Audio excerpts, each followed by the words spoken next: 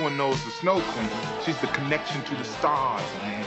I caught her right in the middle of a self-made snowstorm. She's a material witness in a homicide back in New York. Hunter, she's my prisoner. If you hadn't jumped in, she never would have gotten away. Oh, I believe that.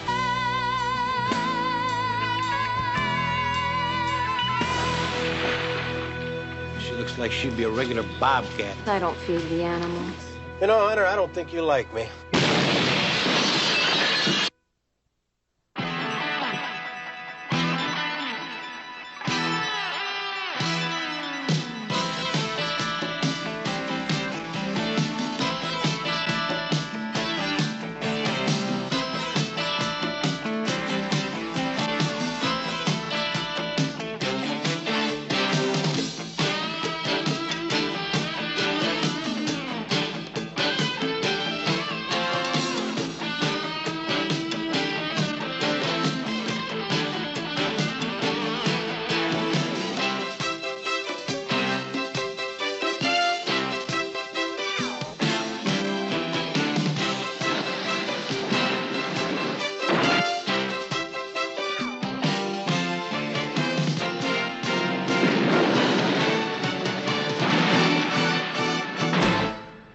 Works for me.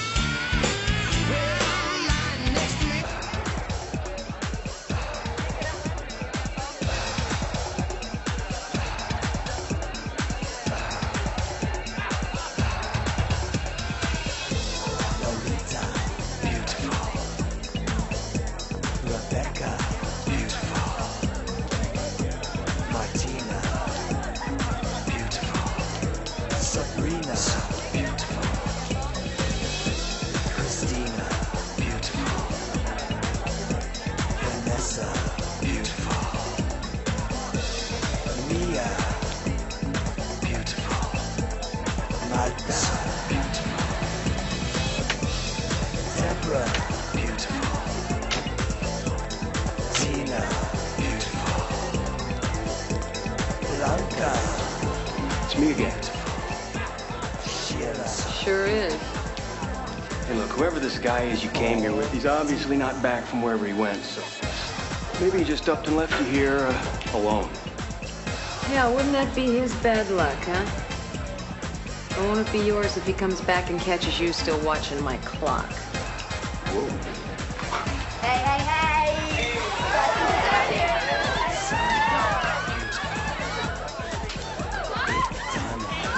Why didn't you say you were waiting for the Snow Queen? I got my own blow, sweetheart. You're all worried. You're all worried. I got the bed. Now take it. Police, everybody, stay right where you are. Damn it.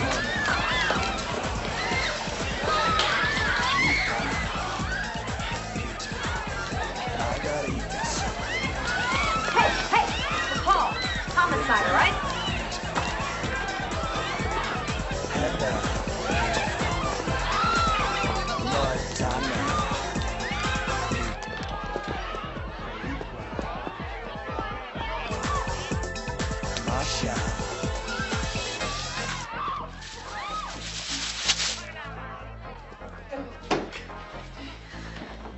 Terranova, where is he?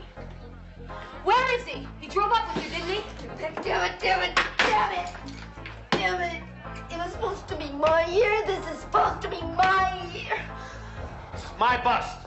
You're damn right it is. You think I was just after a couple of joints and some abusers? Bernie, I was trying to connect with Vic Terranova. Call, look around. You here? All right, Vic turn around. Terranova anywhere here? Bernie, he would have been here Come on, if you didn't spread come it. You know blowing the in through the door like the prince of the city. Now, look, I have been on this stakeout for a long time, busting my buns to get in a position to bag Terranova, and tonight was it if you hadn't come. We received complaints from 2 respectable, law-abiding citizens in this building who are entitled to peace and quiet. And the proper response of law enforcement agencies in this city when crimes are reported.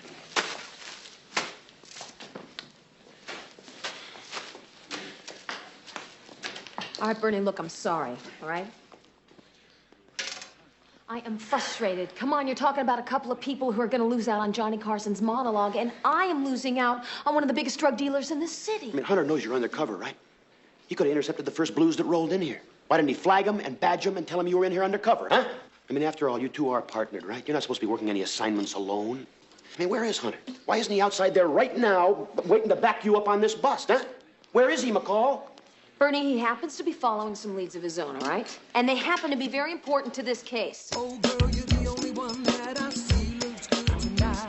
The way you move your body is the only thing that feels so right. So go and groove and make it move. There's just something on your mind. So get close and let it go. Let's just get it on tonight. You and me feel the heat. Bump and grind to the beat on the floor. Body's close, smelling sweet. You and me feel the heat. Bump and grind to the beat on the floor. They're not arrived yet. Well, thank you. I didn't realize they had such strict dress codes in the supermarket. They almost didn't let me in, you know. But management offered to loan me a leotard. You see that exercise place across the street there? Well, after they finish exercising, all these girls come over here to do their shopping. Now, it's tough, but I've had to get used to it. Right. That's why you don't shop at those 2 markets that are right around the corner from your house. Look, I've told you why I shop here. I know. It's because the produce here is so much better. What is it that you want? I need you to sign some reports. Right now? Yes. Look, you and I made a bust last night. Terwilliger's on to us again. The captain is down there ready to paddle me, so you have to make an appearance. Look, it can wait till tomorrow. No, it can't. This partner up and dodge 'em act was your idea, as I recall. Well, I think it should be taken in the spirit in which it was intended. It was all a scam anyway. Okay, fine. But now we just made a bust that's put me closer to Vic Terranova, so let's do this. Oh, God, you are so bad at this. That's the reason I come to the store. Customers help me pick my melons.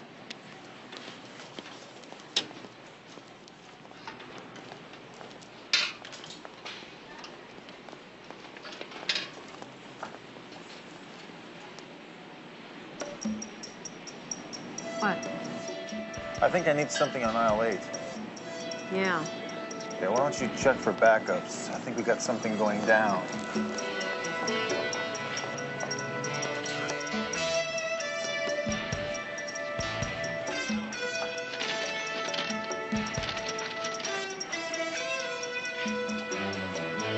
You think this stuff does what they say it does? Not that you know. The only thing you've put underneath your arms is that shotgun. Freeze! Police! There's another one outside.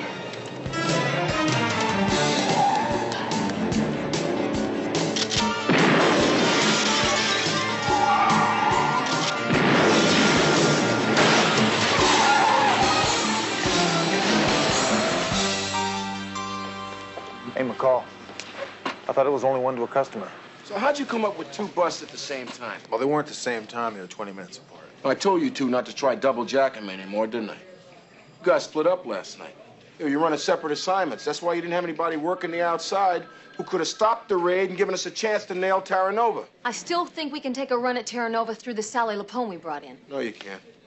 Sally Lapone's not going to tell you anything. What do you mean? She's been running in a circle for close to a month now. She can prove that half the people she scores for in this town, she does through Terranova's connection. No, she's not your prisoner anymore. She walks out of here in 6 hours. That's crazy. Captain, I caught her right in the middle of a self-made snowstorm. I can use that to squeeze her. Yeah, she's already traded that in for a bigger chip. Now, just a second. Hold the phone here. Now, McCall and I didn't bust our butts on this case to have it pulled from us like a bad tooth. Well, it doesn't matter, Hunter. She's a material witness in a homicide back in New York. Now, evidently, she's the only one who can ID the killer. Now, that takes precedence over possession rap. Certainly, if the tables were turned, we'd expect the same cooperation. You could have at least let me talk to her before you told her this case was a lock. I might have gotten her to open up, you know? You know something, McCall? The only thing you have to worry about is what's going to happen when I nail you and Hunter in one of your little games. Now, believe me when I tell you, your troubles are just beginning. Detective Sergeant Molinas, NYPD. Hey, Sugar, that piece of paper puts me back on a plane in 6 hours, so you better say yes to lunch or like it's a big loss for you. And I'm gonna have to go peddle all this charm back east, and you're never gonna be able to brag to all your friends that Jackie actually chose you out of all them California blondes just fighting to jump his bones, huh? Hunter, this is Detective Molinas from New York. Hey, only my close friends call me Detective Molinas. It's Jackie. And he's my loss. She looks like she'd be a regular bobcat in a sack, huh? Well, Jackie, looks like you're here to take Sally Lapone back to New York, huh? Yeah. Yeah, I guess she happened to be in a wrong bed when some piece of crud got off. She may or may not be able to help close that one, but we do what we gotta do, don't we, huh? I tried to dump this little tripole on half the department, but who wants to make a 6,000-mile round-trip haul to babysit some candy nose, huh? So what, she being brought up? Oh, there's some legalese we gotta wrestle with, some paperwork and computer checks, stuff like that. After that, she's all yours. Yeah, well, I'd hate to miss my 2 o'clock flight. I bet you would. We'll get on this thing as soon as we can. We'll put it on the boards. In the meantime, pick a chair. Practice your wolf calls. Better yet, why don't I go see my prisoner?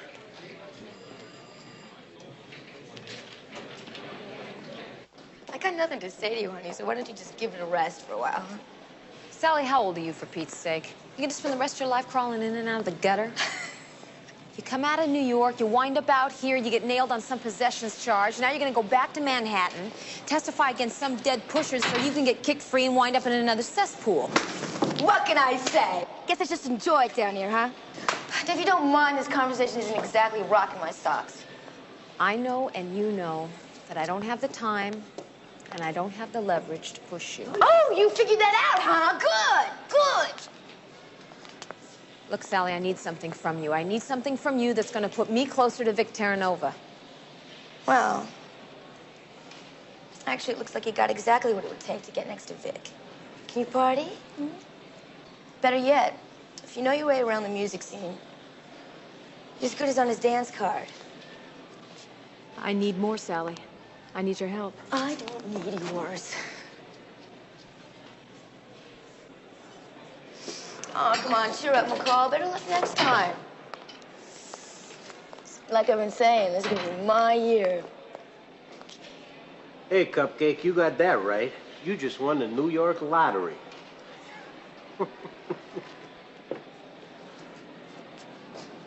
What did they send you here for? Just wanted you to feel comfortable, Madam Blow. We figured you went and split the Big Apple to come out here to upset our West Coast neighbors. We wanted to escort you back in high style. Sally, what's the matter? What's the matter? What's the matter is she hasn't put anything up her nose but oxygen in the last couple hours. Ain't that right, Cupcake, huh? Sally? Maybe she needs a doctor. She don't need no doctor.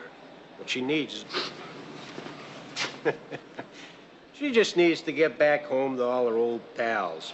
Half of New York City has been without dope and sex since you spirited yourself away there, Snow Queen. I want her checked out before she leaves.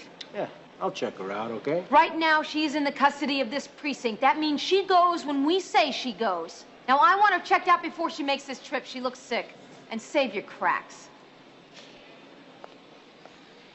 Save it, Jackie. She's not your type. Ooh, they're all my type, Hunter. And the ones that aren't, I make them my type.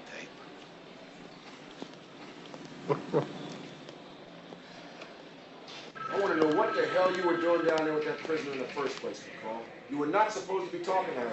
That's beside the point. Now, this is just another one of your ploys to turn that case you want to make against Terranova. Captain, I just happen to think it's practical. I want that report on my desk in 5 minutes. I don't know if she's ill or not, but she sure pulled herself inside out when Melina showed up. Look, he's got the right papers to extradite. He's got the warrant. We agreed to her deal. But what do you expect me to do? I expect you to at least take your butt down there, talk to her, and see what she has to say. Then if you think she's fit to get on that plane in 2 hours, then okay. No, for once you got nothing to say, huh? I didn't think you wanted my opinion. I don't. Ah, see, knowing that makes me a better detective. Let's go see this Sally Lapone. She was released. When? How? Why? Because, McCall, that's what the paperwork said to do. Sergeant Molinas. There it is. All official. Extradite to New York. How long ago did they leave? Just a few minutes ago. Let's roll.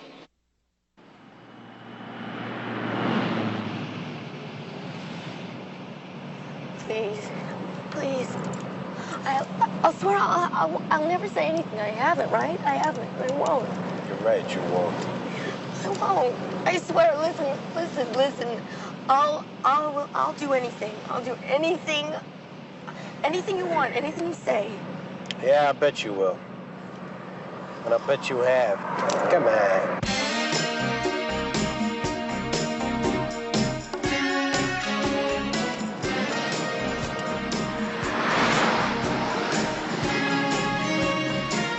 There they are.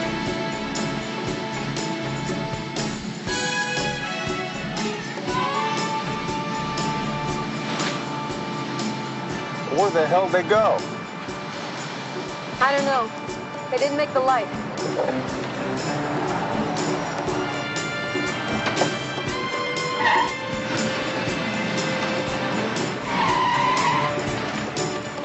There they are.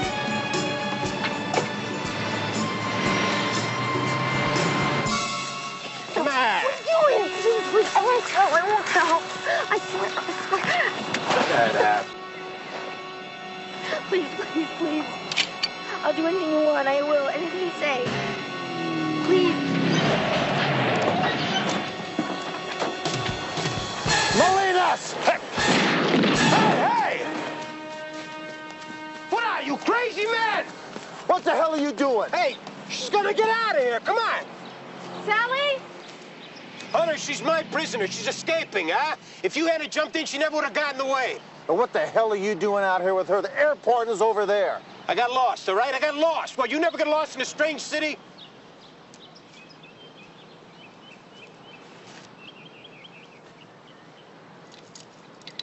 Oh, come on, huh? Look, they were hurting her, all right? She said they were too tight. I was loosening them. She rolled out of the car and she bolted. If she got away, you're gonna hear from me and my superiors. Good, I'd like to hear from him. And then right after that, I'm gonna put you and your gum on an airplane out of town. What the hell do you mean he's on this case? What gives him the right to be involved in an investigation from this department? Yeah, and did he tell anybody at all what he was doing out there in that field near the airport with that girl? Yeah, he explained all that, Hunter. She was trying to escape. He pursued her, and you distracted him just long enough to allow her to get away. And I gotta tell you something.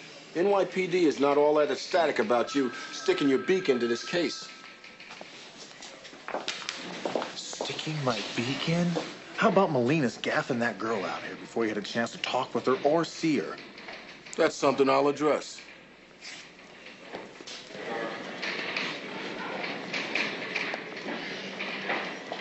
Hey, Captain, I just want to thank you a lot for letting me help out in this matter. Now, you can save the kudos, Molinas.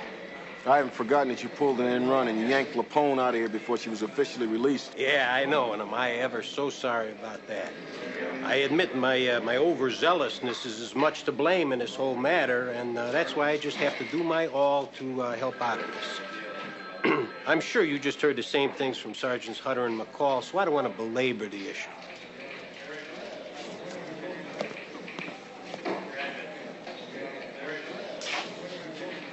Pretty slick, aren't you? Hey, we do what we do, right, Hunter? So let's kick some dust up in the air and find the Snow Queen. Hey, we'll let him drive, sweetheart. You and I can ride in the back, huh? Put it back in the closet, Molinas. I don't feed the animals.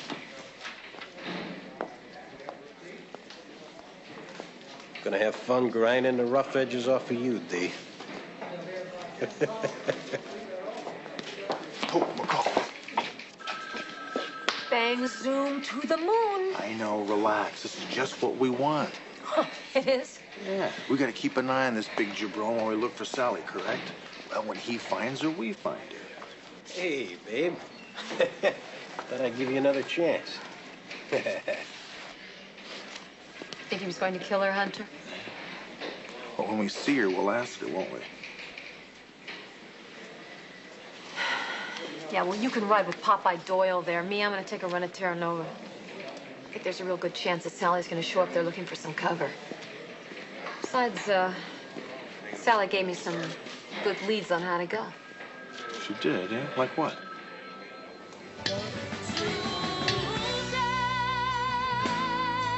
She wandered in off the street, bags and all. From Omaha, you know, come to Hollywood to be a singer. Boys were setting up, they didn't mind. Yeah, of course they didn't mind. Take a look at her. Right off the bus, huh? Yeah, can you believe that? I don't know. So what'd you think? Not bad, not bad. I got a surprise for you. Hold on. Well, you're in luck. The owner just came in. I'd like you to meet Vic Terranova. Oh, Mr. Terranova, hi. It's nice to meet you. Call me Vic. Only my kids' friends call me Mr. Terranova. Vic, I'm Dee Dee Howard. So you want to be a singer? Well, yeah. I mean, professionally. I mean, I am a singer. I sing. Do you know anything at all about this business, Dee Dee? Pay scales, personal management, arrangements? No, not a whole lot. I figured maybe if I knew too much, I'd be too disillusioned to try to break in, you know? Probably. I hear you're new in town. Where you staying? Actually, no place just yet. I've been looking for some place in the area I could afford. There are just not a lot of those places around. I was just walking by the club and I thought, what the heck? Stranger things have happened, right? Right, right. Tony boy. Come on, come on. You mean I got the job? Oh, no, not quite. You're in Hollywood. You're not over the rainbow. Well, and I don't understand. Look, I don't want to take any charity. Slow down, Omaha. I didn't say you couldn't sing. What I am saying is that you're trying to break into a very competitive business. It's obvious that you have a voice. It's also just as obvious you may not be right for this type of life. Now, what you need to do is to develop your talent, work on an act, meet the right people. You're a nice kid, out of your element. I'm just looking to help you out. If that's not enough, you can shove off. Keep the dough.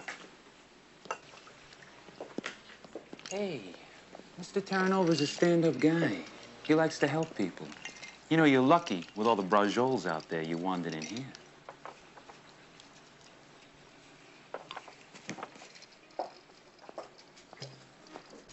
How's that? Good.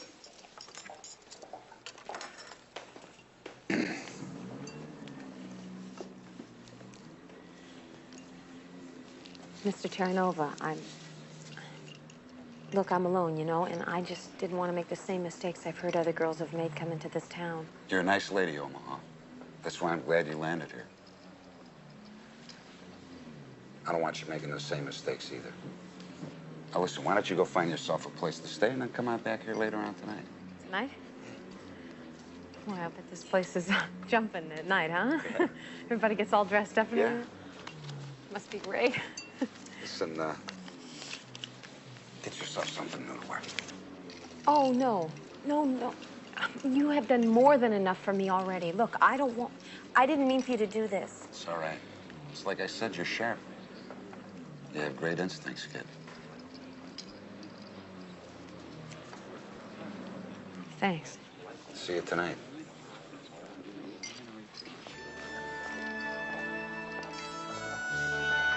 Nice going, kid. Thanks. We all right?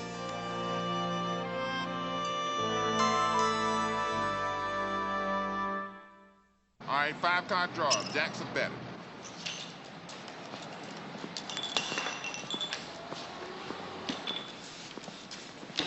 Don't you coneheads know it's against the law to gamble? Who scraped you off their heel? Now, I just dropped by to give you guys a lesson on how to greet your local police officers when they come by to chat. Hey, meatball, unless you're looking to scratch your behind, I'd hold still. Hey, what is this, man? What are you gonna do? All right, ladies, everybody knows what to do. Hug the wall. Come on. Unless you want to go in there with him, huh? Come on, up against the wall, all of you.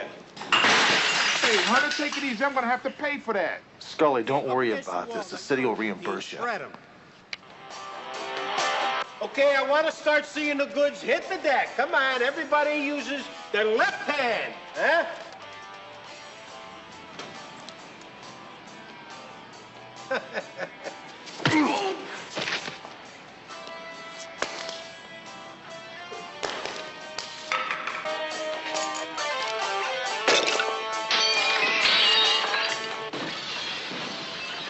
Any of you pukes want? Sure, I remember from when I was still doing session work. Everyone knows the Snow Queen. She'll supply you with anything you want. She's the connection to the stars, man. She was a warm body and a fun time to just about every musician I played with. And if she could put that chair up her nose on a pipe and smoke it, she would. And she'd turn half the town on to it. Where the hell would she go if she was in trouble? You're talking real trouble, that I don't know. But she sure knows a lot of people. She's been putting in a lot of time with this guy, Darby Slash. What the hell's a Darby Slash? Darby Slash, man, he plays bass with the Sniveling Snits. They've been out in Malibu almost a month now trying to finish their new album, which is Barfola by the by. Now, this place they're staying at, does this belong to Darby Slash? Probably renting. I don't know under what name, but I should be able to run it down. This is good, Scully. Thanks. Now, where do you want it? Oh, damn it, man, I hate this part. And maybe we could skip it. Now, if they know that we're on speaking terms, that we're pals, they're gonna clam up and you ain't gonna be worth a damn. Now, where do you want it? Man, the last time my right eye didn't open for a week. The left eye is always stronger. Come here.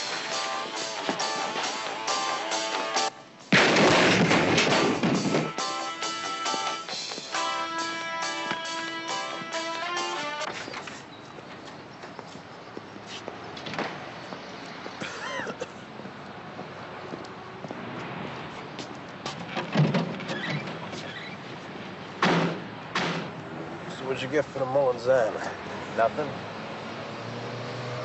You know, Hunter, I don't think you like me.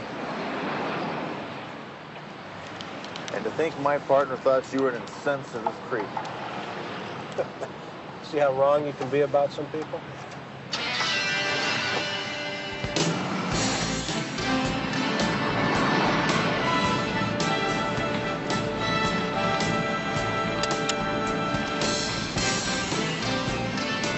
Hey, you want to pull over there so I can get some more gum?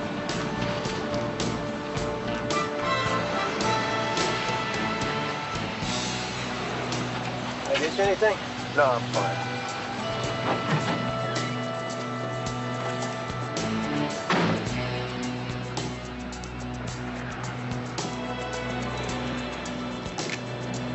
This is L56. Patch me through the R&I. Yeah, it's Darby Slash. Probably not his real name. As soon as you get an address on him, get back to me, would you?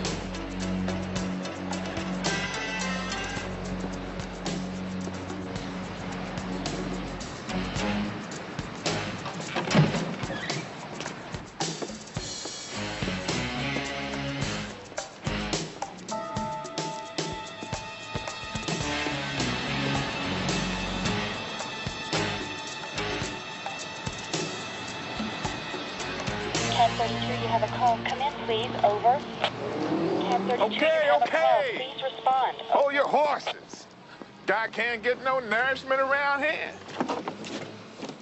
How you doing there, Shoe Shane? Hey, look, man, take it easy. You can have whatever you want. I want what you told Hunter. That's what I want. Hunter, look, man, I didn't... Hey, you danced to Hunter's beat, gumball. I seen it enough times to know. I'm gonna give you more than a fat lip if you don't let me hear it. Where's Sally Lapone? And I swear I didn't... One last time. You spill your guts or I'll spill them for you. Where's Lapone? Okay, okay. Look, all I told her was I thought she might be hanging out with some dude named Darby Slash. Yeah, I know the Snow Queen. That sounds right on. All right, keep me smiling. Where do I find this Tatsoon? I didn't tell Hunter. Tell me! I found out for him, man. I did. He's out in Malibu in a beach house. I got the address right here in my box.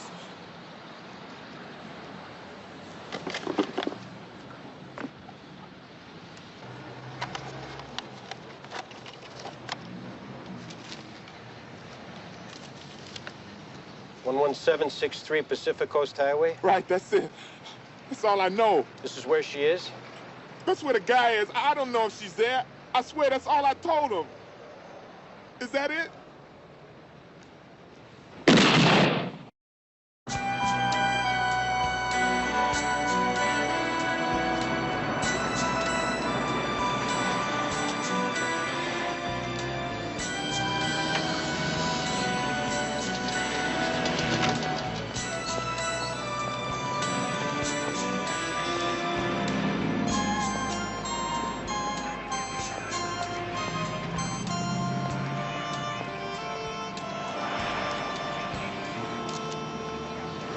God, Hunter, I heard it on the radio. You got here is a clear-cut case of robbery.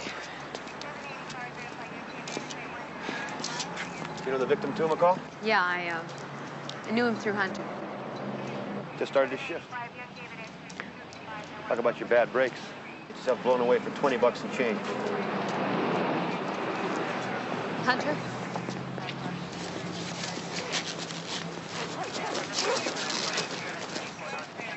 Hey, Hunter. I'm sorry, man. How you doing, Terranova? I'm doing all right. Managed to touch bumpers with him. I'll probably see him later on tonight. Look, Hunter, I can cover Sally if you want to work this homicide. I can cover the Lapone case. This is the Lapone case. What do you mean? Molinas. Leanness? What are you talking about? How? I thought he was with you. He was with me. I was so damn concerned about him hearing me run the name that Scully had given me, I let him get away. You don't really... You really think he did this? Why? Because he didn't want Scully to tell me what he had told him. Because he probably wanted to. This is L56. Give me R&I, would you? Well, if Molinas really did this, he needs to have his tires rotated. And if he needs Sally this bad... Go ahead, L56. What do you got on a Darby Slash? Darby Slash, the singer with the sniveling snits? Oh, you know him? Well, yeah. You know they're single, don't you? Cloak of Darkness? It's off the Blood Feast album?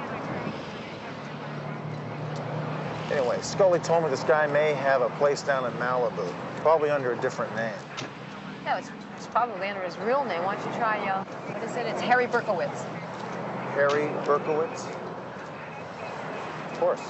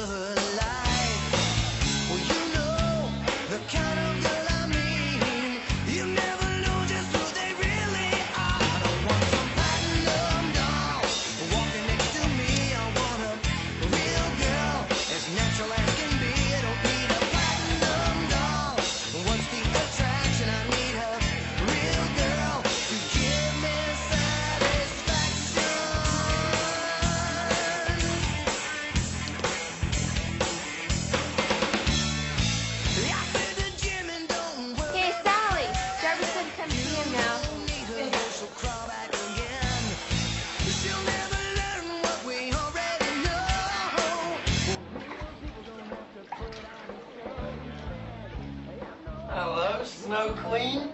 How have you been, sister? Actually, I'm kind of in a little fix. Yeah, you do look a little wired. Actually, I need some money. I hate to ask. What kind of trouble? Nothing. I need some place to stay, you know? Wait. I kind of need some help. You've been running all over this town with Terranova and his blokes. And when you need something, you come back to the dart. I like that Snow Queen, I really do. I'm really trying to need some help, Darby. Yeah, well, so do I. So you got a house full of guests and not enough party favors to go around. How about the Snow Queen? Making a little run for me and mine. Oh, yeah, sure. But do you think you can help me out? Well, how much money are you talking? Just a couple of grand, maybe? Sure, sweetie. I can do that for you. But first, you get yourself over to Sweet Louie's place. Get a couple of ounces for the derby. Okay. You know the Snow Queen's always there for you. I'll ring him up. Say you'll be there. I'm kind of out of wheels, though. Well, take mine. The keys are in the pocket. Should be out of the garage. I'll be back in a bit. You think that you'll have the money for me? Yeah. Because I really appreciate this, Darby. I really do.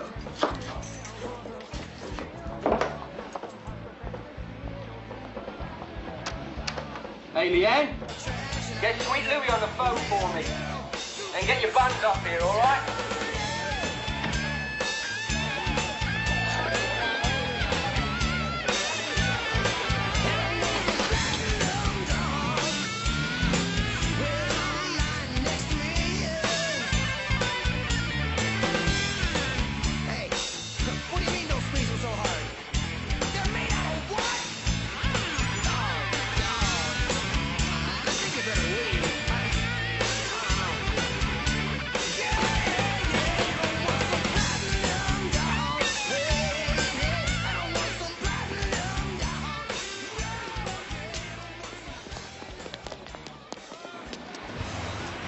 Hey, Tarzan. Hey, you got an animal named Darby Slash living around here? Hey, how do you learn how to talk like that, huh? Why, you interested? Because I can show you. All right, talk to me, pussycat, or I'll break you down so your girlfriend can carry you home in a basket on her arm. He's upstairs, man. He's upstairs. Come on.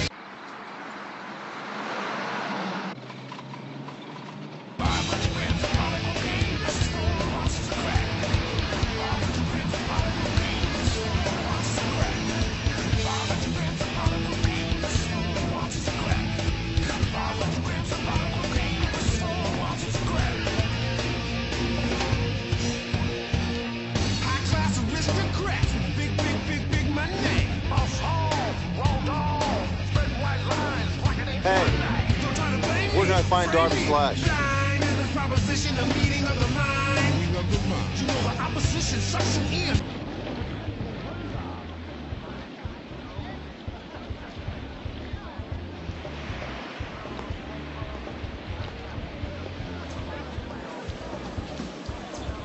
Where were you when this happened?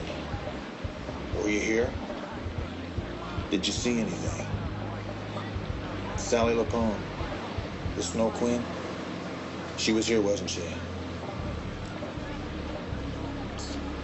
She... Where did they go? Sweet Louie. Darby just wanted to party. The new album is gonna be great.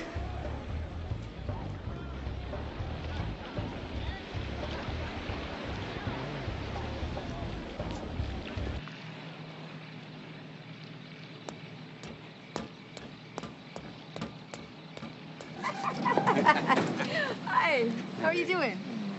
Darby sent me out. Forget Darby. You want to stay with me, Mama?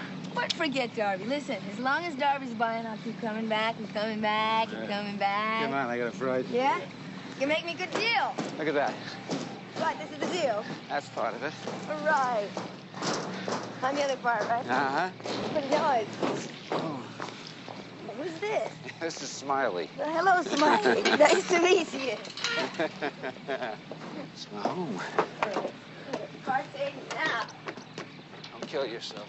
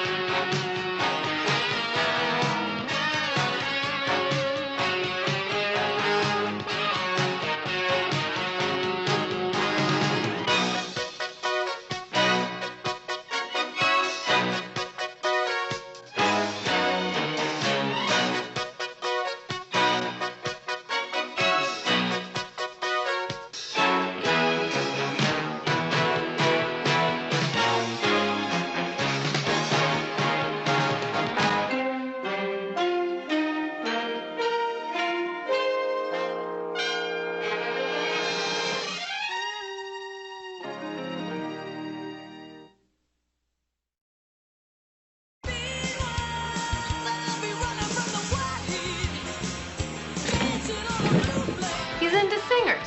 I'm gonna tell you one more time, you better get out of town while your neck is still in one piece. This guy's a one-man killing machine. He must have really hated this dress. I can afford you. Can't afford your cop girlfriend there. And nobody can afford to see me blow another cop away.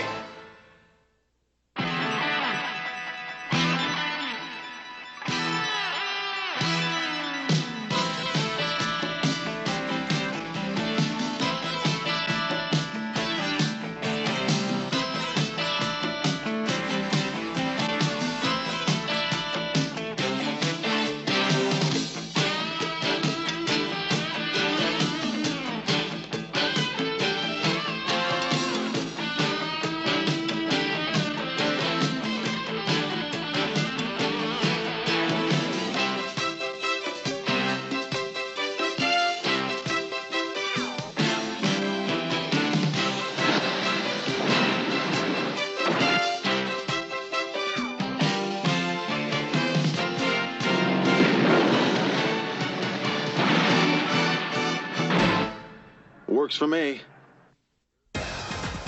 Here are scenes from Snow Queen Part 1. You're worried. You're worried. I got the best. Police are wasted right where you are. Terra Nova, where is he? Where is he? I still think we can take a run at Terra Nova through the Sally Lapone we brought in. Well, she's not your prisoner anymore.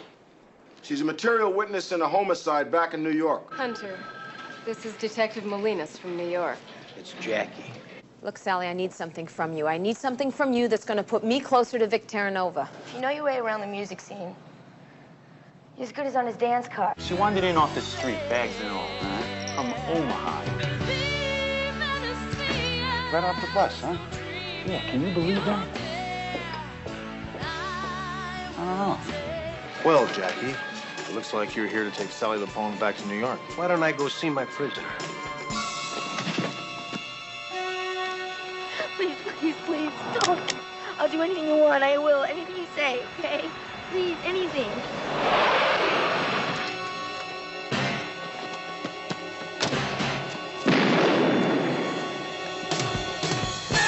Think he was going to kill her, Hunter? You know, Hunter, I don't think you like me. And to think my partner thought you were an insensitive creep. See how wrong you can be about some people? Where the hell would she go if she was in trouble? She's been putting in a lot of time with this guy, Darby Slash. I want what you told Hunter. That's what I want. Hunter, look, man, Hey, you danced to Hunter's beat, gumball. I seen it enough times to know. This is where she is? Is that it?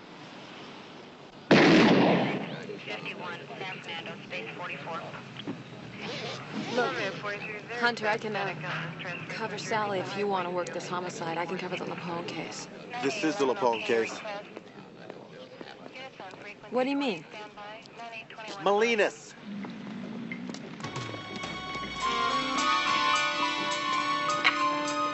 And now the conclusion of Snow Queen.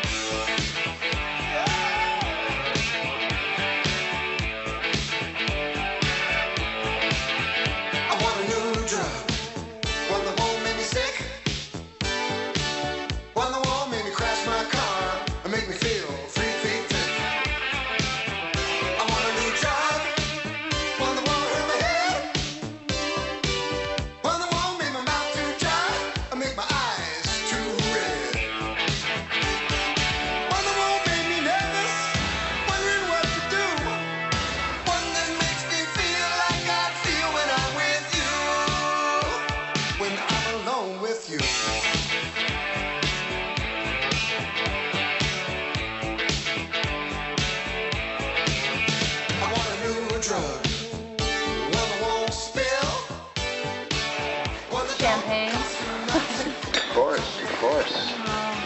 Anything for you? No, I'm fine, honey. Thanks. I like that new outfit you brought, Omaha.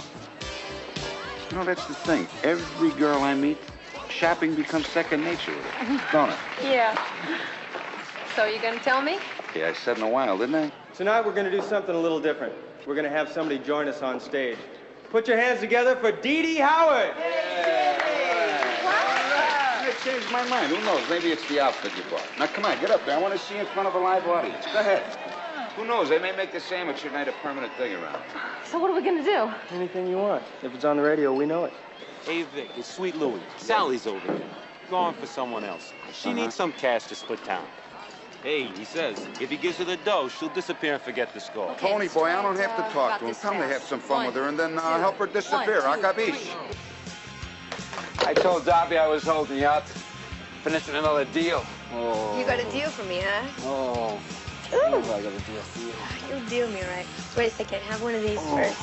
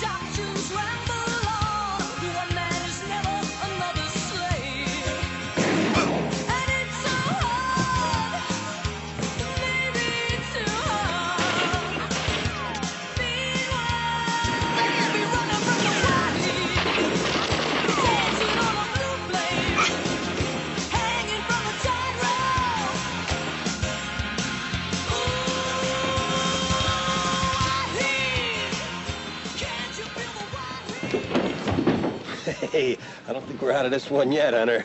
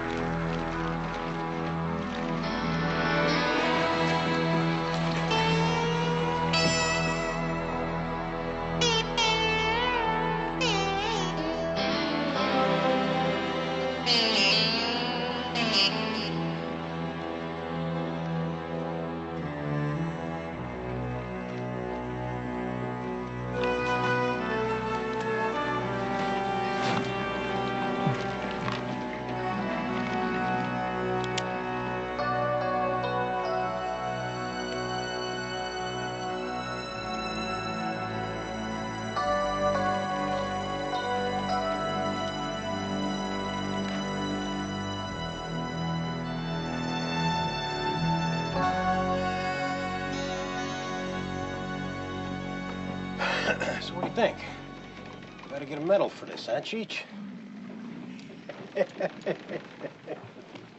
I'm not looking for a pat on the back or a commendation here. Look, Hunter, excuse me, but this is a righteous push. For this precinct, you and Detective Sergeant Molinas. You know, you two guys don't make too bad a team. Speaking of which, it's only because this all looks so good in all of our packages, and I'm not frying your kiskis for being without your partner again. Well, let's forget about McCall. Let's talk about the idiot I got to chase around town. All right. So you say he gave you the slip. So what does that do? This guy's a one-man killing machine, and if he finds Sally Lapone before I find her, she's going to be on the table with the drain at the end of it. Let me tell you this, and let me make it as clear as possible. I don't like you. No, I don't like your methods. I think you're a rule breaker. And I can't figure out for the life of me what the hell makes you think you can operate outside the regulations of this department. That all? No, that's not all. I think your family tree stinks. And I don't believe for 1 minute that you have nothing to do with them and they have nothing to do with you. But I'll tell you one thing, I'm a good police officer, a damn good one. I don't hide from the truth. And that's what you gotta bring me is some truth. Not this gut instinct stuff. Bring me some facts. When you can do that, come back. I'll be all ears.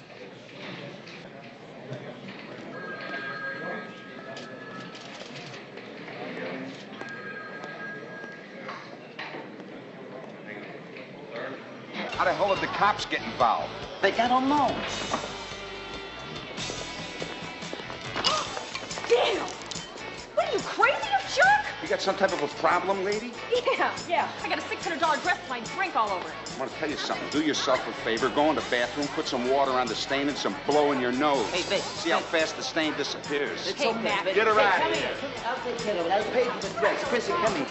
Let's go over here. Sweet Louie? Angie?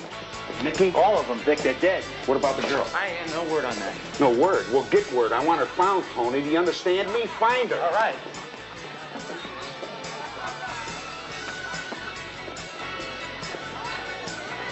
Hey, Vic.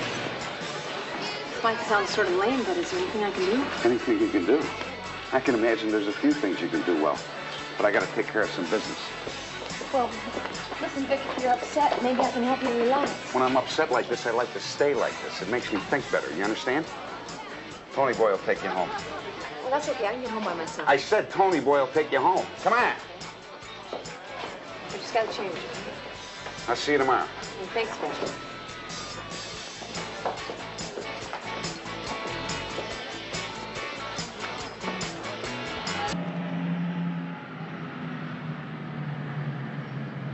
Thanks for seeing me home. I'd offer you something, but I don't. I got everything we need right here. Well, I'm already wired enough as it is, what with Vic letting me sing tonight and everything. Hey, Vic's that kind of guy, and I'll bet you that kind of chick. No, I'm just beat, Tony. Yeah, well, after a little toot, you won't be. No, listen, I think maybe I ought to just hit the sack, really. Okay. Anything you want, babe. Tony, come on. Come on, Tony, what? I'm not into this, okay? Hey, this isn't Disney. Huh? You've been here before. Tony, look, I'm just not in the mood, all right? Listen, I put you in the club. I let you audition for Vic. That puts you in the mood, capiche? Tony, damn it, I said no. I'm gonna tell Vic. I swear to God I am. He's gonna go crazy. You're gonna tell Vic on Tony Boy, are you? Well, then I'll give you something real special to tell him about. I'm gonna tell him. He's not gonna like you messing with his property.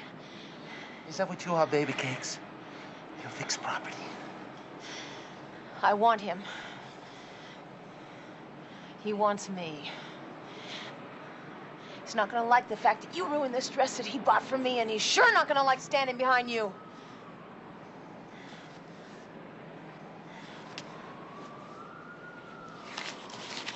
Yeah, get yourself a new dress. After all, that's what we both want, right? For Vic to be happy.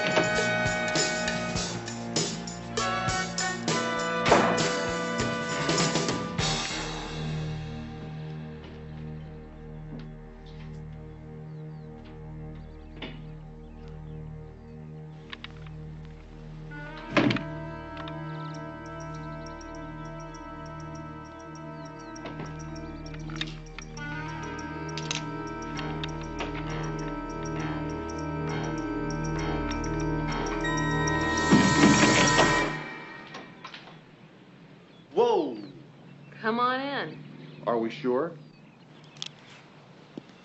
You know, I've been calling you all night. I thought I'd pop in and wait for you. Yeah, I was up real late with Terra Nova last night. He sent me home with one of his guard dogs. Yeah, it looks it. Yeah, a real sweetheart named Tony Boy. Well, maybe he didn't like the way you were dressed. What do you hear about our friend from out of town? Molinas? He's making all of his bones with the people down at the department, all right. He and I made a real man-sized bust last night down at the marina. Sweet Louis Lorena's dope factory. Sweet Louis was one of Terra Nova's runners. Not anymore. Did this go down around 2:30-ish? Yeah. Yeah, that's when he got the call. Boy, he popped his clutch, and bad. He sent me home with his little guard dog, and we got to play the hucklebuck.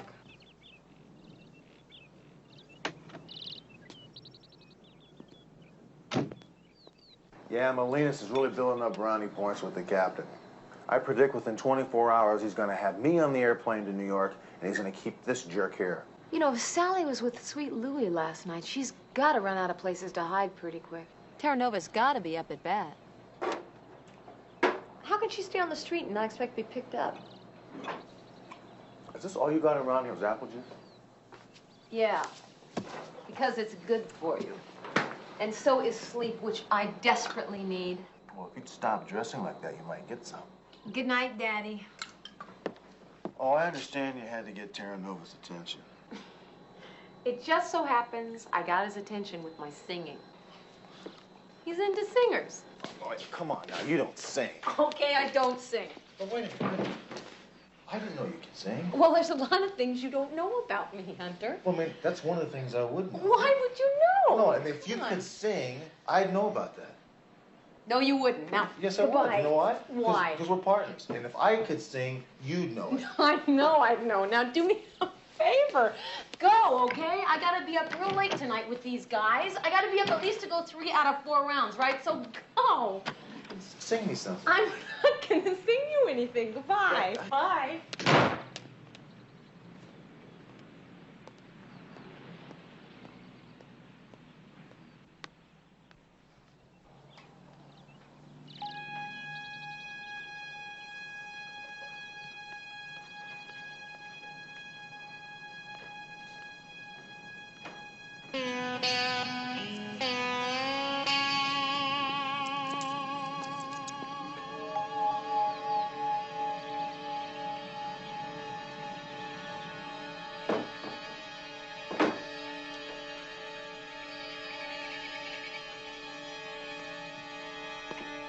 Not a bad setup for someone just off a bus.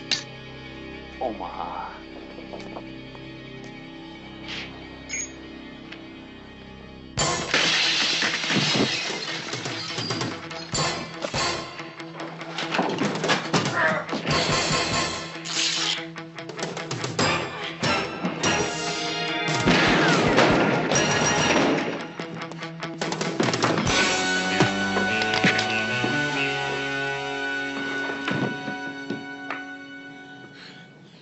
Tony boy, right? He must have really hated this dress. What do we got? Enjoying your stay? Yeah, you could make it better, Duchess. So, what's going on here? I hear you two made a bust. You heard, huh? Yeah, it's got anything to do with Sally Lapone? I thought you heard, Molinas. Hey, come on, Hunter. I mean, I'm on this matter, you know? We're in this together. The Green Hornet and Cato got nothing on us. Now, I got an escaped prisoner running loose out there, partially your fault. I'd like a little interdepartmental cooperation. No way. All I want you to do is hold this guy over for an extra 24 hours. Look, Hunter, this guy has rights, whether you know it or not. He's got the right to call an attorney, he's got the right to a phone call. But if he gets hold of Terra Nova, it's going to blow my whole act. Captain, I am on the inside. How long have we been after Terra Nova? Now, look, this is my opportunity, and it's a real good chance to catch Sally Lapone. We have no reason to believe Lapone's going to show up at Terra Nova's. Well, she's gone through every one of her friends, and she's certainly not going to go to the police since they tried to kill her. And now, we don't know that. So you can stop tossing around those slanderous remarks. We're already getting enough heat from New York for losing that girl and blowing that homicide. Captain, look, if she's going to show, she's going to do it real soon. She's out there somewhere, she's alone, she's scared, she's probably strung out. Captain, all I am asking is for some time to work this. Now, surely you can hold this guy until tomorrow morning. I don't know. This is pretty unorthodox. Look, Captain, we're trying to help this girl. But if you let Molinas get to her before we do, she's gonna wind up dead.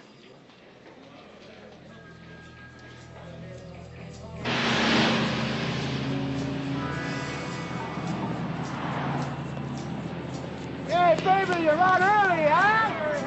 Hey, what are you out there?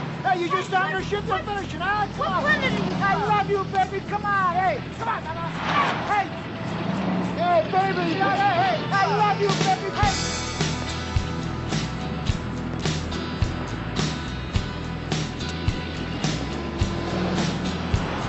Come on, Mama, come on. Hey, honey, you couldn't even afford me. We're saving our lives. Come on. 20 bucks. Just come. Hotel chic, how you see was carried quickly across the street, away from the man in the blue car, back round the corner, the worth melts into the money jar. A drop of fire to warm the sea, to let you know you're not alone.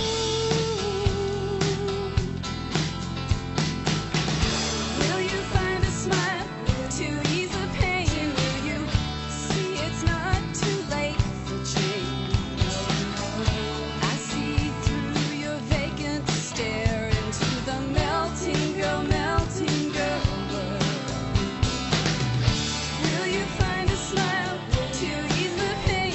Will you see it's not too late to change? I see through your vacant stare into the melting girl world. Where's the genius?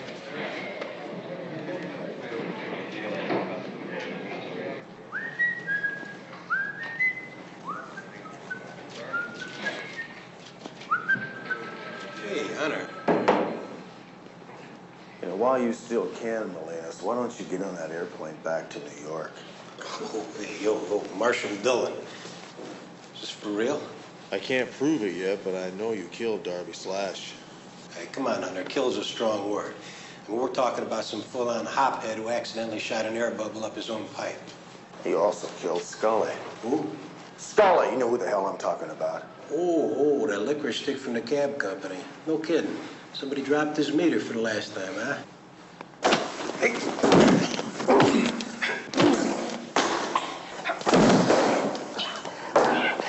Man, you are crazy. You're nuts. You don't know what nuts is, Molinas, until you've had me on your butt. I'm gonna tell you one more time, you better get out of town while your neck is still in one piece. Because if you don't, I'm gonna break it for you.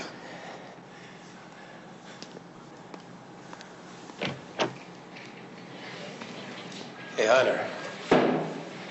I got my answer for you right now.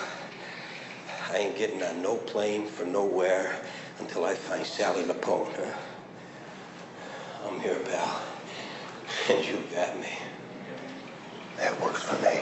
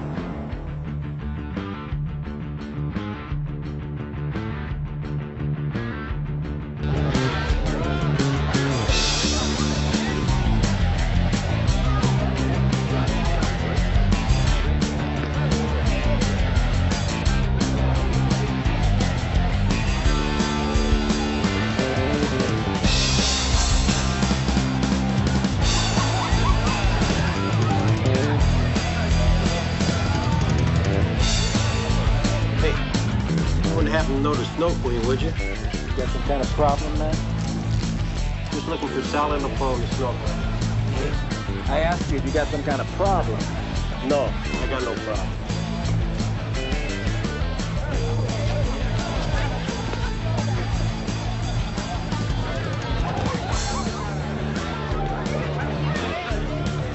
What are you staring at, man? You're the guy who should ask that. Look, I'm just looking for Sally Lapone, the Snow Queen, huh? She likes to spread the truth around. I don't put unnatural substances in my body, man. No, you just put them through it, right? Don't play that one on me or I'll clean your carburetor for you.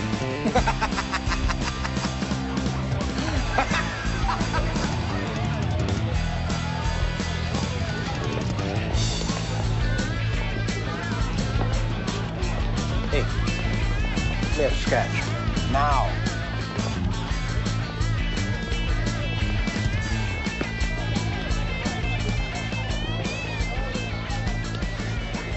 Drinking on the job, Molinas? I consider it a compensation. Otherwise, I might give this whole bunch a haircut. What are you doing here? Well, I thought I'd drop off some information you might use. United Airlines has got an 11:30 red-eye leaving tonight. Continental's got one at midnight. They both get into New York just in time for you to catch sunrise semester. You know, Hunter, I try to do the right thing by you. I try to cooperate with your department. I even gave you plenty of credit on that drug factory we took down last night, but now you're getting on my nerves. That's a coincidence. So where's your partner, Hunter? You guys turned something, didn't you? She runs it down and you play little red caboose and follow me around? Until you get on that airplane or I find Sally Lapone. You're just gonna have to turn her over to me, Hunter. She's my prisoner. Yeah? Until she tells me something that maybe changes my mind about this case. That's what you're worried about, isn't it, Jackie? She might shoot her mouth off. You're afraid she might tell us that you were gonna blow her brains out on that lot next to the airport, weren't you? She can say anything she wants. She's a cokehead. I'm a cop. You're hilarious.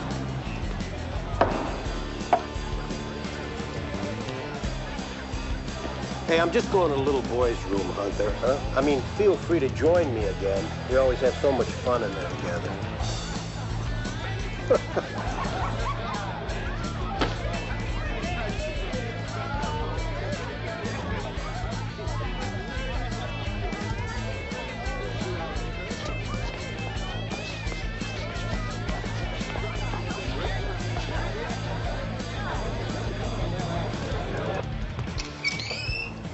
Come on, get the hell out of here, huh?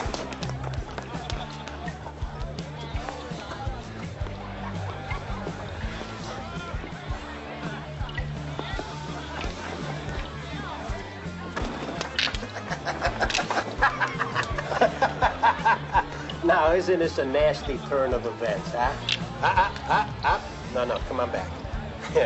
Otherwise, you'll make me real mad, and I'll have you take all your jewelry off and wash up, and then you're gonna have to walk around like human beings, and I know that'll kill you, right? You ain't gonna use that thing. Let me get the plumbing, man. I don't need the plumbing. I got this stinking badge, man. Back off, you too. I could blow you all away and just stop outside and have a drink and wait until the blues arrive, all right? Okay, Alice, come on, drop your toys in the sink. Everybody, drop your toys in the sink. Come on, get over there, Cabbage Patch. Go, everybody. Look in the mirror. Don't look at me. I don't want to see your ugly mug. Come on. All right, gents. Now, hey, get out of here. Fortunately for you, you come across one of your more liberal-type peace officers, huh? Now, you show me how much you appreciate law and order, and maybe you'll come out of here with both your earrings. What do you want, man? You like harassing innocent people here? Last time I came across an innocent person, he did weekends in an electric chair. Now, here's the way we're gonna work this, gents, all right? I happen to be in need of a little police assistance. Now, I know this is gonna come as a very, very big shock to you garbage cans, but there's a lot of unsavory characters out there. Now, I could use a little help in policing the area. So in the name of all that's good and holy, and so I don't have to drag your butts out in the alley and blow you all over the sidewalk, I hereby deputize you three Jingos police officers.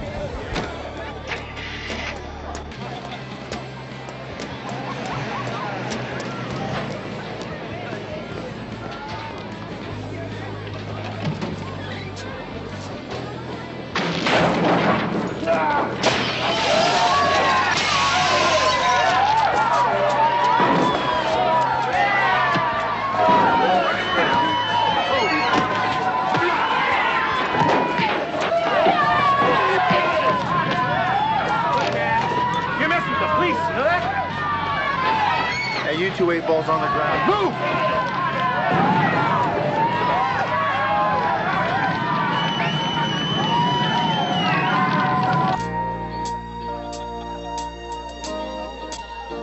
He's got to be out there somewhere. Send somebody over to his place again and check out that bimbo that he was with last week. Jeannie, something like that. Yeah, right. Hi, Vic. And where the hell has he been since you two had this little episode? Vic, I don't know. I was just so scared he was gonna come back in worse shape than he was. He was so crazy. He wanted me to do that cocaine, and Mick, you ruined the dress that you bought for me, and I didn't know if you wanted me. I didn't know if I was supposed to. Did he say where he might be going? The goodbyes weren't exactly civil. Look, I don't know about all this. I think maybe I should just go. If something happened, you're a friend. I'm sorry if I caused you any problem, but I think I should just go. Whoa, just a minute. Where are you going? Vic, I appreciate everything you've done for me, and I promise you I'll pay you back every penny. Oh, slow down, Omaha. We're all grown-ups here. Tony Boy's got a little libido problem, that's all. Look, you said you wanted to be a singer, didn't you? Well, yeah, but... But nothing. And I don't want you to worry about Tony Boy or any of this stuff. If you want to be a singer, you have to worry about singing, right? Yeah.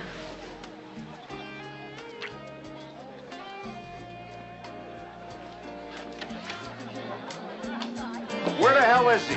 Sign here.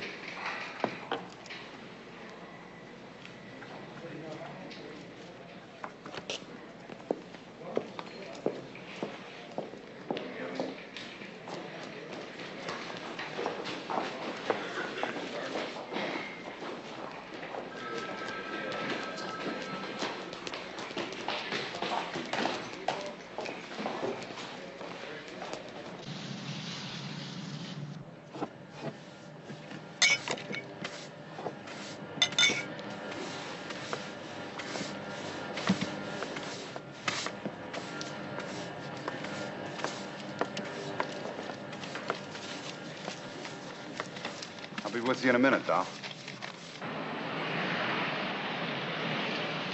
Hey, make a couple of green lights, huh? Go up orange.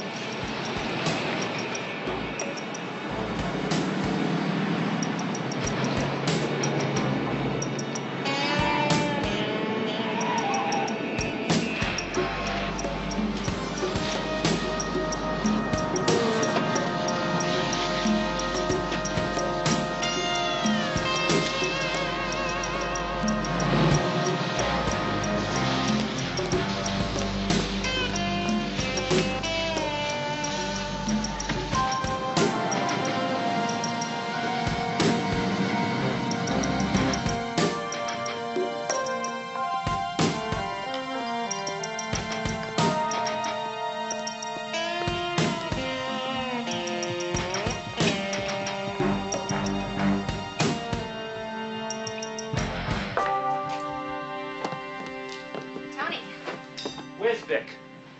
He left. Where? Come on, where'd he go? I guess to his place to party a little. I think he needs to burn off a little energy.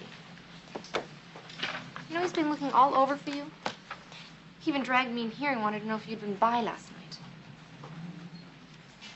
How come you don't come around much? Vic mad because you're with the new singer? Was she here last night? Yeah, damn it, Tony, you're hurting me. Where'd she go? She left with Vic, all right? What do you mean you let him go? I thought that's what McCall wanted. Sergeant Molina said that she wanted the guy out right away, that it was part of a case. I tried to get a hold of you. Molina said you were in the hospital. Said McCall was undercover. So I went upstairs, checked. I got a hold of Bernie Terwilliger, and he confirmed that Molina's and you and McCall were working on a case. Bernie Terwilliger. Hunter, take it easy. These things happen. They happen all the time around here, especially with Molina's. Well, you want me to roll some black and whites? No, do not do that. You'll blow her cover. You haven't done it already.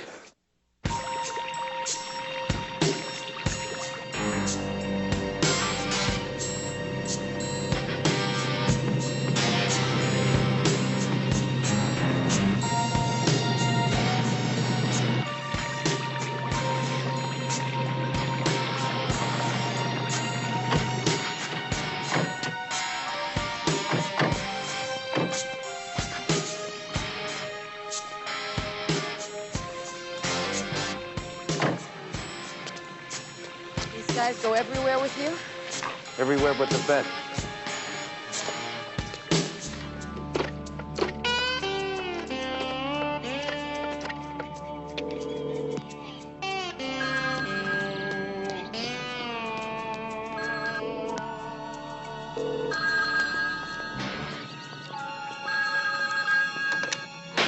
Hello? Hello?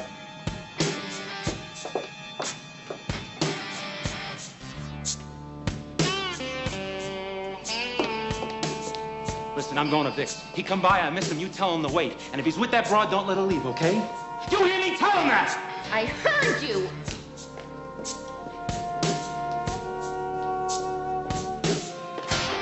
Not a bad place, huh? Vic. Looks like a museum. Yo, Vic! Yeah, what? Viene subito! Listen, I'll be right back, all right? Make yourself comfortable. Yeah.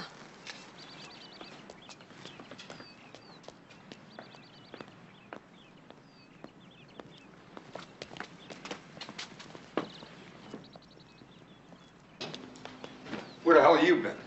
Oh, Vic, hi.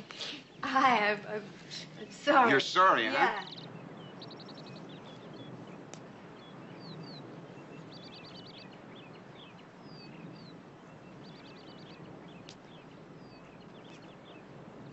I didn't know what the hell happened to you. I got word that you got picked up at that party. Yeah, I did. Yeah. So what happened? What? Nothing.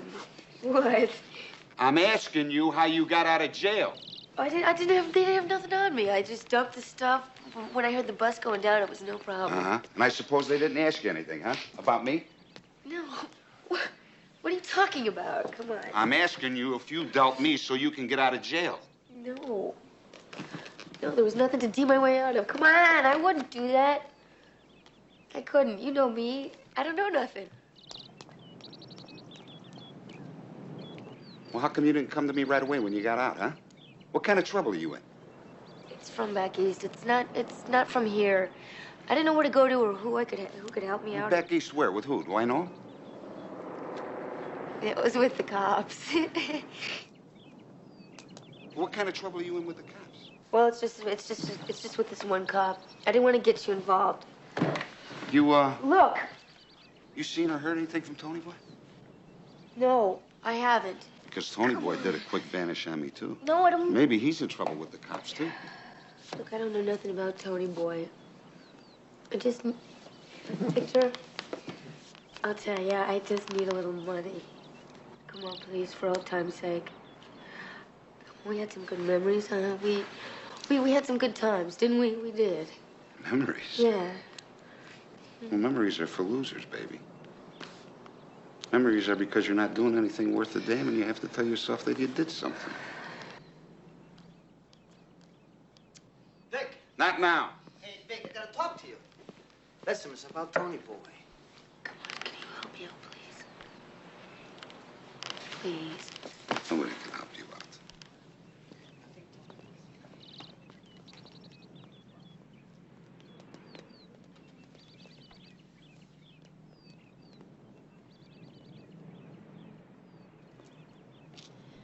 Sally? Sally, don't panic.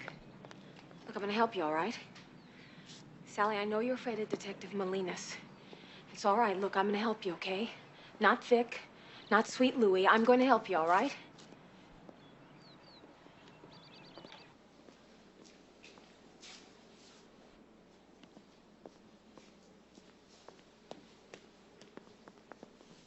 Excuse me. Where can I find Tony Boy? I don't deal with him anymore. Yeah, well, that's all very well and good, man, but I still need to know where he is. Who the hell are you? I'm the guy that's gonna remove your intestines if you don't butt out. Now, where's Tony Boy? It was Molinas. It was Molinas that I saw kill Randy.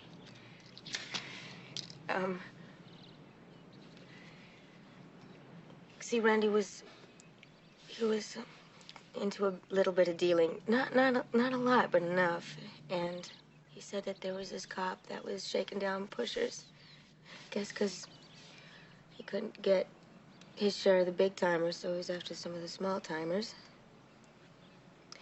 And so Randy decided that he wasn't gonna take any crap from this cop, you know? And so this cop came and killed him. I guess he just did it to make an example of him. Then you saw Molinas kill Randy. Like, I could hear it all. I was in the bathroom. And I looked out and I saw the whole thing go down, and then the gunshot, and Jesus, I screamed. I couldn't help it. It was just a reaction, you know? And so I locked myself back in the bathroom, and it was kicking the door down, and I was getting my stuff and getting out of the bathroom window. And then I didn't see this cop again until he came here to take me back home. But I knew I wasn't gonna get back home. I knew that I was gonna be dead in that field. The end of the white line for the Snow Queen. Sally. What? I'm gonna help you. First, we gotta get out of here. Now, you have to promise me one thing, that you won't bolt, all right? Now, look, I'm gonna give you my home number and address. Now, if something happens and I can't show up, you call this other number here. It's Sergeant Hunter. All right, well, what's gonna happen to you? She's going to a party. Vic, I tried to find you. I ran into Sally here. She seems so upset. I figured I'd call her a cab. I have a better idea. Let Tony Boy give her a lift. He can drop you off on the way, Omaha.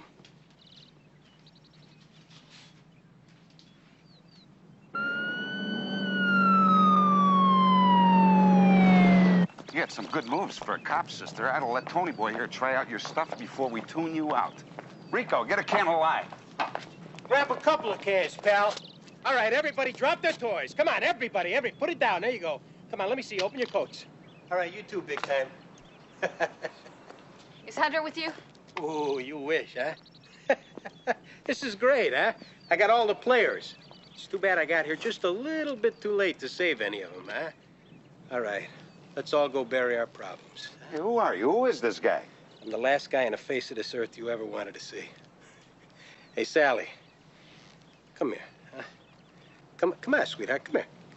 Come on, don't worry about it. Come here, come on. Put up a pretty good chase there, Sally. Who is this guy? The cop from New York. This is the cop from New York. Listen, we can deal. I can afford you. Well, I can't afford her, pal. And I can't afford your cop girlfriend there.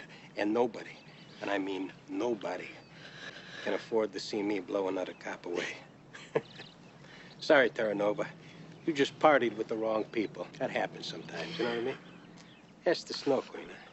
All right, I've had it with talking. Come on, let's get out of here, everybody. Come on, move out. Come on. Man, this is crazy. Listen, I'm telling you, we can work a deal. I was gonna kill these people myself. Yeah, well, good for you, big time, but I gotta get this done. And I gotta make sure it gets done right this time.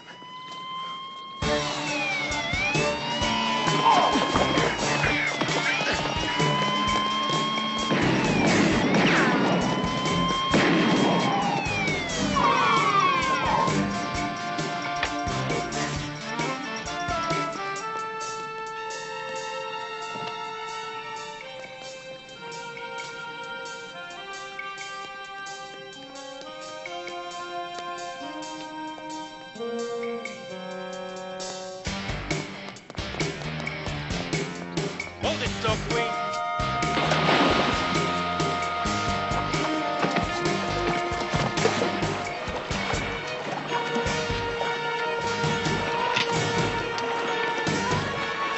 Molinas!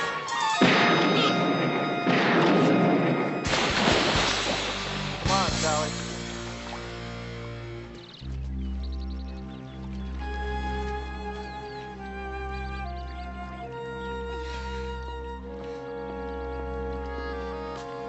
How you doing? I'm all right. Sally? Yeah, she looks like she'll be all right. Molinas? I ran out of gum.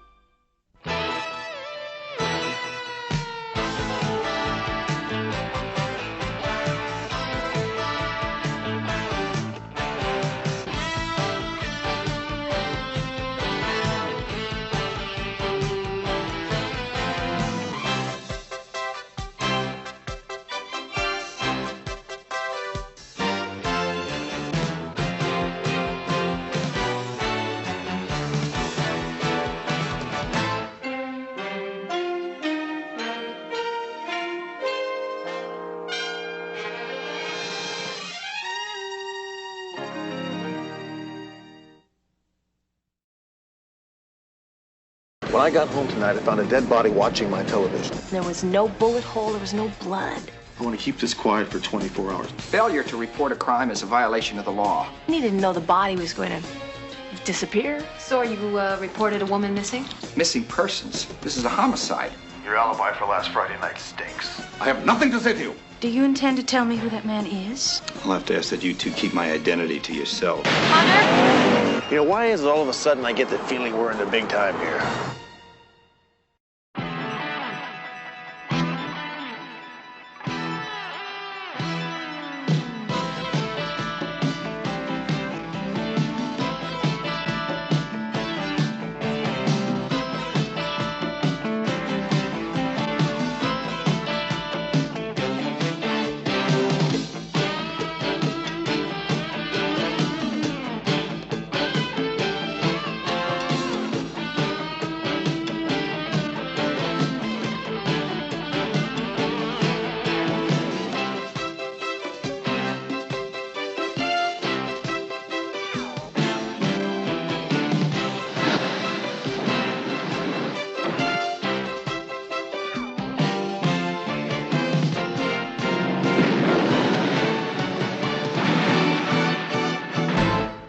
Works for me.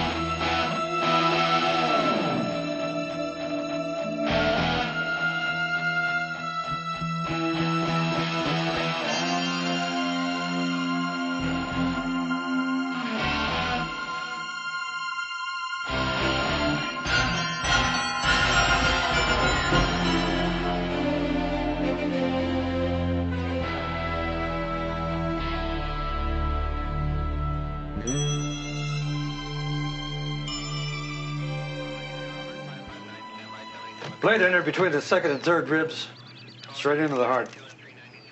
Kitchen knife, jackknife, bowie knife, pen knife. What kind of knife we got here, Barney? My guess is a stiletto, one-purpose knife, purpose being to kill people. Wielded by an expert. I'll call you later, Barney. Thanks. Right. His name is John Humphreys, home address Santa Clara, California, and the motive was not robbery. Take a look at that. What did the proprietor say? She just said the room was rented by a man. That's all she knew. That's all she knew. Didn't she get a description of the guy? No. Come on, I want to show you something.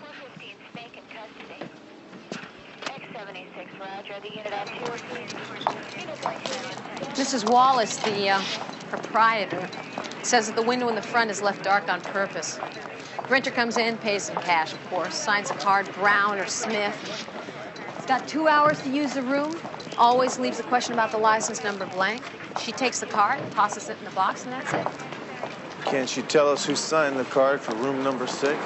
She had 3 cards for room number 6 last night. None of them were signed John Humphreys. We do have all 3, so at least we can check them for prints. Go ahead, take a look.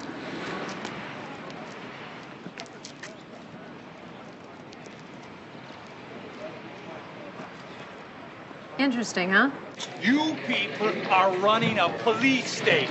You're turning the entire city into a police state. That's right, Mr. Bahona. You got laws for everything under the sun. When to go to sleep, when to get up, or when to eat. Where's it all going to end? In a jail cell, Mr. Bahona.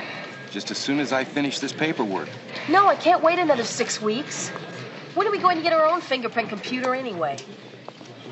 Thank you, okay. Hi, can I help you? Sergeant McCall? Yeah, that's me. I know something about that murder at the Motel Exotica. You were a customer at that hotel. Yes. You heard something in room 6. Quarreling. Quarreling. Man and the woman quarreling? Two men quarreling. What were they quarreling about? I couldn't tell. Was your TV set on? You know, I mean, in your room? Oh, no. You can't get TV on it. Just those awful pictures. Yeah, well, what did you hear? One man, he spoke very low, the other one louder. He had a Russian accent, the loud one. A Russian accent, not a Hungarian, a Bulgarian, Czechoslovakian, but a Russian one. Well, could you tell what they were saying? No. Did the gentleman who was with you hear this quarrel? Oh, yes. What's his name? I can't tell you that. He a married man? Yes. And your TV wasn't on? Never. We go there because you don't have to pay for the whole night. It's only $20, and we always leave before our 2 hours are up. Going to have his name, Eleni. I'll help you all I can, but I won't tell you his name. I love him. Oh, look, Miss Suhonen, we need all the help we can get on this murder case, believe me. But how can you say one of the men had a Russian accent when you couldn't hear anything they were saying? My father is from Finland, and my mother is from Russia. I know a Russian accent when I hear one. Two men have the television set on? I don't think so. Well, the quarrel stopped very suddenly, and then I heard the door open. So I looked out the window. What was your friend doing during all this time? Getting dressed. The quarrel scared him. He was putting his clothes back on. Well, what did you see when you looked out the window? A man. He was big. Well, not like you. He was broad and heavy, but over 6 feet tall. Did he get into a car? No. He walked very fast out to the street. Did you see his face? Yes, the side, the profile. And he had a beard.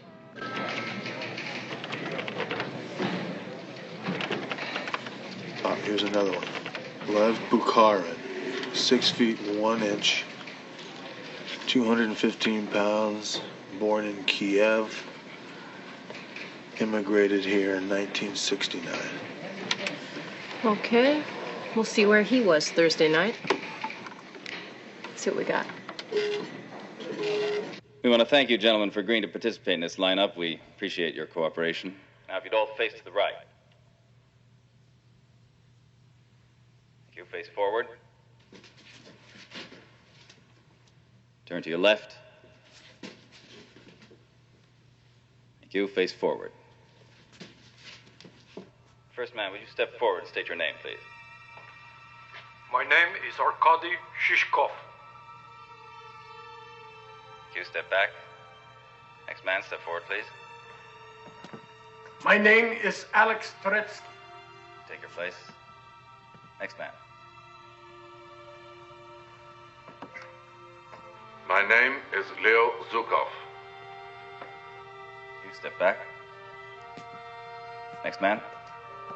My name is Yurgi Medved. Take your place. Last man. My name is Jin Konchev. I can't say yes when I'm not sure. Miss Suhonen, it's okay. We don't want you to say anything that you're not sure of. But did one of them come closer than the others to the man you saw? Well, yes, but I can't swear it was him. I just can't. Okay, okay. But off the record, Miss Suhonen, did one of them seem close? Like you'd identify him if the crime wasn't so serious? Yes. Which one?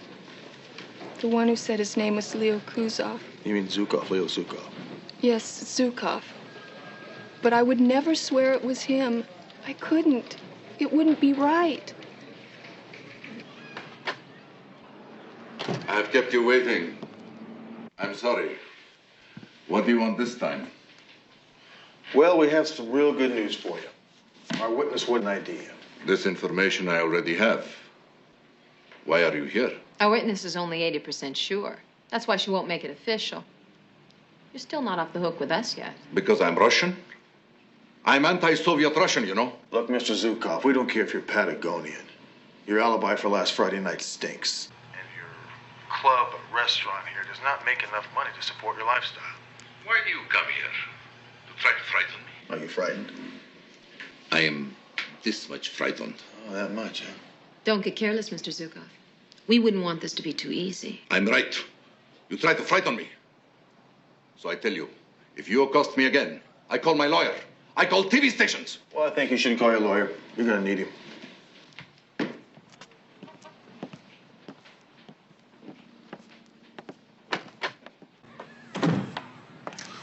Think it worked?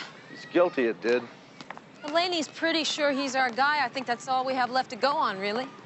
Which one of us is going to Santa Clara, me or you? You. I want to spend a little more time with Elaine. I'm not going to give up on her just yet.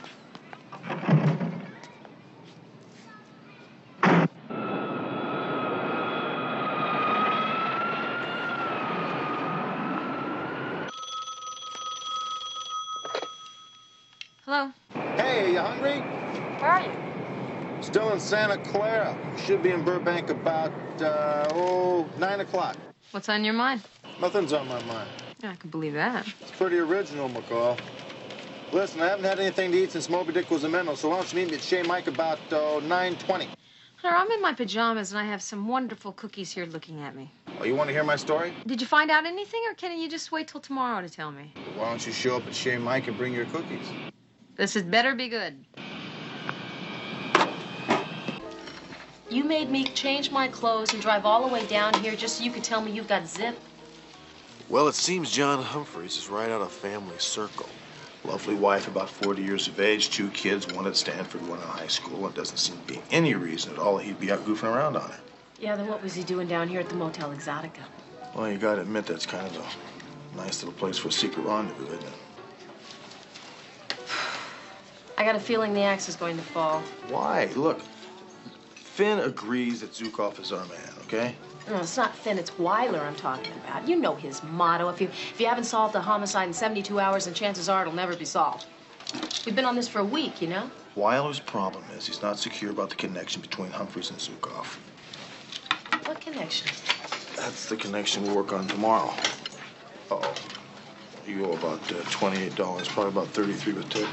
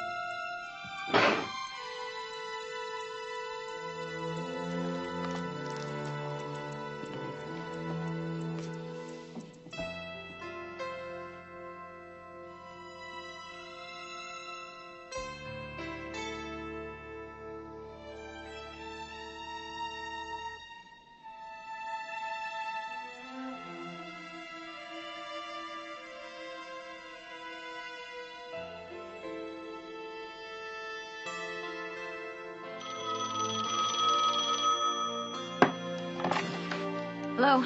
Yeah, McCall, I want you to go back to the restaurant. Don't go in. Meet me in the parking lot. Hunter, I'm in bed. I don't want to get out of bed, all right? I want you to put on exactly the same clothes you had on earlier. Now get there now. What are you talking about? What's going on? McCall, listen to my voice. Do exactly as I tell you. Hunter? I'll explain later.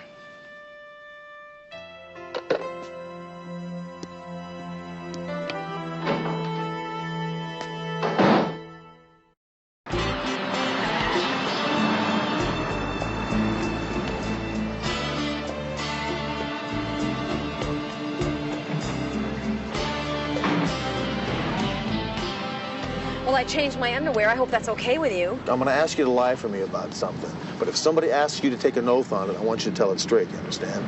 Oh, what are you talking about? What happened? When I got home tonight, I found a dead body watching my television set. Watching your... Anybody I know? No, I never saw her before in my life. I think it's a frame-up. Wait a minute, you serious? Yeah, I'm serious. Whoa. Okay, so when we both go in, we're both surprised, is that it? That's exactly right. Now, I went from the airport to the restaurant, from the restaurant to my house for a nightcap. That's when we discovered the body. Now, if it is a frame-up, it'll stop it dead.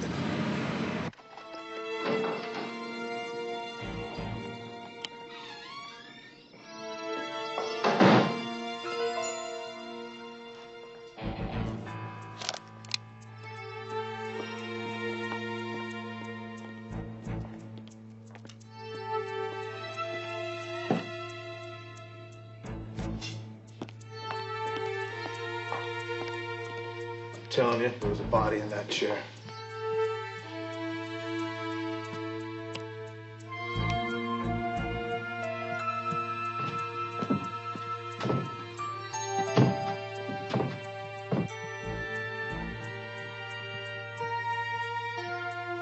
Maybe she wasn't dead.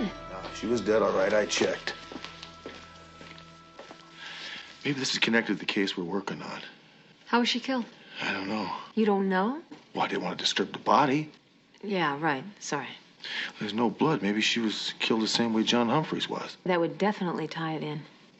You know, her arm was pinned into her side like this. Maybe to hide a wound, if there was a wound.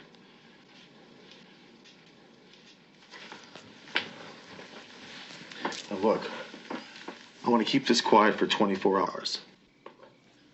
Yeah. You're my partner, big guy. That's fine with me, but what are you going to tell Eddie? Fingerprint Eddie? You got to go through this place like a sandblaster ASAP. I'll throw a couple of things away, tell him I was hit by a burglar. Okay, that'll work. Here. Take the key to my car. Come by tomorrow morning early and pick me up. I'm going to go through this place with a fine-tooth comb. She didn't have any ID on her at all? No ID. Just a black mole here on the left side of her breast. She was naked? No, she wasn't naked. She was fully clothed. The tag on her jacket, an insignia on it, fashioned in San Francisco by Mitchell Carroll. What'd she look like? Oh, beautiful. She was absolutely beautiful. She has a beautifully chiseled jawline, strong but feminine. She had big, beautiful eyes, blue eyes. No, the eyes were larger. Yeah, that's it. Spaced just right. Yeah, that's perfect. Perfect.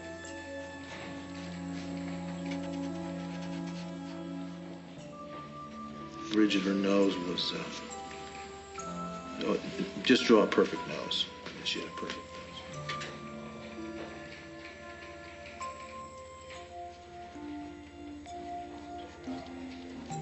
That's good. Sensual lips. Not so full, but finer.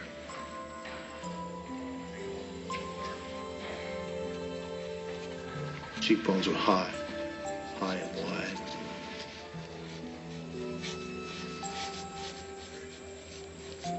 Her hair was blonde and long. Yeah, down past her shoulders like that, yeah.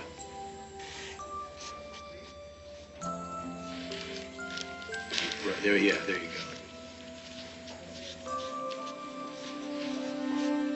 Does this really look like her? Yeah. Okay, what's her name? I don't know. You don't know? Nope. I now have heard everything. Hunter, I've been in this job for 23 years, and you know what? This is the first and only time I ever got a missing persons report with no name attached. Mike, there's a first time for everything, right? Besides, now you can retire in peace. Don't use that word, Hunter. I don't allow the word retire to be used in this office.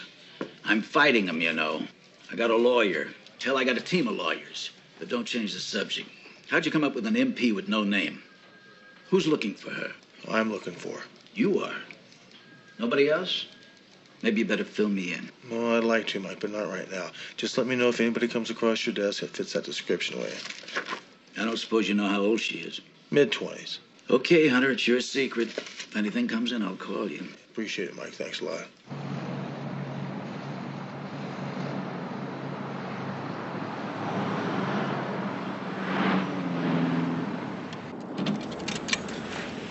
This is not cool, you know. Zukov is going to call the ACLU, the police commission, the Russian embassy, Captain Weiler. This is our last shot at him, I promise you. This is it. Yeah, this is it. Yeah, that's what I'm afraid of. Talk to my lawyer. I have nothing to say to you. This is America, not Russia. Why don't you tell me all about her, huh? If you wish to question me about something, anything, you will do so through my attorney. No comment, huh? To you, I have no comment on anything. If you ask me time of day, I refer you to my attorney. Well, you know, there's all kinds of ways of getting information. I think we got what we came for. Thank you for your help, Mr. Zukov.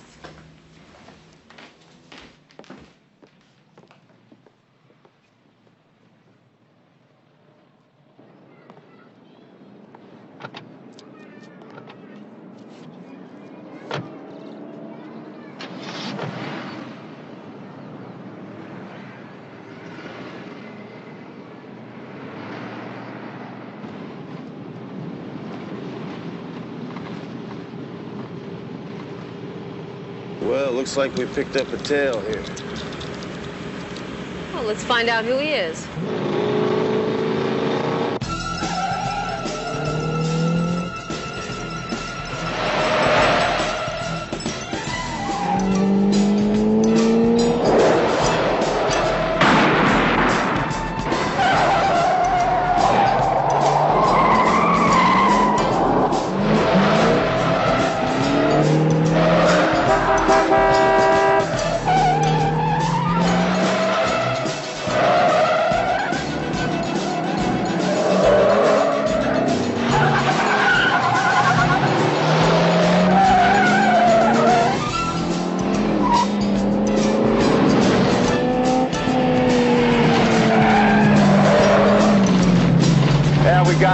This road dead ends at the LA River. Well, he sure doesn't seem to know that. He will. Hunter, he doesn't know what's up there. Pull up.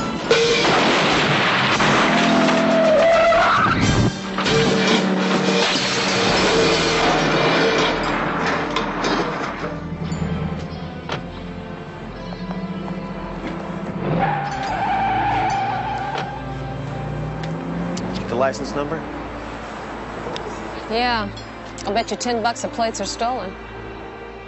You know, why is it all of a sudden I get the feeling we're in the big time here?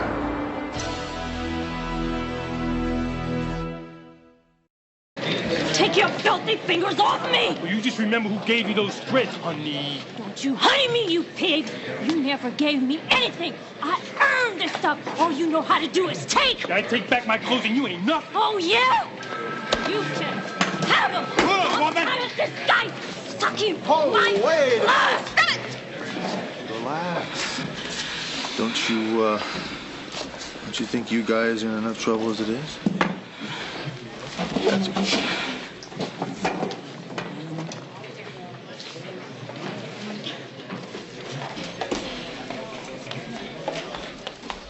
Hey, what have you guys been up to?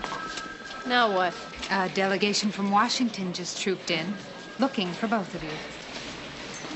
Well, like I said, McCall, this thing's bigger than the both of us. We seem to be working on very little information. We're not getting it. Come in. Mr.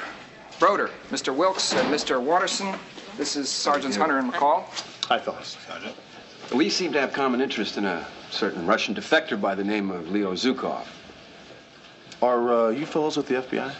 No. Well, yes, we are working on a murder case, and Zukov is a suspect. What makes him a suspect? Well, a man was seen leaving the scene of a murder, and Zukov fits a description given to us by a witness. Did that witness identify Mr. Zukov as that man? Well, the witness said off the record that she thinks that was her man, yes. What agency are you with again, Mr. Watterson? You can contact Mr. Broder through the U.S. Attorney here in L.A. Did your witness identify Zukov? She didn't take an oath to it, no. That's all you have? Well, so far that's all we have, yeah. The crime occurred between 10 and 11 p.m. Zukov said that he was in bed, alone, asleep. Do I have my facts straight? Well, you got his facts straight, yeah. You know, you seem determined to pin this on Leo Zukov. We happen to know that there is absolutely no connection at all between Zukov and this John Humphreys, the man who was murdered. John Humphreys was the president of an electronics firm that made high-tech equipment. That company has no defense contracts. Consequently, it has no national security significance. Now, what's your point? Well, Mr. Watterson, around here, we try to gather up our facts first to decide what that point is. Really? That's great. I'm glad to hear that. Now, we have no right and no intention of intervening in your investigation here. Now, Mr. Zukov is a Russian defector who is sympathetic to the United States. We'd like to feel that he's not being harassed because he's a Russian. We would also like to suggest that you lay off unless you have clear and plausible cause to approach him. Do you understand? Mr. Watterson, is it? Yes, ma'am. Seems to me like you have an awful lot of information that could be real helpful to us, do you? No, I don't. And if I did... I was about to ask the same question. Thank you, Sergeant.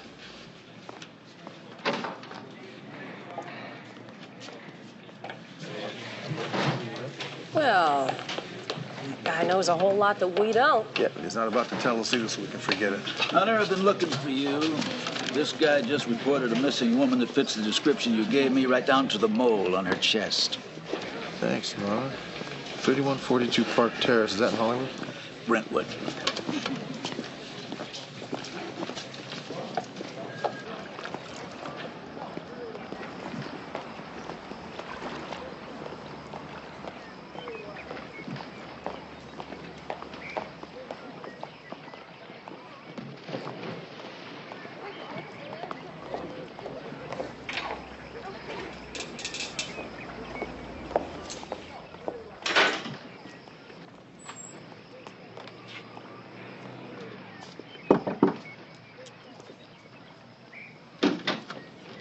Ralph Skinner? Yeah? This is Sergeant McCall. I'm Sergeant Hunter from Metropolitan Police. I can't believe this. I mean, I can't believe you got here this fast. I mean, like in 10 seconds. You guys are fast. We're public servants, right? Can we come in? Yeah, sure.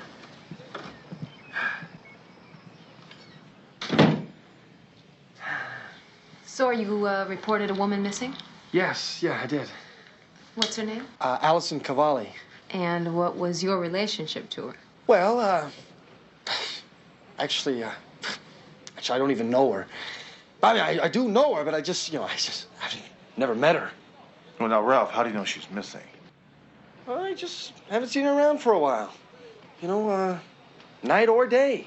She lives right over there. Well, is that her? Whoever drew this is obviously madly in love with her. You know, it's funny that you would say that. Why would you say that? It's idealized. I mean, don't get me wrong. Allison is beautiful, but these features are all too perfect. They aren't real. Yeah. You know, I think you're right. I think he's right.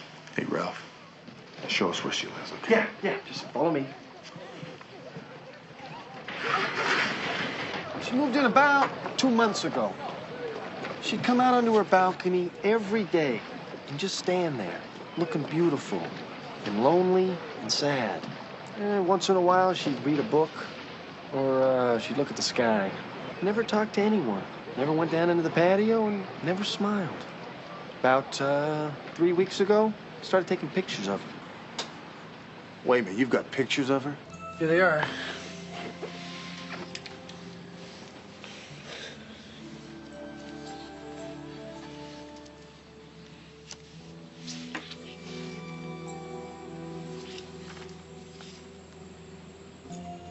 Yeah, this is her, all right.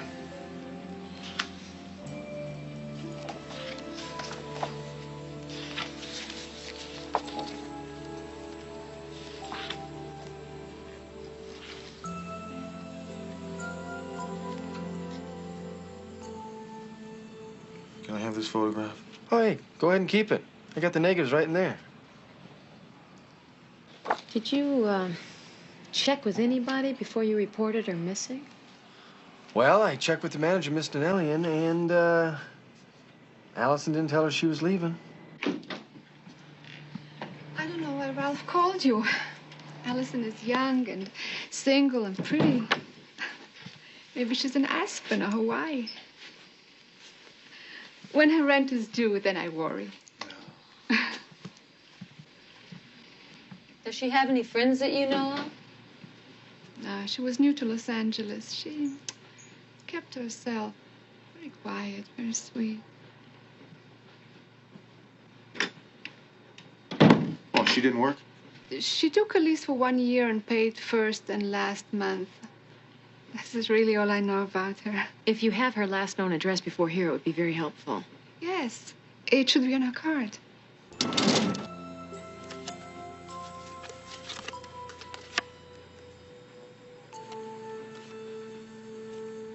You what? Well, I left the body and then I went to pick up McCall. You didn't call it in? No.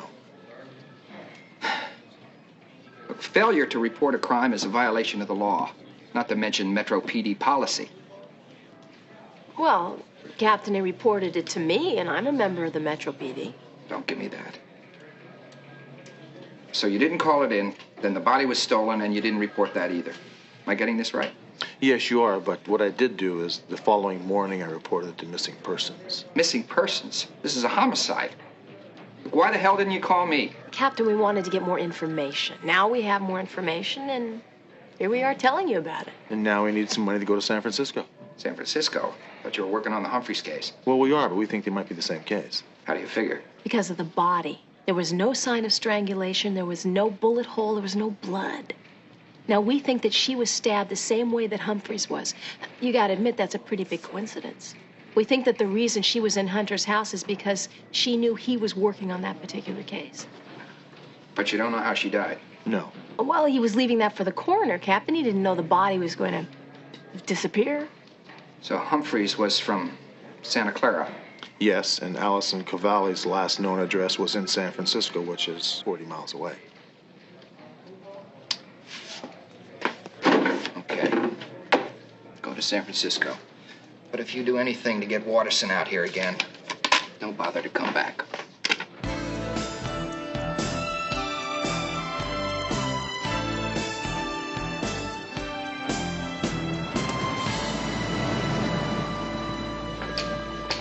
Sergeant Billings? Yeah. How do you do?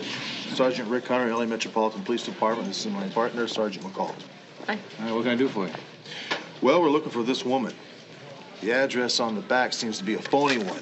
The landlady never heard of it. We think she lived in San Francisco despite the phony address. Cavalli's an unusual name. It'll help. Where will you guys be in an hour? Well, we haven't eaten since we got off the plane. Tell you what, there's a place right across the street called McGinty's. I'll meet you there in an hour. McGinty's? Yeah. Okay. All right? Okay. Bye-bye. Thanks.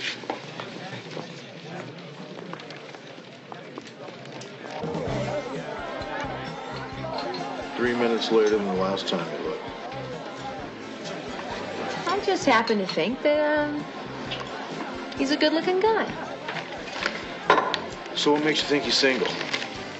He's single. He is, I can tell. Look, married men are just,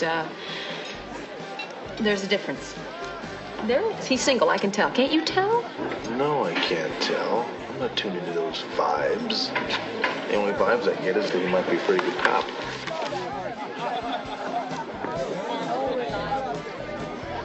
Yeah, well, we're about to find out. Hey, how was the food? Great. Pretty good. Good. Well, I found her. What do you mean you found her? She lives up on Telegraph Hill, Filbert Steps. It's an old artist colony about 10 minutes from here. I'm told she's there right now. If you'd like, I can give you a drive over. Let's go. Hey, Allison! Some people here to see you. These people want to talk to you, darling, but they're cops. So, suit yourself.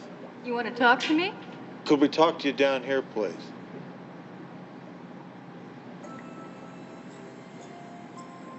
Sure, why not?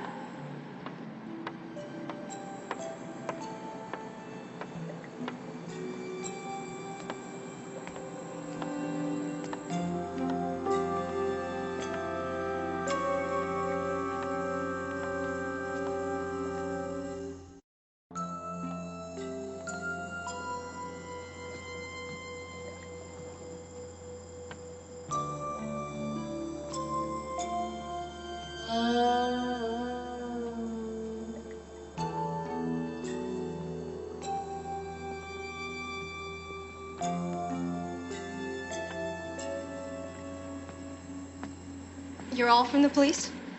Yes, we are. You Allison Cavalli? Yes. What's wrong? You know who she is?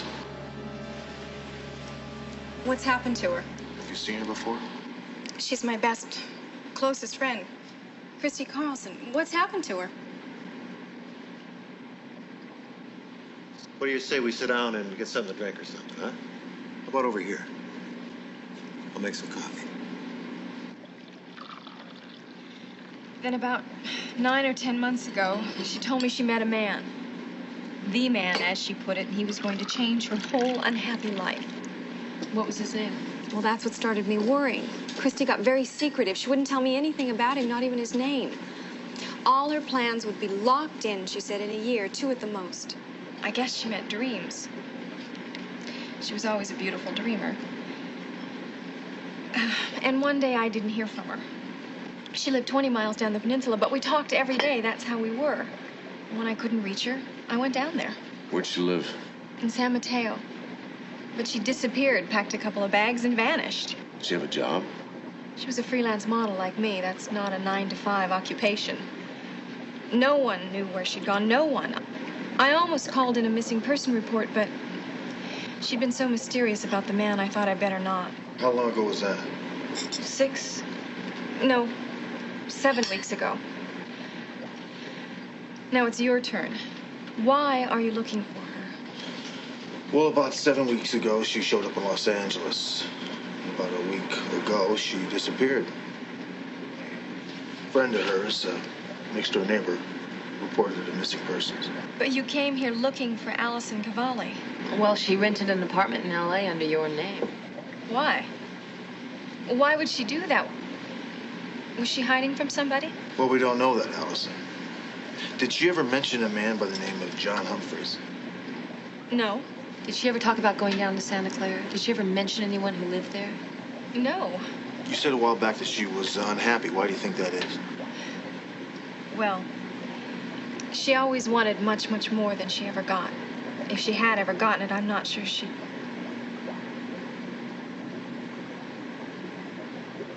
Look, I love her a lot. I hope you let me know when you find her.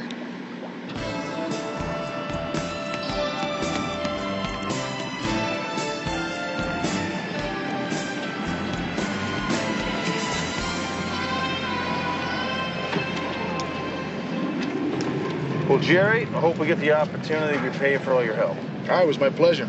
The story on John Humphreys just made the news up here. I'll see what I can dig up on Christy Carlson. Terrific. I appreciate that. Thanks very much. Listen, if you're ever down our way for business or pleasure, look us up, huh? We owe you one. I'll do that, Sergeant. Here. Office number's on the front and my home number's on the back. Thanks. Don't lose it, okay? You know, Sergeant, every now and then I regret the fact that I'm gay. This is one of those times. Well, Jerry, thanks very much. We talked to you. Yeah.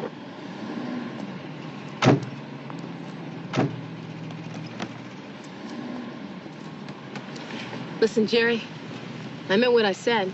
If you ever do come down to L.A., you better call, all right? I will. I really will. Thanks. Bye.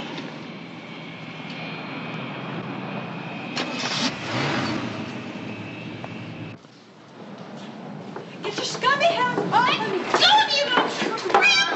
Let go right arm! You have to be so rough. Hey, lady. We're all in the same business, honey. You just got a long-term contract. Hey, sucker! You assaulted me. All You I are was gonna doing hear was from my lawyer. Count on working good and go out for some fresh air. Sergeant Hunter just called from the airport. They're going to be another half hour. Would you care to wait in my office? I'd appreciate that. Is it always like this? No, it's just slow night. This is double jeopardy. This is double jeopardy. Now, see, you're violating the law. You're the criminals, not me. You were driving a white Cadillac. I was. A stolen white Cadillac, right? I stole that caddy last week, and you arrested me. Now, ain't that right? Sure is, pal. And you stole it again today, and you got arrested again. And that's double jeopardy. You are one ignorant hunker.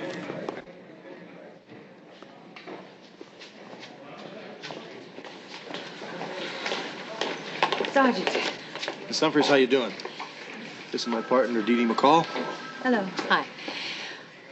I came down here, Sergeant, because, well, I lied to you when we talked the other day in Santa Clara. Really? About what? Something that happened a few weeks ago. 2 men came to the house to see John. They talked in his study for about a half hour and then left. John wouldn't tell me who they were. He seemed very worried and upset. That's why I didn't mention it to you. Did you know their names? They didn't give me their names. Did they have accents, maybe Russian? Oh, no. They were right out of Middle America. Polite, conservatively dressed, soft-spoken, nice-looking. Was one of them maybe 40s, 6'2", dark hair, the other one about 35, sandy, real stocky build? Yes. You know them? He came straight out and said there was no connection between her husband and Zukov. Maybe better invite him to lunch. I think I'd have a better chance of getting one of them to go to lunch. Could you stick around for a couple of days? Certainly. Your husband ever mentioned Christy Carlson or an Allison Cavalli? No. And he wasn't seeing another woman? I answered that the first time we talked. Yeah, I know you did, but I didn't believe you. So I came back the next day to talk to you, but you'd already left town. My daughter goes to Stanford. She had a problem. I drove to Palo Alto to see her. You sounded... Is that one of them? I only saw him once, and it was up close at my front door. I can't be sure. Well, just take your time. No, I want to see him. Look at it face to face. What do you suggest? The ribs are good. That's good. Yeah.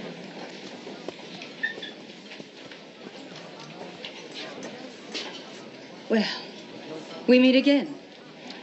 Sorry, I don't believe we have met. Oh, yes.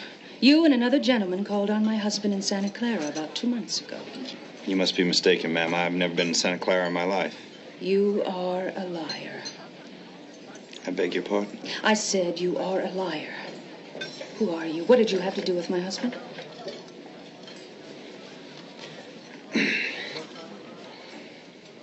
I'll have to ask that you two keep my identity to yourselves. You'll ignore that request at considerable risk. Good day, Sergeant. I'll be seeing you again, Hunter. Soon. Of that you can be damn sure. If you'll excuse me.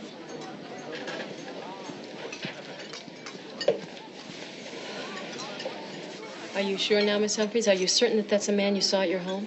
There's no question at all. That was him. Who is he?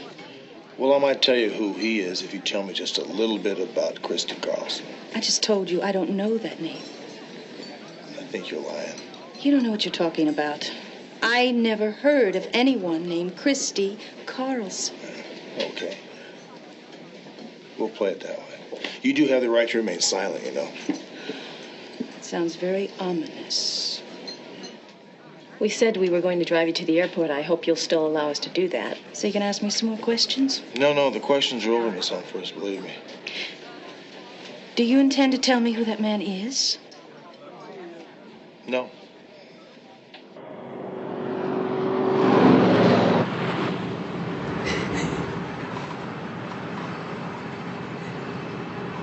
Are you all right?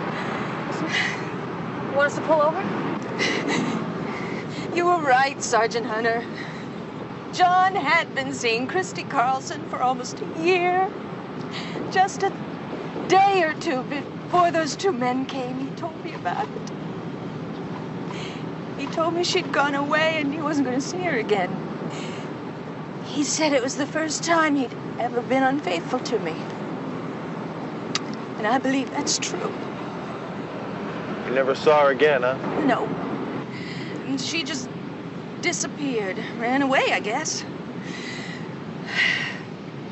So, who were those men? We made an agreement, Sergeant. You owe me this. Who were they? Miss Humphreys, if I knew, I'd tell you, but I don't. It's true. All we know is that they're part of the Washington intelligence establishments. We don't even know what agency. I don't understand. They frightened John half out of his mind. I thought they were lawyers for that girl. Did you ever meet her? Certainly not. So you didn't see her when you were in Los Angeles? Oh, you are insane. Next, you'll be asking me if I killed her. Well, did you? L56, come in. L56. Got the morgue on the phone. Important. Patch him through. Hunter, it's Carlos. The body you've been looking for just came in. You sure about that, Carlos? Yeah, I'm sure. It's her. But I think you're in for a big surprise, pal. Better get down here quick. Where are you going?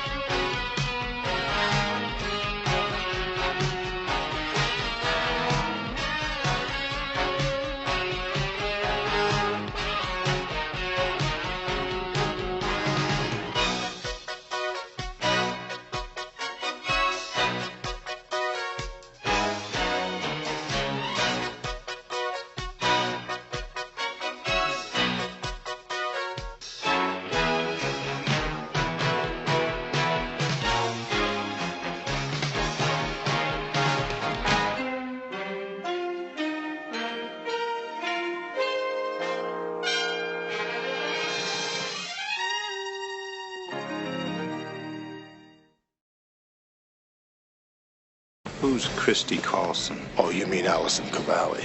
I never shot a gun in my life. She lied, didn't she? And our friends here from Washington are deeply concerned. This is the United States Coast Guard. Did you have any luck finding Zukov? Hey, this is Zukov. Is that his name? Zukov is a KGB agent. Kill him.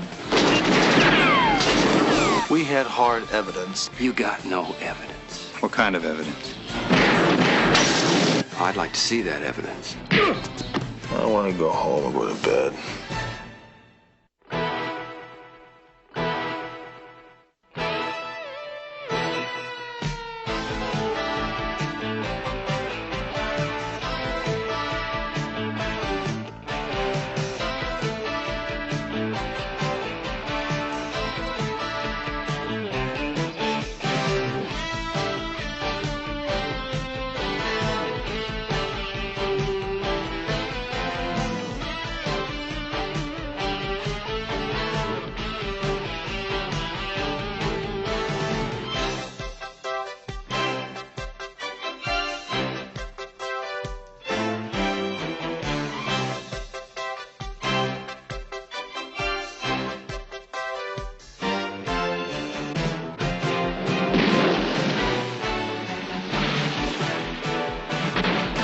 Works for me.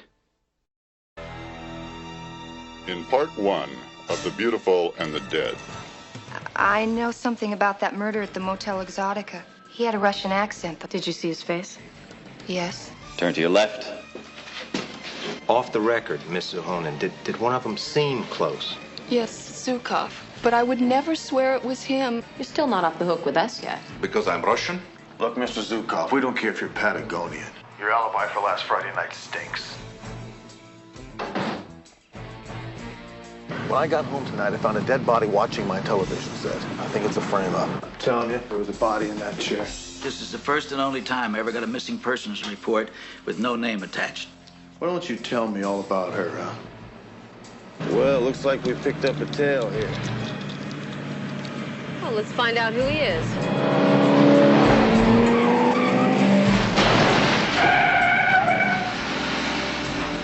You know, why is it all of a sudden I get the feeling we're in the big time here? A delegation from Washington just trooped in. We seem to have common interest in a certain Russian defector by the name of Leo Zhukov. We would also like to suggest that you lay off, unless you have clear and plausible cause to approach him. So you reported a woman missing? Yes, yeah, I did. What's her name? Allison Cavalli. But you were working on the Humphreys case. Well, we are, but we think they might be the same case. But you don't know how she died. No. Well, he was leaving that for the coroner, Captain. He didn't know the body was going to disappear. You Allison Cavalli? Yes. You know who she is? She's my best, closest friend. Christy Carlson. Well, she rented an apartment in L.A. under your name. Why would she do that? Was she hiding from somebody? I'll have to ask that you two keep my identity to yourselves. Next, you'll be asking me if I killed her. Well, did you? Hunter, it's Carlos.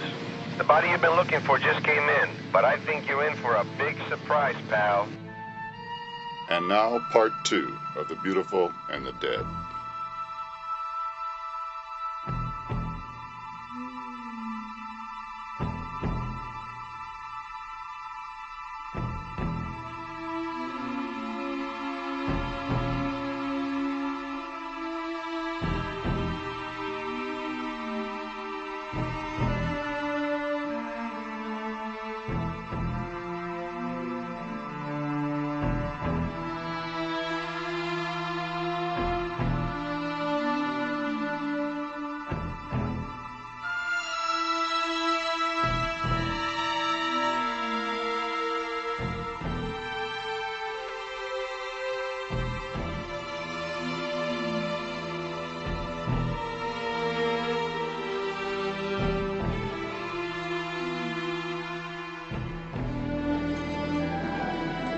Hunter, my man.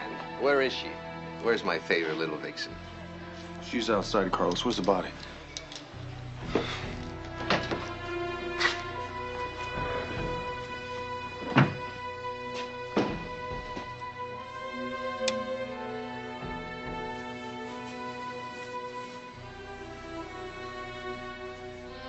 Is it her? Yeah. Where'd they find her? You live in the valley, right? Sherman Oaks? Sherman Oaks, huh? By accident, in the storm drain at Kemp and Ventura. They were looking for a lost dog. What's the surprise you had to tell me? Well, she wasn't killed like you said, pal. How was she killed? Old-fashioned shot in the back. .22 caliber bullet entered, went through her heart, ricocheted off her rib, ended up in her duodenum. Automatic weapon, probably with a silencer. Was there any evidence that she was running at the time she was killed? For subtle and totally unreliable information of that kind, I refer you to the M.E., who is not in at this point in time. Well, this is a surprise that she was shot. I need that bullet. The M.E. sent it to the lab with, at my suggestion, your name on the tag. Okay, good. Appreciate it. Thanks.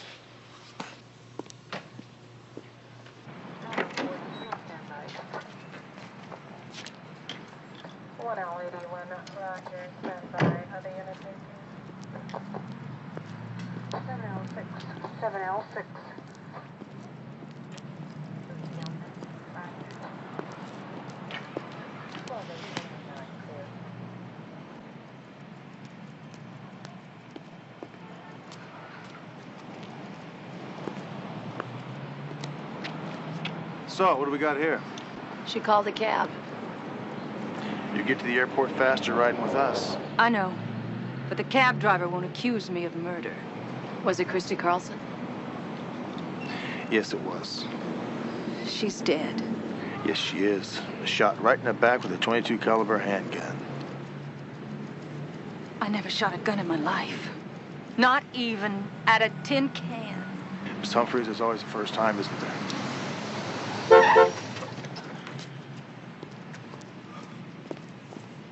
All three of you? Just me, the airport. Unless you've decided I can't leave the jurisdiction. That is the word, isn't it? Well, you can pretty much do what you want, Miss Humphreys. But I'm still a suspect. A suspect is somebody with motive, opportunity, and a lousy alibi. You're a suspect. Call my daughter. She'll tell you I was in Palo Alto that day, all day with her. I'm sure she will, Miss Humphreys. Driver, on the way to the airport. Accuse her of murder a couple times, will you?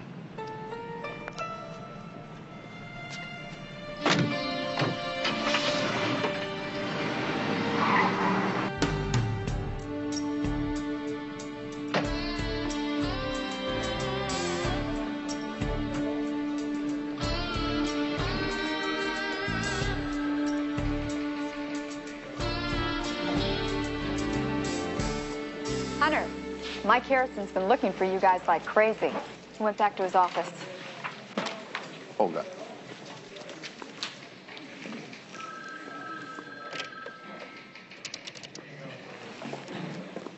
Mike, Hunter.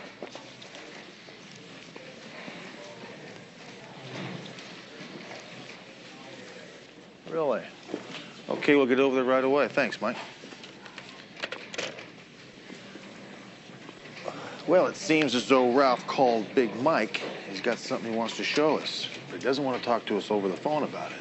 Come on.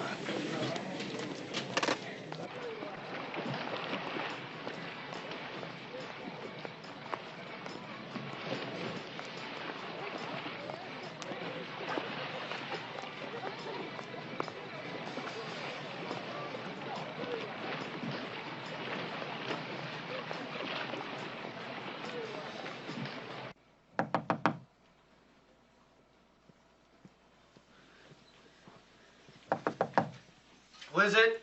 Sergeant McCall, Sergeant Hunter. I've been trying to locate you two. I've tried everywhere. I even tried missing persons up in San Francisco.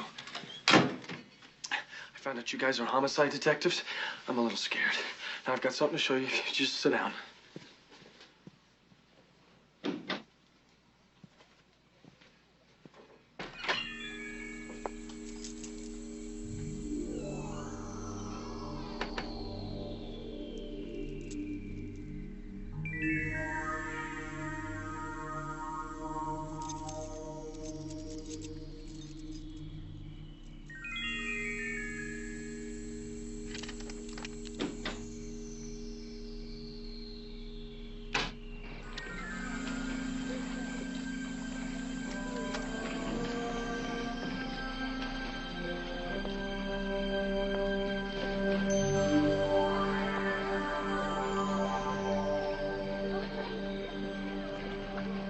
Take a look at that. Now, I hadn't developed that one yet when I saw you the first time. Picture of Christie, so what? It's more the same, Ralph. Take a closer look. Here, look at it under the light.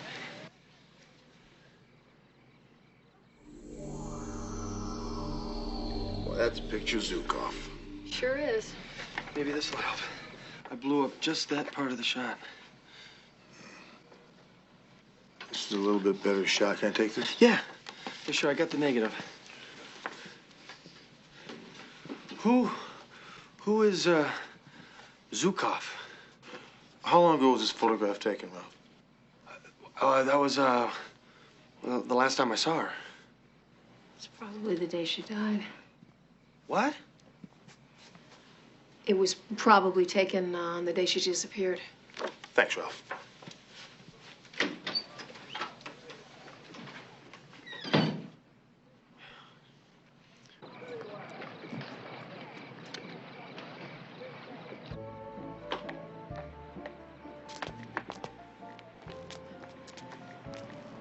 He's in there. Their lips are saying no, but their eyes are saying yes. Doesn't make any difference, McCall. Tomorrow we get the troops in here and get a warrant for his arrest. Yeah, what about that hard-nosed jerk from Washington that warned us to lay off, huh? Yeah, he's a jerk, all right, but he's got his job, and we've got ours. As far as I'm concerned, the Zukov character is a loose warhead. It's late. I can take you home. You need some sleep. So do you, big guy. Come on.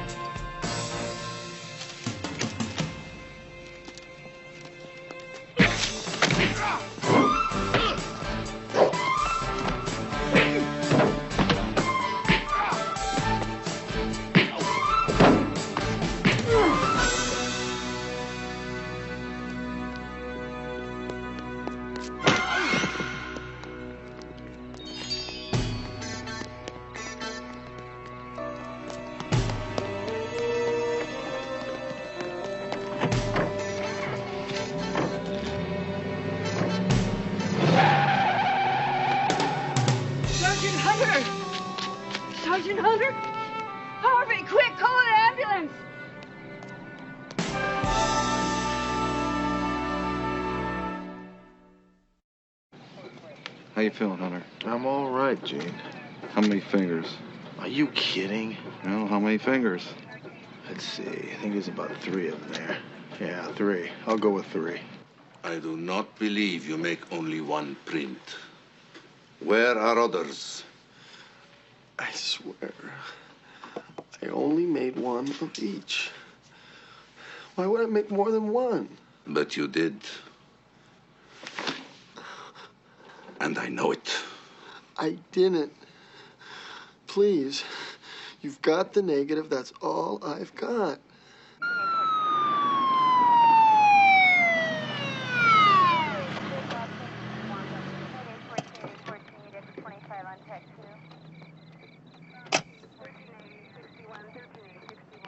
Take 2 of these every 4 hours. Excuse me. Were you in your jammies when they called? Yeah, I was in my I got dressed again. Are you all right? What happened? I'm fine. Get in. You're driving.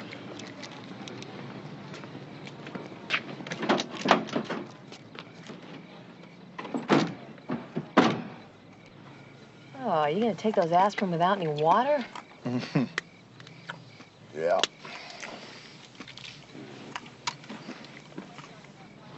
This is L56. Send a couple black and whites over to 3142 Park Terrace in Brentwood. Run a code 3. McCall and I are en route. L56 out. 3 guys that jumped me took the picture. We gotta roll.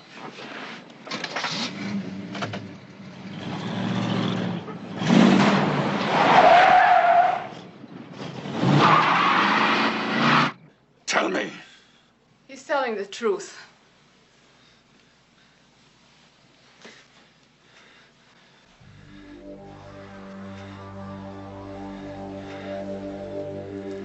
Kill him.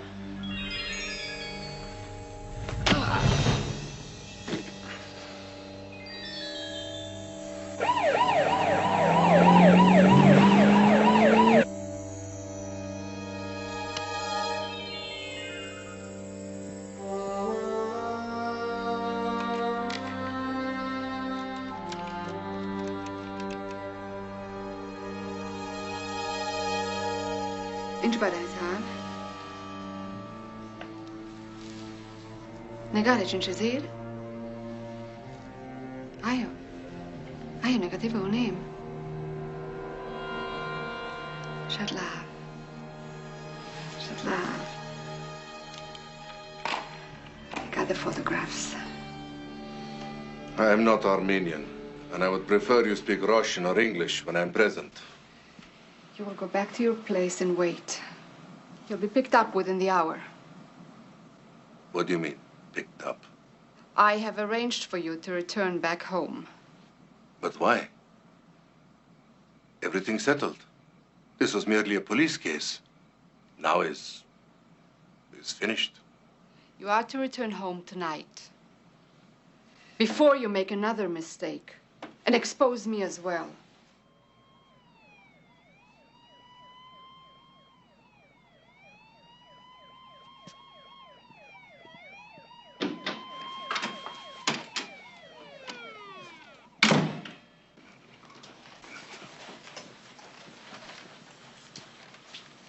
Did you send for an Emmy? Yes, sir. He should be here any moment.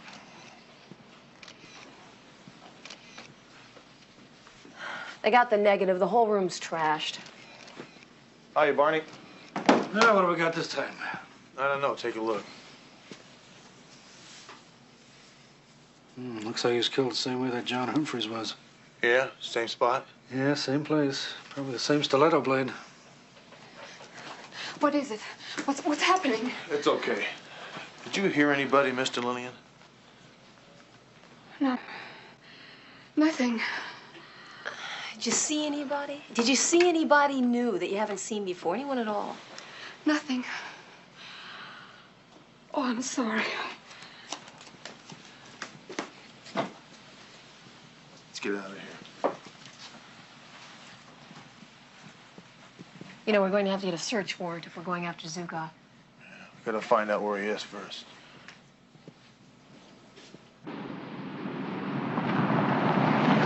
Look, I don't care what you gotta do. I want a warrant issued for Zukov's arrest. Suspicion of murder. Now get with it.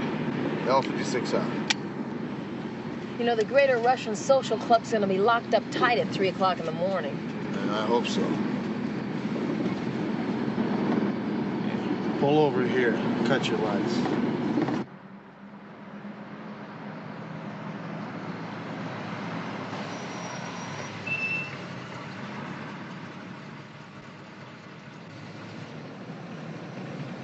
Zukov's got to be in that limousine.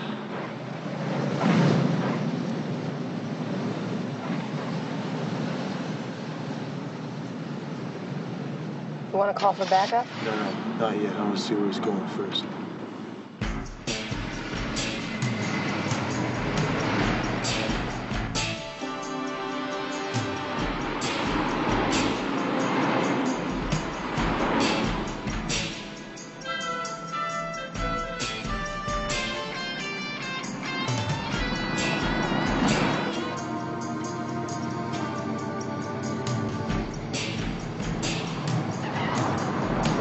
What do we got here?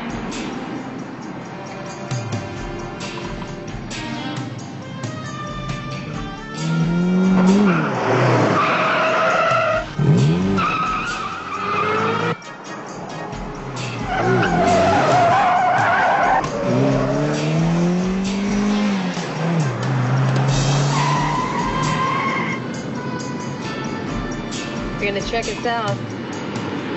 Just play it straight.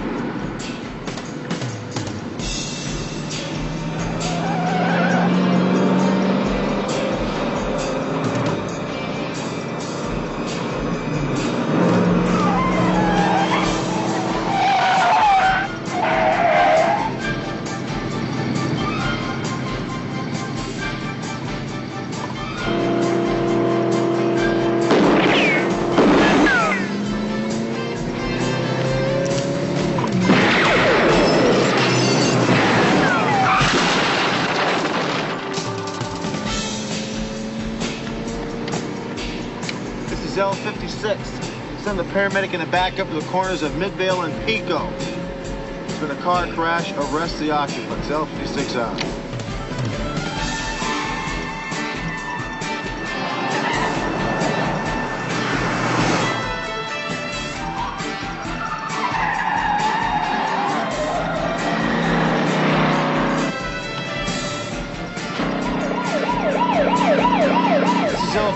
We're in pursuit of a black stretch limousine headed west on Pico Boulevard, just west of Archer.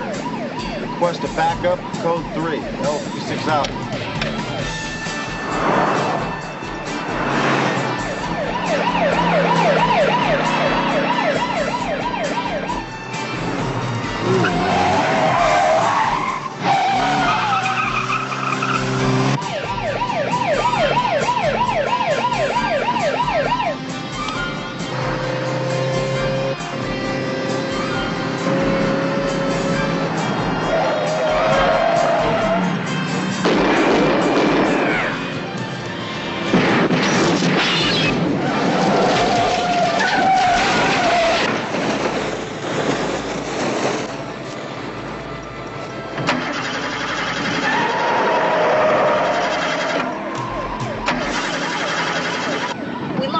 Hunter.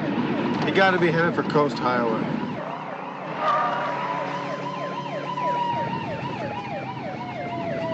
All right, what do you want to do? Go north or south? Go north. This is L56. Contact West LA Dispatch. There's a black and white headed west on Pico Boulevard. We want their unit designation. 10-4. L56, that unit is 17 Adam 32. Have them switch to frequency 17, please. 10-4.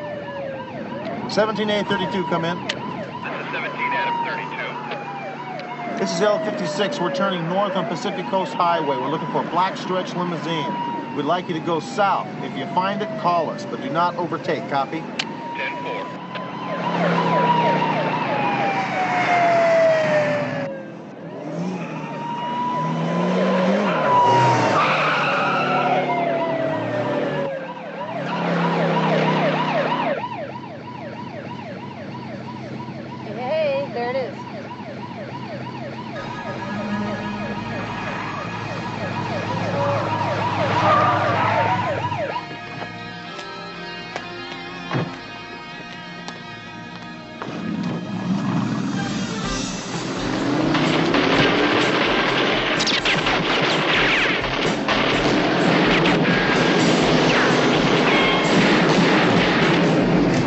Counted 4, how about you? Yeah, and I swear one of them was Zukov.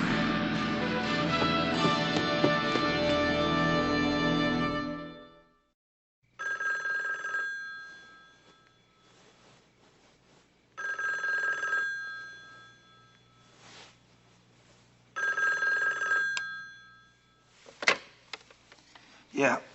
Broder, Hunter. What the hell? What time is it? Well, it's 4 a.m. and there's trouble in River City, pal. What? Hunter, how did you get this number? I'm a detective, remember? Listen, I think you got a problem here. A boat just left Malibu, and I think Zukov was on it. If he is, you're the one with the problem. Now get the hell off the phone. I gotta call the Coast Guard. I've already done that, Broder. Now, if you want to talk to me more about this problem, I'll be in my office. Good night. Hunter.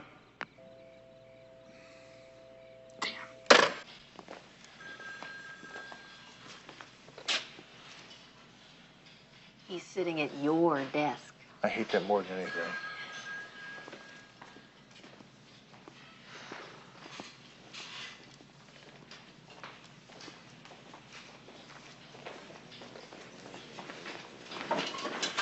Any word from the Coast Guard?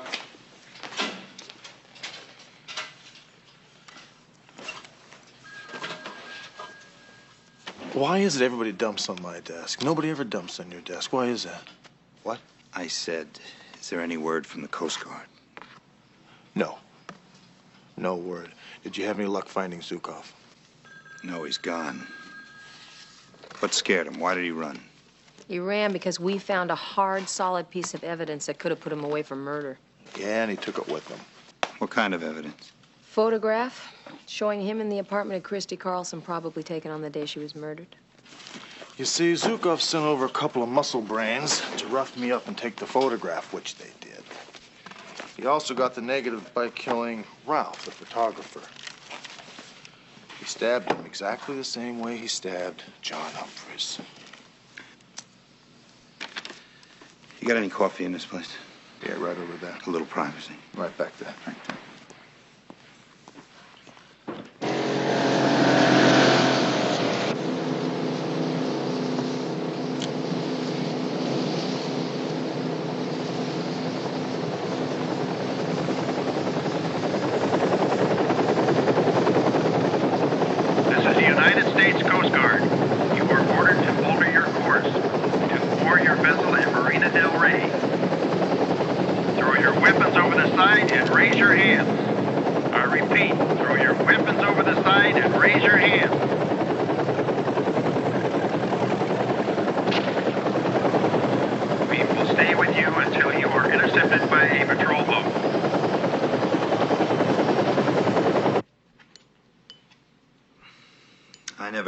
Christy Carlson. Who is she? What about Allison Cavalli? No. My partner and I were sent to Santa Clara because Humphreys called the U.S. Attorney's office, and they called us. That was around the time there was a whole slew of arrests being made for espionage. And those people were eyeballing the death penalty. And Humphreys, well, he sounded scared. Someone trying to make a deal. Way out of some big trouble. But when we got there, he did a switch. Gave us some phony song and dance. We couldn't turn him around. Well, I thought you said he had no connection with Zukov. I'm not allowed to discuss Zukov with you or anyone else outside of my agency. Oh, what agency was that? You can't talk about Zukov because he's a spy, right? He buys high-tech secrets, prototypes, that sort of thing. You two better pray to God you can show strong cause for leaning on Zukov. Especially after you were given fair warning to knock it off. Because if you can't, you and your immediate superiors are in deep, deep squat. Let's see now. It went like this, right? Zukov is a KGB agent. You knew that. But he didn't know that you knew it. Is that right? If you would have told us that Zukov was KGB, we would have stayed clear. But you told us that he was a friendly defector. And I'm not telling you anything different now. This KGB crap, that's your scenario. Are we on the same side here, Broder? We're not even on the same planet. And let me tell you something else. If Zukov was KGB and he didn't know that we knew, that'd be pure gold.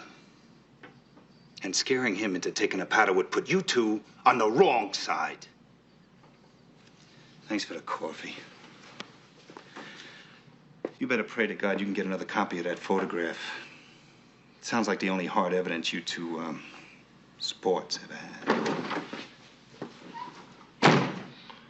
I want to go home and go to bed. I know the answer. What answer? Allison Cavalli. Want to hear it? On the way home in the car. Remember what Allison Cavalli told us about Christy and her man, that in a year or two, all her plans would be locked in. You remember that? Yeah, so you think that she knew what Humphreys was up to? I knew about it. She was involved in it. She knew Zukov. She had to. When Humphreys got scared, she got scared, and that's when she ran to Zukov. Okay, then why would she do that? To get her plans back on track, you know what I'm saying? And it worked, didn't it? Because Zukov upped the ante or something. It kept Humphreys right in line, at least long enough for Zukov to get him down here till he could take him out. Yeah. Yeah. L56, we have the Coast Guard on the line. Patch him through. I knew you'd say that. All right. Turn all three of them and their boat over to the U.S. Marshal. 3 men are refusing to answer any questions until their attorney gets here. So we can't talk to them now. Well, that figures. Do they have papers? Well, they claim to be U.S. citizens. Maybe they are. If Zukov, is that his name? Yeah. If he doesn't wash up on one of our beaches, they won't be able to hold him. And the chances of you finding any fingerprints on that boat are pretty slim. A boat like that can do over 90 knots, can it? That's right. Is there any reports of Russian ships in the area? 3 notifications today of special interest vessels on their way out of port. You got a secure phone I could use in private? Yeah, sure. They could have rendezvoused with any one of those vessels. The tanks were down to vapor when we picked them up. Yeah. Appreciate it. Thanks very much. Sure. Good luck.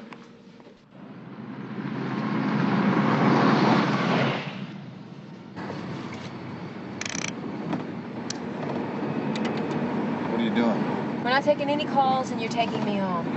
Why? You've been sleeping all day. Look, I need some sleep, okay? Take me home. That jerk from Washington's gonna hassle us tomorrow, and unless I get some sleep, I'm gonna punch him out. Ooh, feisty, huh? Little Banny Rooster. Hey, listen, it seems that you're so feisty. How about you and I checking into the Hotel Exotica? I got a trunk full of apparatus back there. What do you say? Oh, wonderful. That sounds great. Let's time out on that, though, okay? Let's do it some other time. I need to go home and sleep in my own bed. Disconnect the phone. If you want to have a boring night's sleep, that's up to you. That's what I want. Thank you very much. Hotel Exotica. And our friends here from Washington are deeply concerned. And should their concerns prove legitimate, the chief has authorized me to launch a full investigation into your handling of this case and the conduct of these 3 officers in the matter of Leo Zukov. Yeah, well, we'd just like to have a little light shed on what these concerns are. Only a few days ago, in this office, I asked you, Captain, I asked you, Sergeant Hunter, and you, Sergeant McCall, to go easy on Leo Zukov. To lay off, were my exact words, unless you had clear and supportable cause. Am I correct in that? We had cause for everything that we did.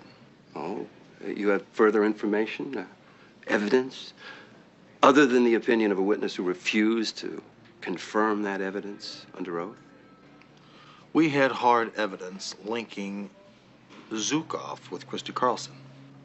I'd like to see that evidence. Well, so would I, but as you know, I lost it. So, in other words, as far as we know, that evidence never really existed, did it? Look, Hunter got attacked outside his own home by 3 professionals, and the evidence was taken. At the same time that was going down, the photographer was was killed. And that was probably by Zukov, and he got the damn negative, all right? You got no evidence. Isn't that the bottom line? It looks pretty bad, yeah. Mr. Watterson, what's really going on here? Let me give you a damage report, folks. Leo Zukov was a KGB agent who didn't know we had him online. A vital, second-level agent who was about to lead us to his top-level superior at any moment. Until you two fatally impacted our case action. Anything to add, Captain? Yeah. First of all, Lieutenant Finn was in no way involved in this case. And secondly, Sergeants Hunter and McCall were operating at all times under my instructions. You're excused, Lieutenant. You two sergeants.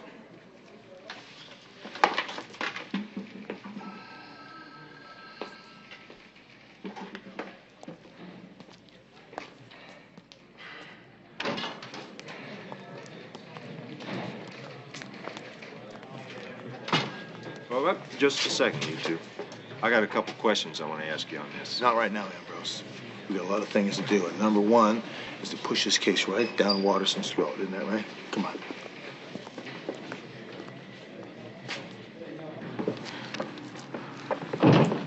Where are we going? Let me ask you a question. How did Zukov know that I had that photograph? He had to have been at Ralph's apartment, right? Now, just perhaps, maybe, one of those airheads at the pool saw something. What do you think about that? I think it's worth checking out. You know, it's wonderful what a couple hours sleep will do. Yep, it makes you whole. So what's the big deal? Zukov wasn't there. What do you mean Zukov wasn't there? When we went to see Ralph, the night he gave us those pictures? Yeah. I saw somebody watching us as we came in. It wasn't Zukov, it was the manager. Miss Danilian? She watched us go up those stairs. Now, you remember the night we went back after Ralph was killed? Yeah. We asked her specifically, did you hear anything? Did you see anyone? Remember what she said? Yeah, she said she hadn't seen or heard anybody. But in fact, she had. She had seen us. That's right. She lied, didn't she? You know, you ought to be a detective. Yeah, that's what my mom always said. Well, I think it's about time we get ourselves a warrant for Miss Danilian. I agree. Specifying what? 122 caliber hand pistol with a sound suppressor. You know, I knew Zukov didn't kill Christy Carlson. Wrong weapon.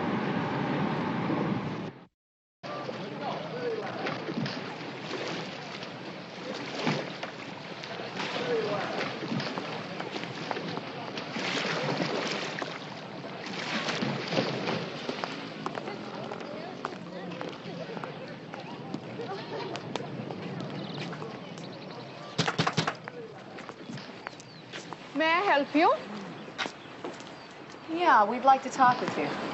Certainly. What is it? Well, you do remember us, don't you? Of course, you are with the police.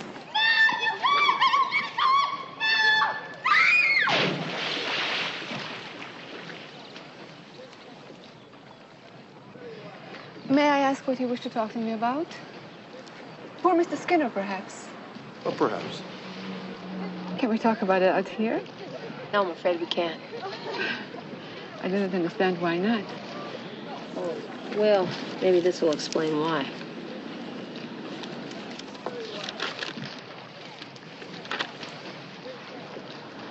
It says here the only thing you're searching for is a .22 caliber handgun. I do not have such a thing. Oh, well, then we can go inside and take a look and be sure of that, right? I wish first to talk to my attorney. Good, let's go in.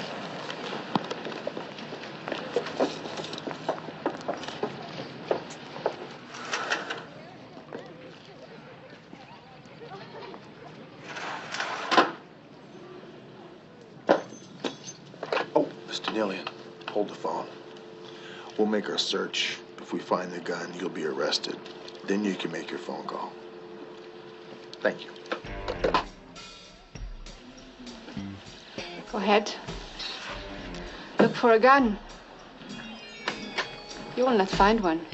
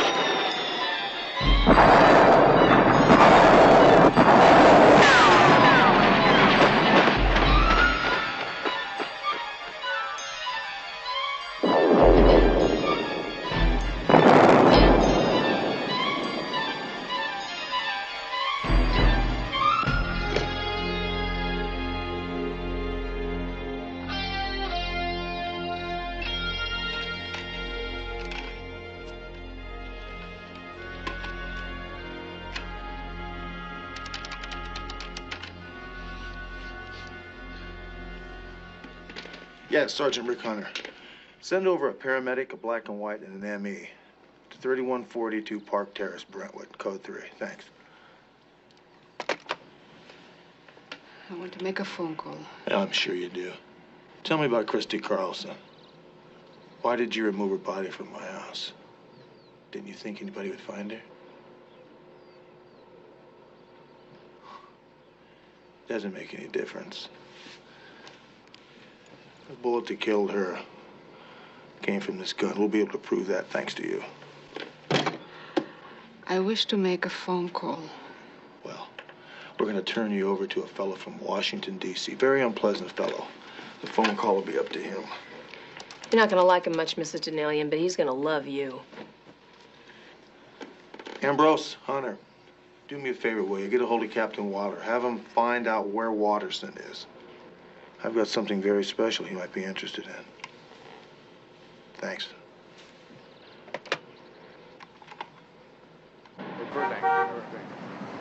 Jerry, how you doing? Hey, how you doing? Good. Coming and going? Going, and I'm late. I gotta get back to the airport. I got 40 minutes to catch a plane. Well, I don't think you have to rush. There is a flight to San Francisco every hour, I isn't know, there? but I gotta get back. Listen, I left a letter with Lieutenant Finn for you guys. Does the name Ralph Skinner mean anything to you? Yeah, did he write you a letter? No, it's addressed to you, marked important confidential. Somehow it found its way to me. Well, was it important? Well, it better be. Round trip fare's $89.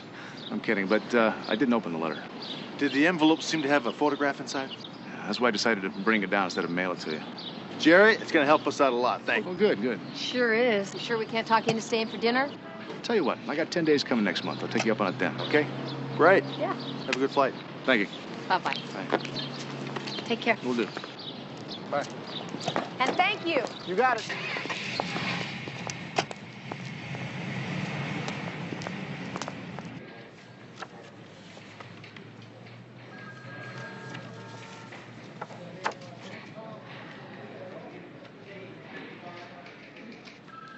That thing doesn't make one damn bit of difference. The loss of Zukov was avoidable. It should have been avoided. There's more, Mr. Watterson. Colonel Donnellian, KGB. We arrested her on first-degree murder. She was Zukov's boss, the one you guys couldn't find.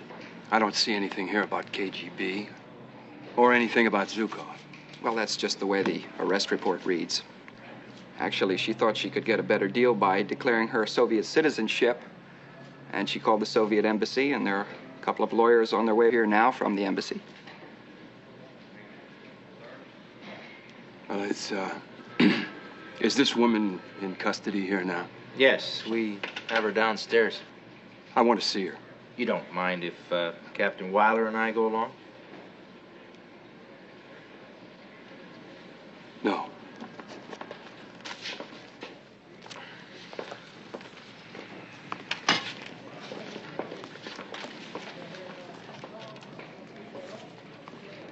Well, I guess we can finally put this one to rest, huh? Go back to our ordinary run-of-the-mill business of mayhem and murder.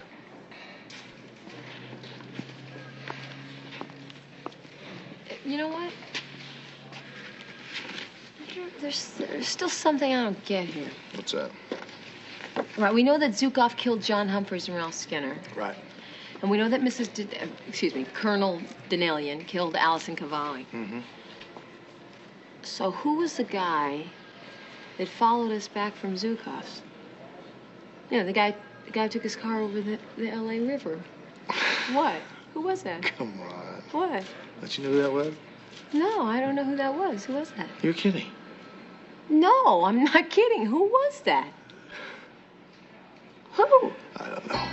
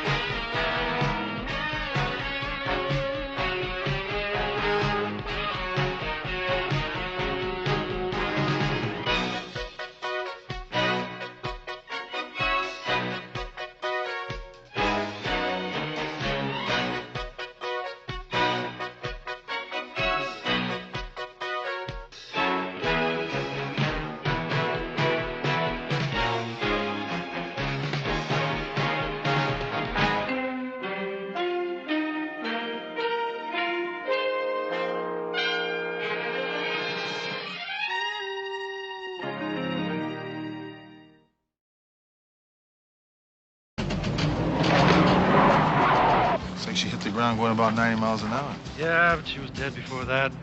Shot in the head. That one. Shut the whole thing down.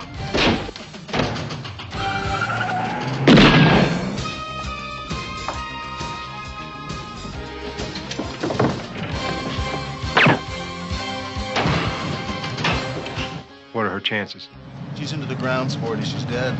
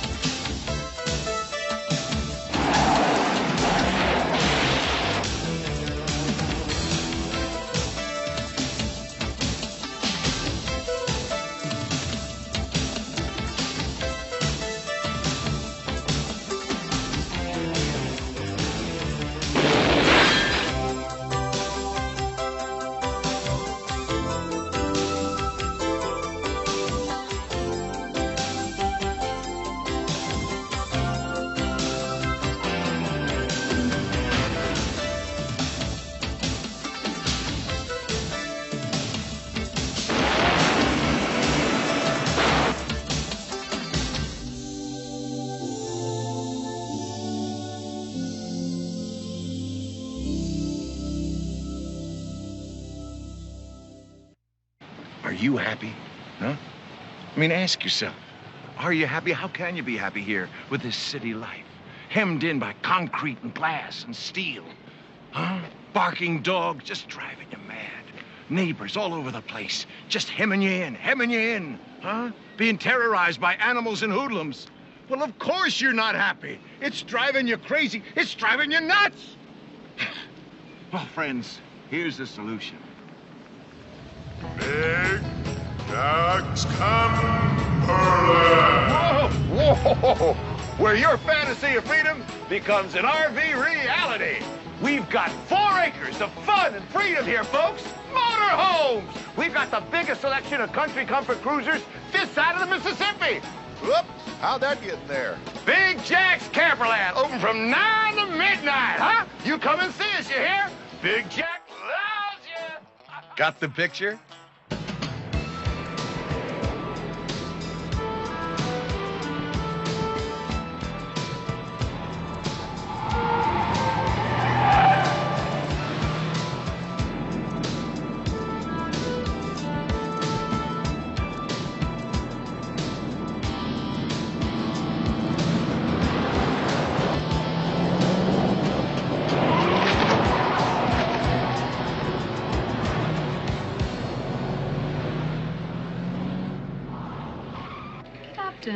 The way I see it, this DB is not our responsibility.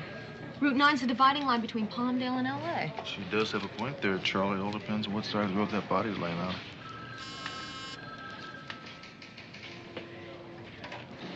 Hello.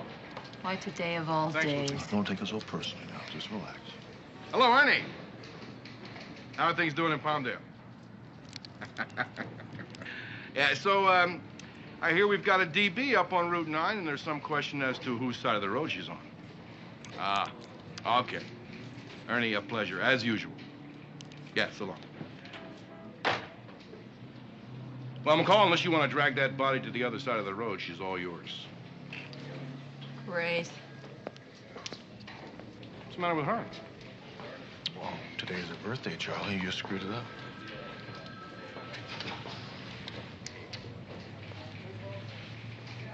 This guy's really great, too. I take it you have a lunch date? I had a lunch date. Anybody I know? You wouldn't approve. So, what do we got this time? Another jerk attorney? What do you mean, another jerk attorney? What do you think, just because I date one attorney one time, you think those are the only kind of guys I date? No. This guy happens to be a doctor. And he's very successful and he's very busy, which means we don't have a lot of time together. Now we're not going to have any time together. I'll tell you what. I'll go on this little run and you can stay with your doctor. Really? You mean sure. Yeah? You cover? Sure. Oh, you're an angel. Yeah. Take it easy on him.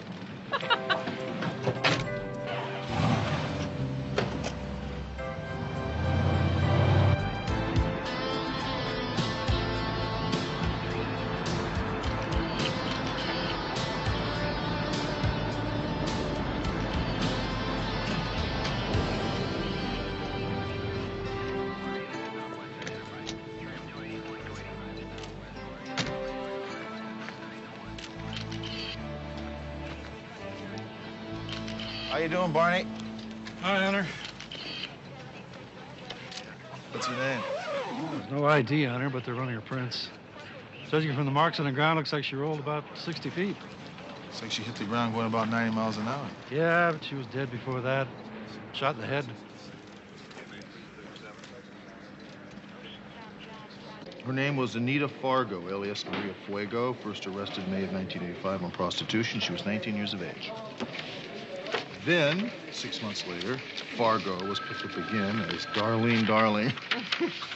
God, about the names on these girls. You know, I think I like this blonde look better. Mm-hmm. Then again, as Betty Blade. Betty Blade? What a name. Is this the last we got on her? That's it. She was picked up with two other girls, Susan Dumont, alias Susie Q, and Mary Lakowski, alias Vicky Lake. Well, they were picked up near MacArthur Park. Tell you what, I'll go down there and talk to some of the working girls. I'm gonna go with you and hold them while you interrogate? What, are you lonely?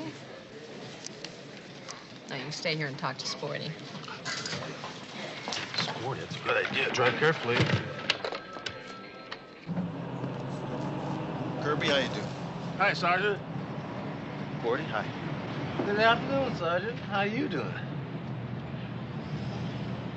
I'm not interrupting a big, important business meeting, am I? No interruption. I'm just boning up on a new tax law.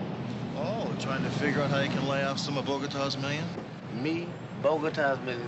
Are you crazy, Sergeant? I told you I don't have it, but I wish I did, because it would be worth every cent just to get you to drop the subject.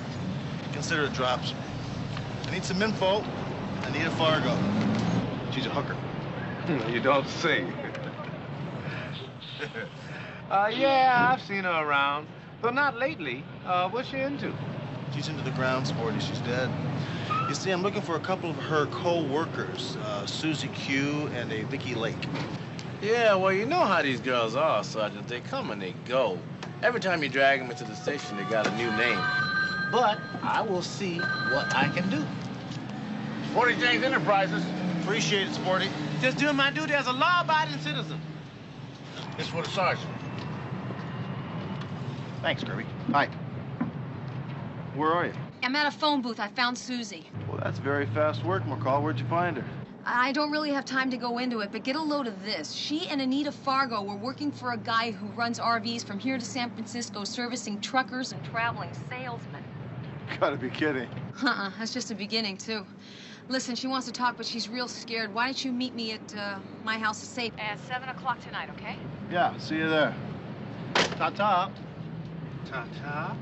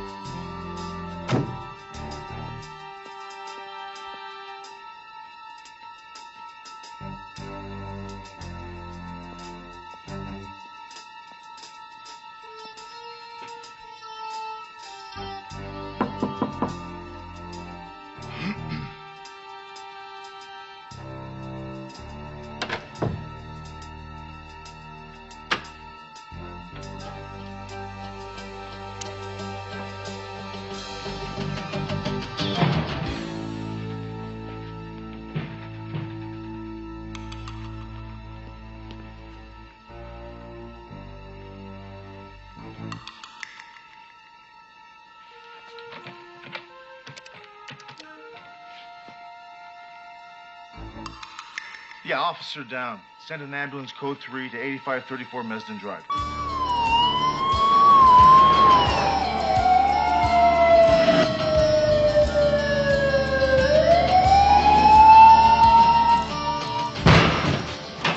Code blue, ICU. Code blue, ICU. Give Blue your medicine and call the operator. I'm sorry you can't come in here. You'll have to wait outside.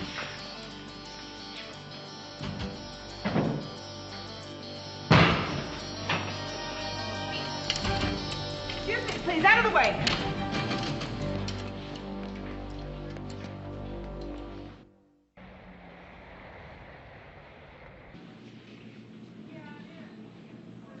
Dr. Parker, 3 North. Dr. Parker, 3 North, please.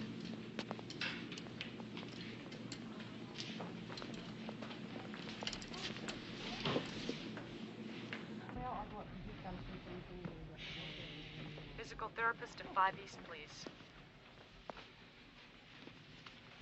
Any news? They just rolled Susan Dumont out. She's dead. Sergeant Hunter? Yes. I'm Dr. Lee. Dr. Lee. Sergeant McCall's in the intensive care unit. Her condition is critical. What are her chances? She's a bullet lodged between her 3rd and 4th vertebrae. She's experiencing what we call spinal shock. She's paralyzed from the neck down. This might be temporary, caused by the swelling of the spinal cord, or the bullet might have caused permanent damage. Well, can't you operate?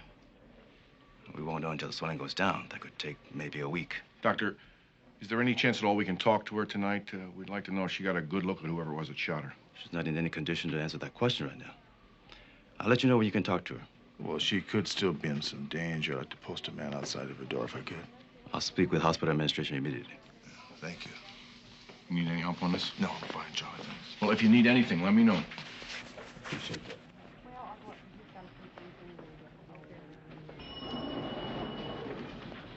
Volunteer to 6 West.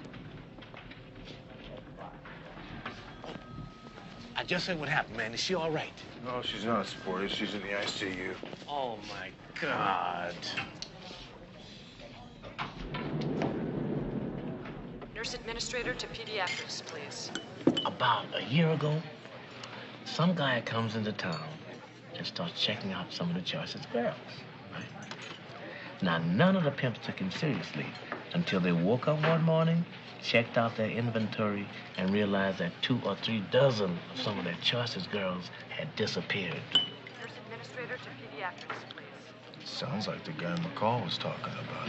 Does anybody know who this guy is? Have a description on him? No, but from what I'm told, Nita Fargo, Susie Q, Vicky Lake, they all dropped out of sight just about that time. Respiratory therapist to CCU. Okay, Sporty, appreciate the info. I better find Vicky Lake. Oh, there's a brother out there who owes me a favor, a big favor. And if there's anybody who knows where Vicky Lake is, Omer does. Omer, huh? I didn't know he was back out on the street. Where can I find him?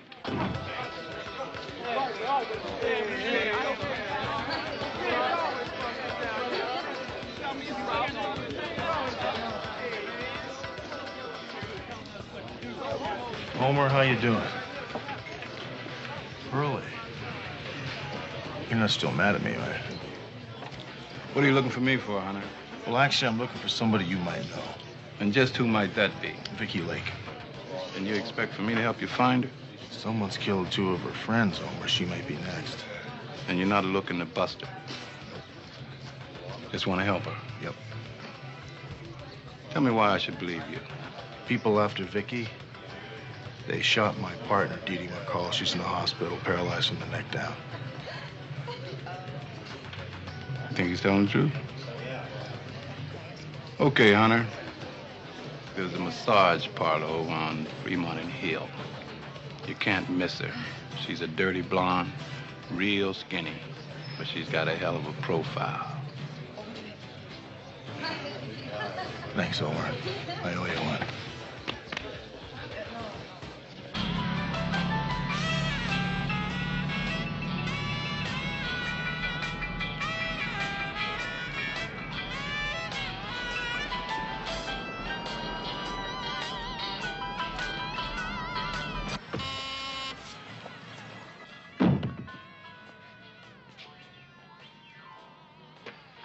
Cover charge is $20.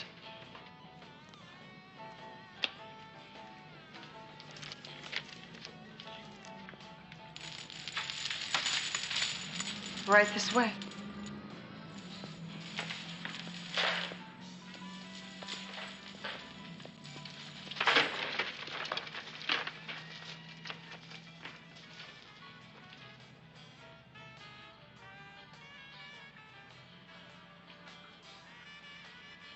That one.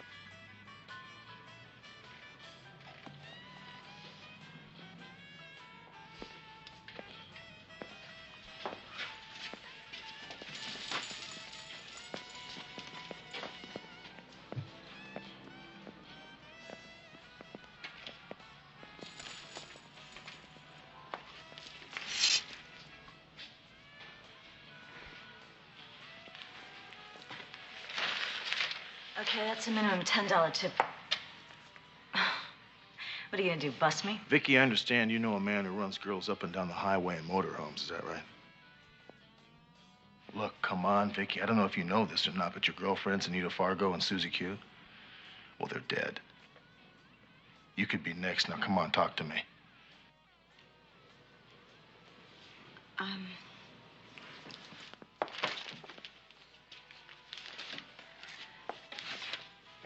Look, about a year ago, I had a fight with my pimp. And that's when I heard about this guy with the motorhomes. So I checked him out. He told me to meet him in Pershing Square. But he didn't come. He sent a woman named Flo. She was a working girl, maybe 40, with a lot of miles on her. She said I'd be getting $1,000 a week plus 20%. No pimps, no nothing. Just me and 3 other girls in a motorhome. I was on the road that night. How many motorhomes they use? I don't know, 8 or 9, maybe. Flo was the manager. She followed us around, told us which roads to take, where to stop. She handled all the money, did she? Yeah, once a week she'd pay us whatever was due and then put the rest in an envelope and leave. I saw her one time give the money to somebody in a big black rose, but I didn't see who was inside. What does Flo look like? Can you describe her to me? I don't know. She's a red hair. She's maybe 5'6", 5'7", kind of heavy, maybe 130, 140. Oh, yeah. She's got a tattoo. It's a rose on her shoulder up near her back. What highways did that take? All of the major truck routes. All we had to do was just get on the CB and say the Wild Bunch was pulling into a truck stop, and we'd be turning tricks like crazy. Wild Bunch? Yeah. Yeah, each RV had its own handle. Soft shoulder, hot pursuit, stuff like that. $1,000 a week and 20%. That's a lot of money, Vicky. Why'd you quit? Vicky, come on now. You're in danger. Your friends are dead. Talk to me here. Yeah, that's right. I am in danger, all right. Talking to you. I have answered all your questions. The well is dry. Your time is up.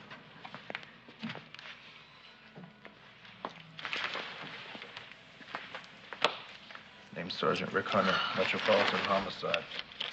You know how to get a hold of me? You know how it works. Thanks.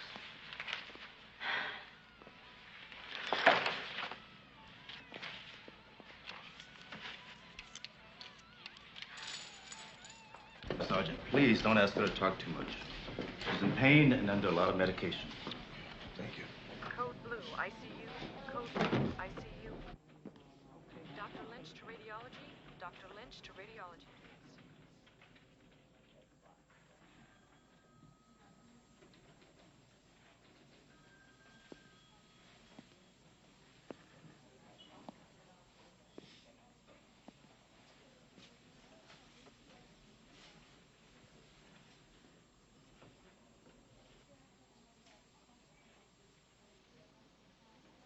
How you doing? Okay. The doctor told me not to have you talk too much. Just relax.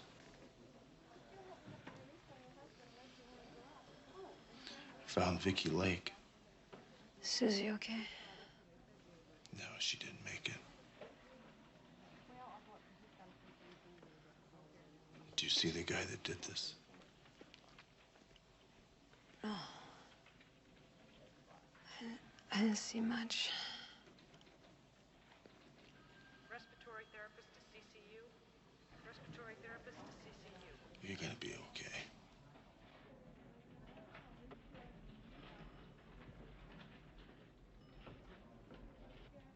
Hey, go ahead, Breaker. What's your 20? 10-4. What's on your mind, driver? I need a 20 on the nearest public scale. I gotta make sure this thing's legal before I leave the county. Breaker 19, Wild Man, you got your ears on?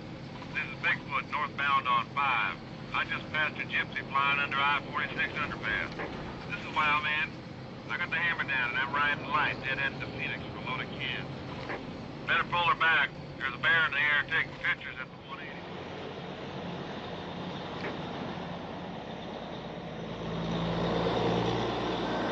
Breaker 19, anybody out there? I got 300 miles to go and I need somebody to keep me awake. If you're really hard up, there's an old geezer on 16 who's been singing up a storm for an hour and a half. I'm not that hard up. Guess I'll pull over and hit the box for a couple. KNX 60 off.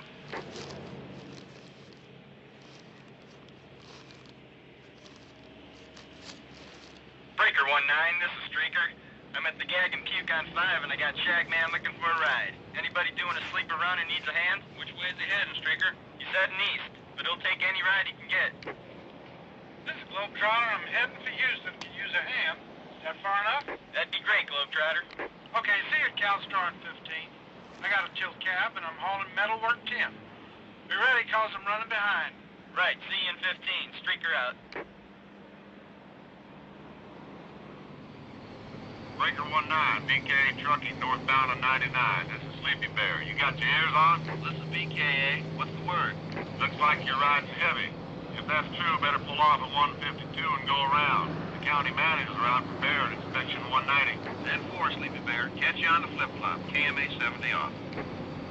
Breaker 19, this is Old Yeller, southbound on 99. Fancy footwork, you still pulling in at CalStar on Route 5? Negatory, Old Yeller.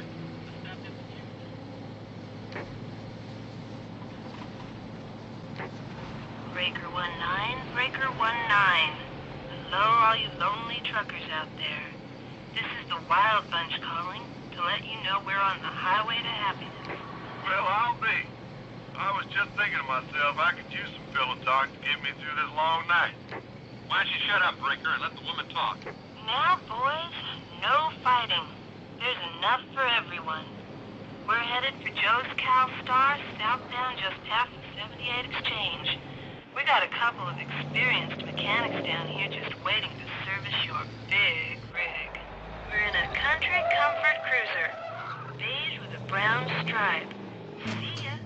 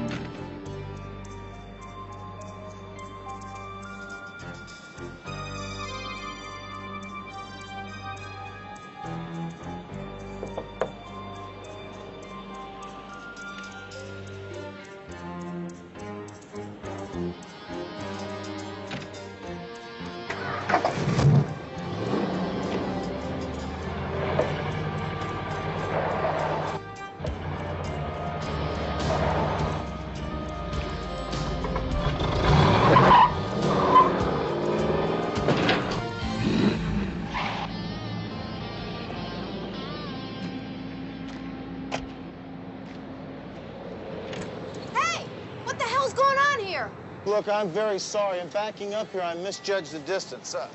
Yeah, well, you ought to be more careful. Hey, Ginger, it's cold in here. Shut the door. Look, why don't you come on in, huh? Yeah, okay. Listen, I'm very sorry about your motorhome. I thoroughly intend to pay for it. It's a small dent. Oh, really? Hi.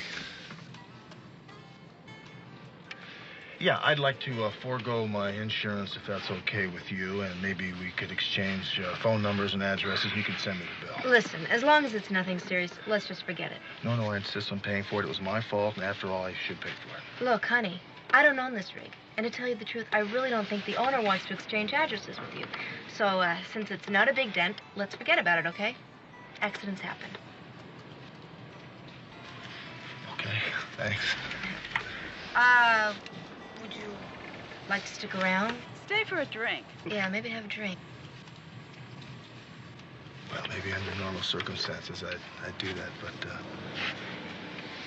the accident shook me up a little bit. Thanks, though.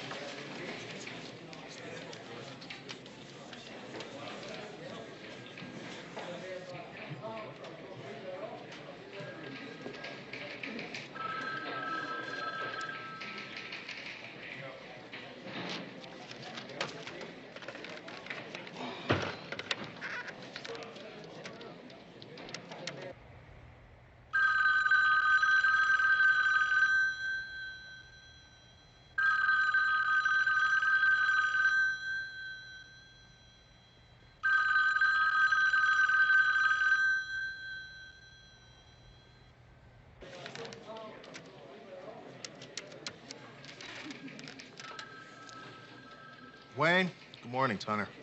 Listen, do me a favor, will you? I need an address for the following phone number, 555-7843.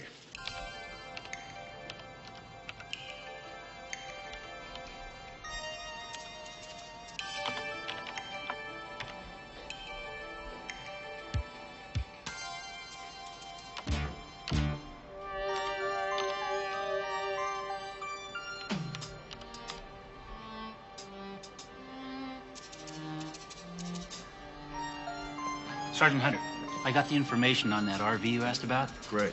Yeah, it's registered to Bay Industries, Post Office Box 6629, Hollywood. Post office box? Jimmy, I need an address. Post office box won't do. Oh, I'll get right on it.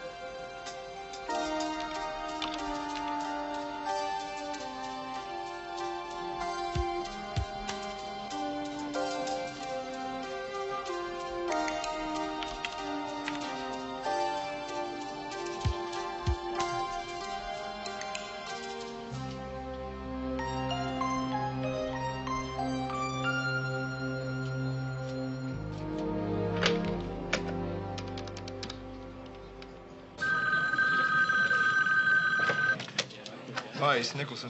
Yeah, Nick, it's Hunter. I'm looking for a prostitute. Last time she was arrested was June of '86. Name is Florence Keene, K-E-A-N. And she is connected with the people at shop McCall.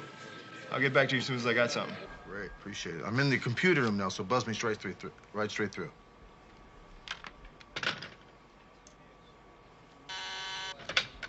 Hunter. Hunter. Yeah, Wayne, great. Terrific. That helps me out very much. Thanks.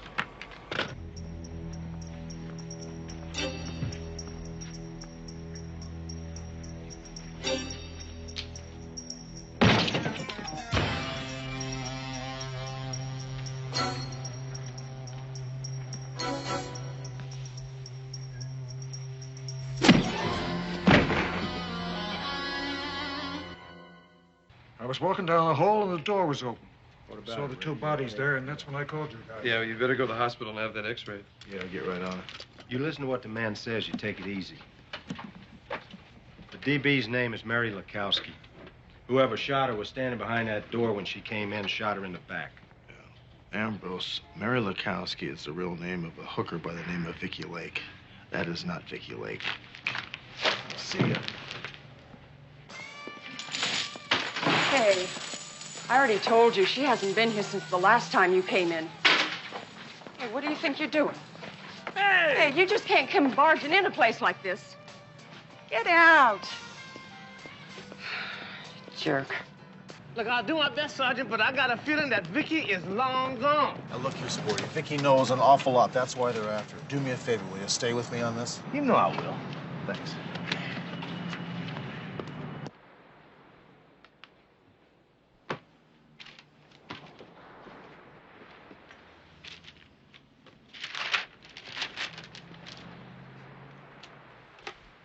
So when I checked out the address I had for Bay Industries, I realized it was an abandoned building.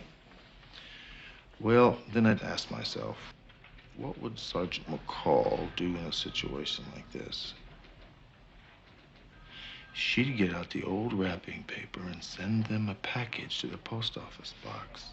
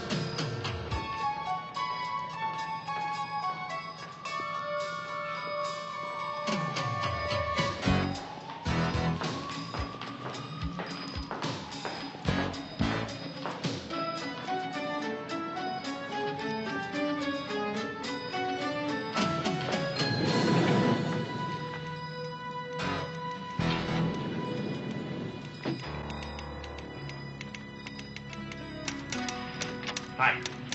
Sorry, no solicitors. Look, Phil, I don't care what you're selling. I don't want any.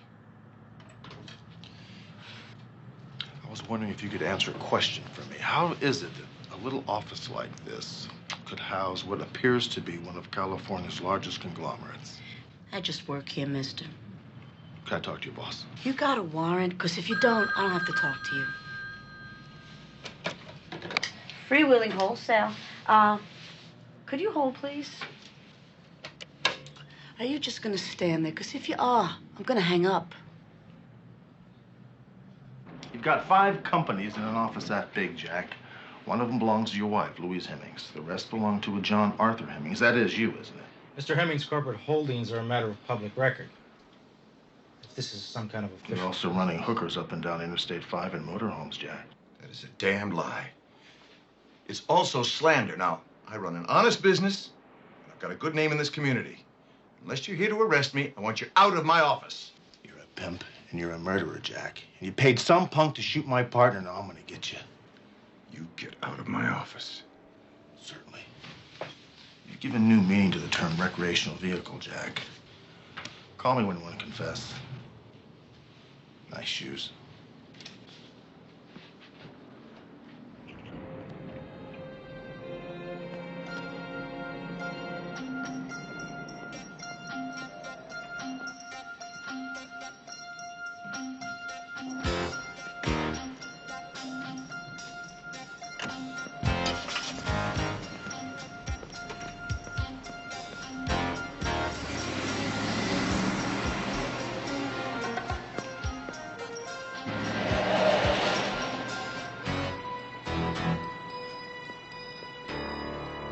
Heard me. Shut the whole thing down. Florence. Florence, listen! You work for me. Now you get rid of the girls and get the RVs back in here. What the hell about Anita Fargo and Susie Q? Do whatever you want. Just get rid of those stinking hookers and make sure you and the vehicles are back here tonight. You got friends at City Hall. Will you use them and get the cop off my back?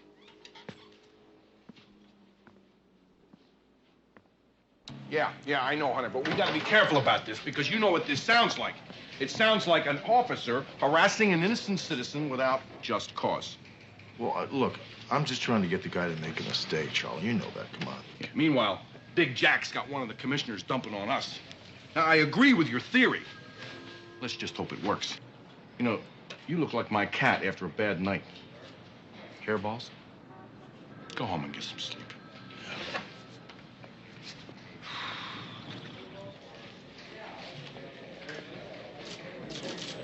Sergeant Hunter? I'm Laura Decker. I saw you today at Big Jack's. Yeah. Well, I heard what you said to him.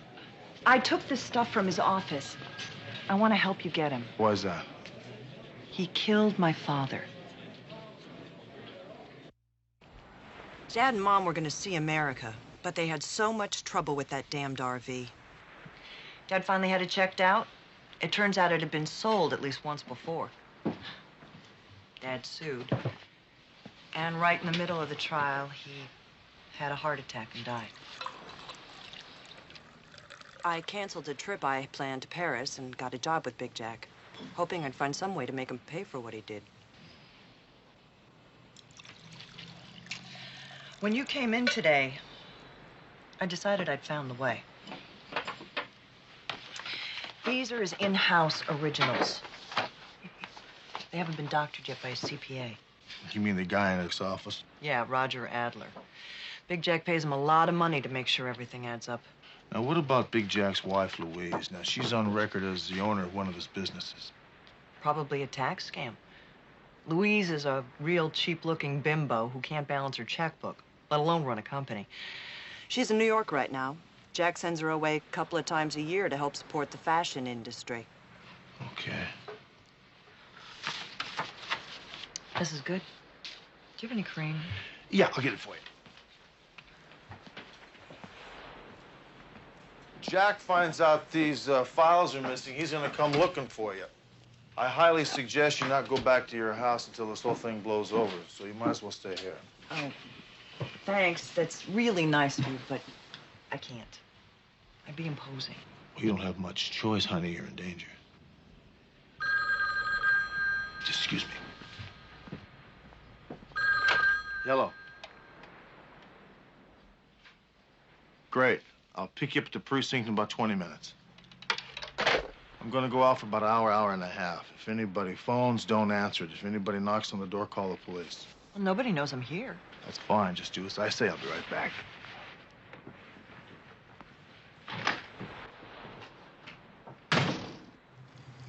Nice neighborhood, huh? What did you expect? She's probably pulling in $80,000 a year, and all that's tax-free.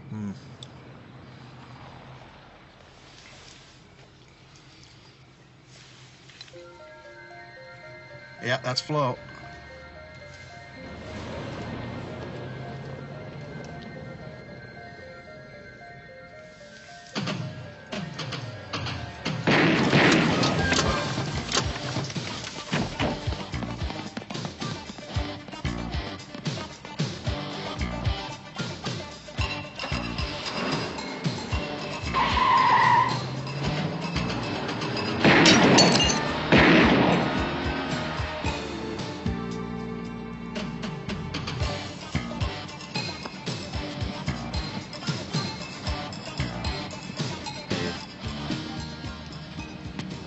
Dead.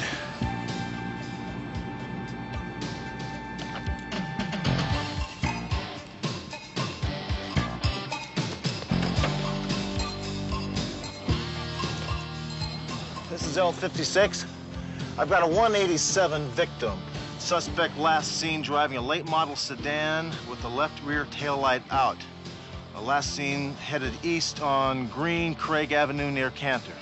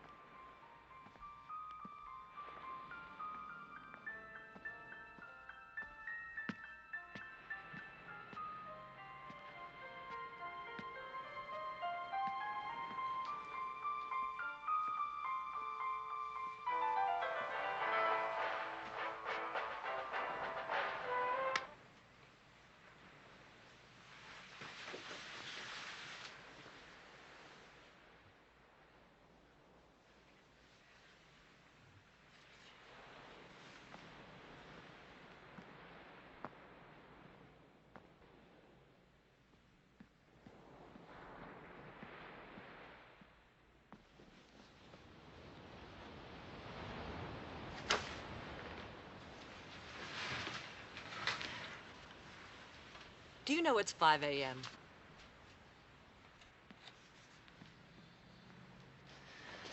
Whose initials are these? The bank inspectors. See, dealers buy their inventories with borrowed money. Then when they sell a car, or an RV in this case, they repay the bank.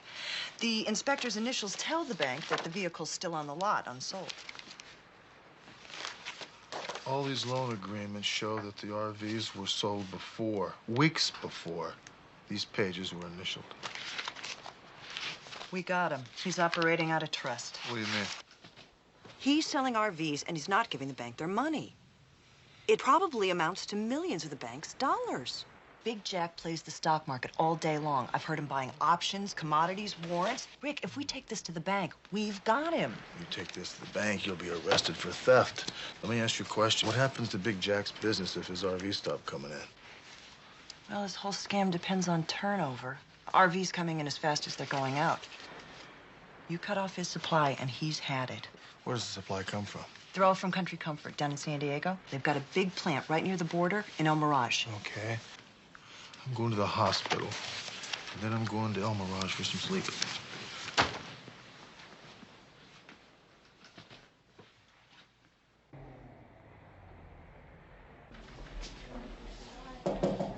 Can Sergeant McCall come out and play? Hi. How you doing? Okay. You know, you may not see me tomorrow. I gotta go down to San Diego. Why San Diego? Well, I'll talk to you about that when I get back from San Diego. How's it going? I can't feel anything yet, you know. Well, the doctor said it'd take about a week for all the swelling to clear up. Then what? Dr. Parker, 3 North.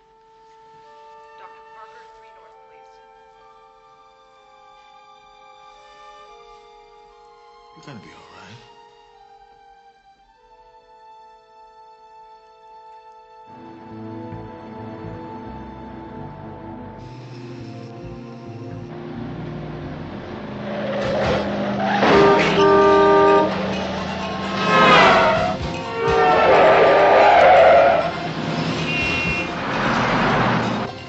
This is L56. I'm in pursuit of an ADW suspect driving a late model red sedan, license plate number 1 Peter Charlie Echo 421. I need immediate backup at Mason Drive and Spring Street. L56 out.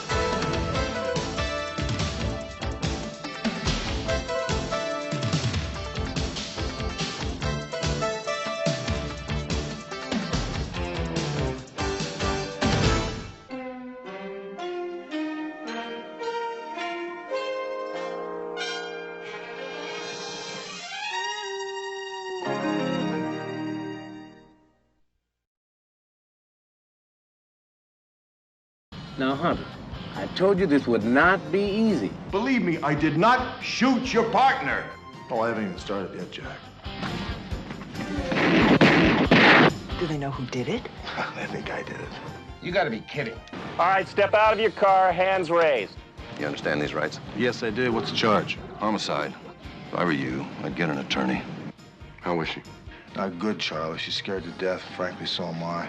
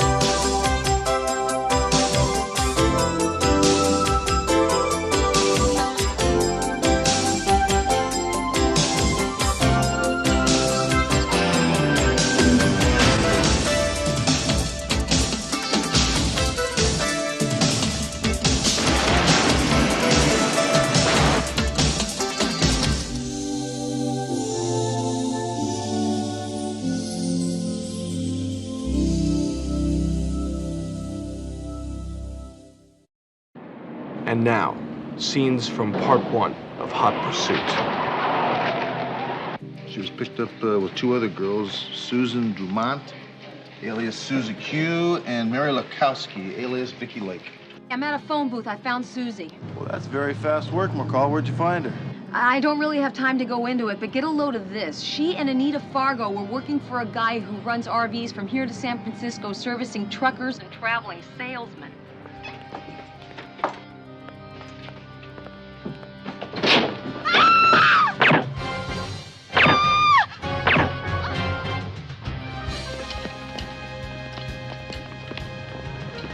They shot my partner, Dee Dee McCall. She's in the hospital, paralyzed from the neck down.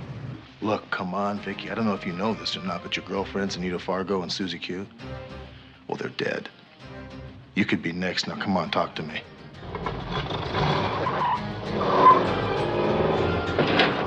Listen, I'm very sorry about your motorhome. I thoroughly intend to pay for it. It's a small debt. Oh, really? Hi. Look, honey, I don't own this rig. So, since it's not a big dent, let's forget about it, okay? Accidents happen. I'm Laura Decker. I saw you today at Big Jack's. So? Well, I heard what you said to him. I took this stuff from his office. I want to help you get him. These are his in-house originals. They haven't been doctored yet by his CPA. You mean the guy in Jack's office with bad shoes? Yeah, Roger Adler. Unless you're here to arrest me, I want you out of my office. You're a pimp, and you're a murderer, Jack. You paid some punk to shoot my partner. Now I'm gonna get you. What about Big Jack's wife, Louise? Now, she's on record as the owner of one of his businesses.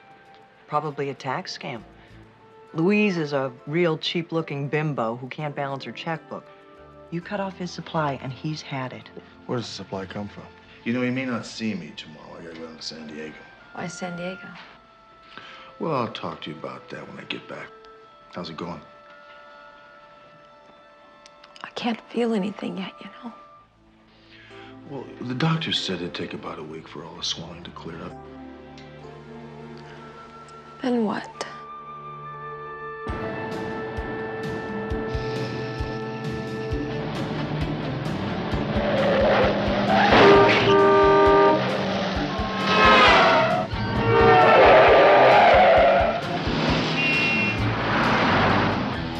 This is L56. I'm in pursuit of an ADW suspect driving a late model red sedan, license plate number 1 Peter Charlie Echo 421. I need immediate backup at Mason Drive and Spring Street. L56 out.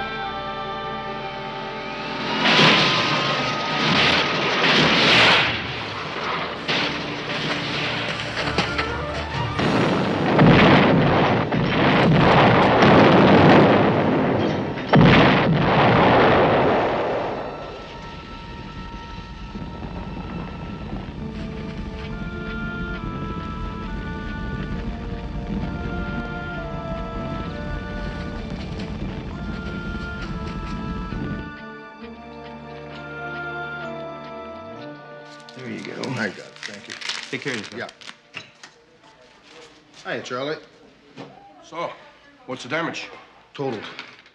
I'm talking about you. I know what happened to the car. Oh, just a little bruised ribs is all. What's happening? No concussion?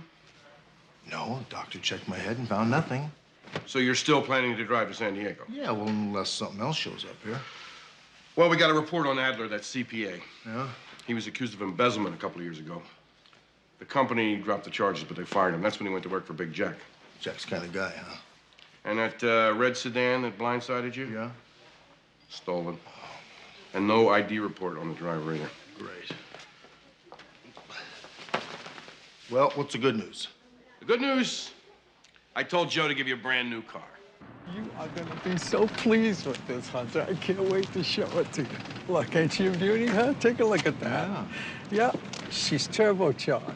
350 horsepower, huh? She can go from 0 to 60 in 6.4 seconds. Yeah, go ahead. Guess the top end. Come on. Come on. 845 miles an hour. You son of a gun. I'm going to tell you, though, it's going to seem like that, and that's with the air conditioning on. What color would you say this is, Joe? Call it morning mint. Uh-huh. What color is that one over there? It's green, like your old car. Is there anything wrong with that car over there? The engine's gone. Why? I want you to take this motor here out of the morning mint. Yeah. And put it in that car over there. And when you do, I want you to give me a call at the hospital. That's where I'll be. Okay. Thanks, Joe.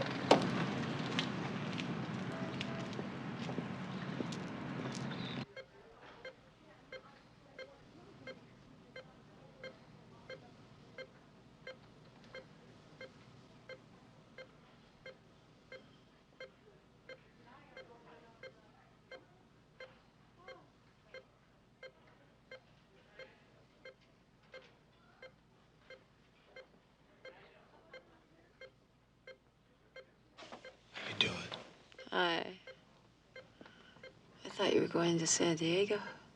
Oh, I'm going. I just got detained by some bad car trouble. You know how that goes. Yeah. The doctor tells me that you're doing so well that they're going to operate and take the bullet out in a couple of days. You're gonna be here? Yeah, I'll be here. Thanks.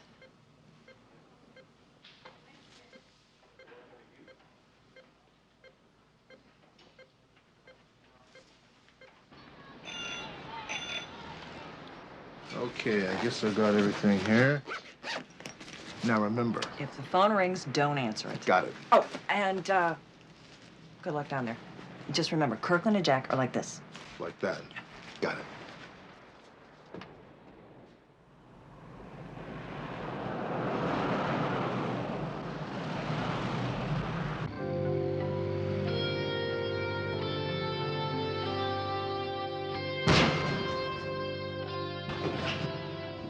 I like you.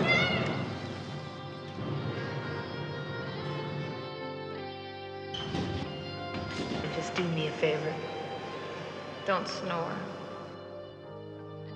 Can I change first? I like the way you are right now. What are the basic food groups? The 4 basic food groups. Order out, take in, frozen, and canned.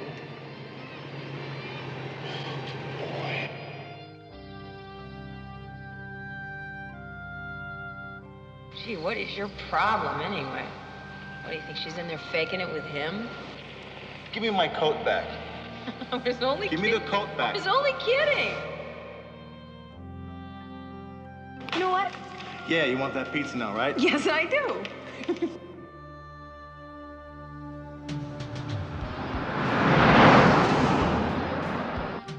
Jack Hemmings moves RVs, my RVs, faster than any distributor in the country. You gotta be out of your mind coming to me with this crap. Take a look at this. That's me and Jack hunting pheasant at the High Lake Club. The one behind me, that's me, Jack, and my family, Cabo San Lucas, marlin fishing. That's me and Jack in Maui.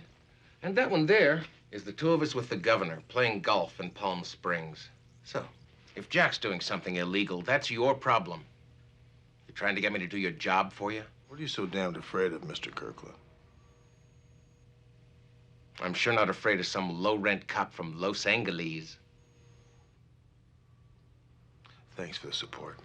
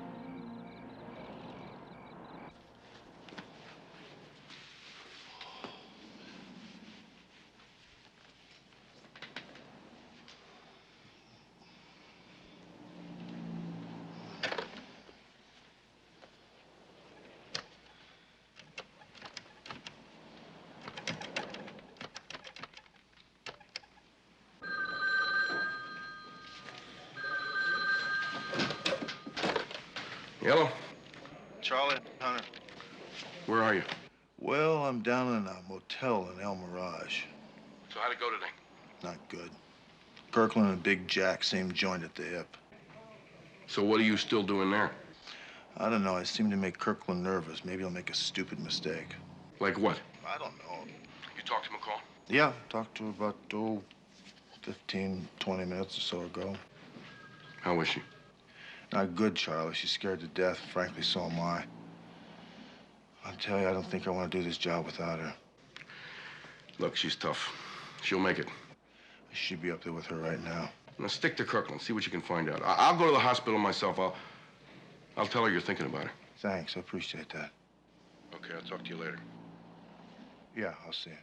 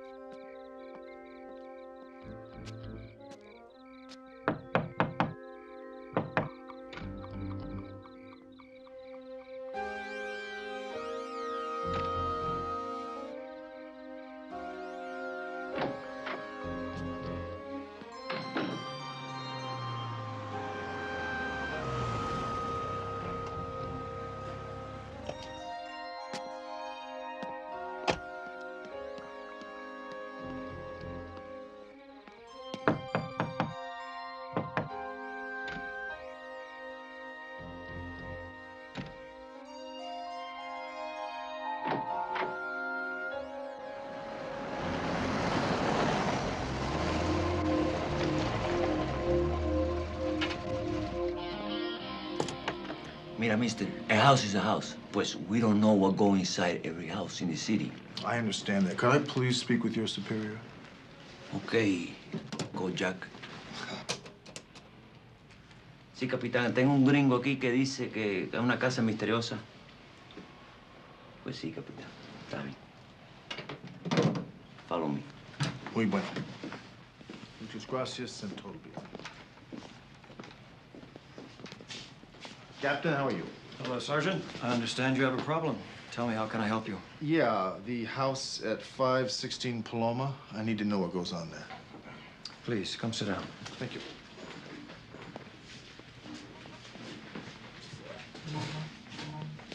May I ask you a question, Sergeant? Sure. Why do you want to know this, and what do you intend to do with this information that I may or may not give you? Well, a man that's involved in the murder case I'm working on went into that house this evening. What is this man's name? Kirkland. I sat out in front of the house for about a half hour, watched 3 men go in. A little bit later, a couple men came out. One of the men that went in looked to be about 15 years of age. It would appear that you can draw your own conclusions, no? Well, I'm sure I can, but conclusions aren't going to help me, Captain. I need some facts. And if I can't help you? Look, Captain, what you do here in your city is your business. It's none of mine. My only concern is Kirkland. Okay, Sergeant. I'll answer your question. We've had that house under surveillance for many weeks, and we're planning to shut it down soon, because it is not only a house of prostitution, it is a house of homosexual prostitution.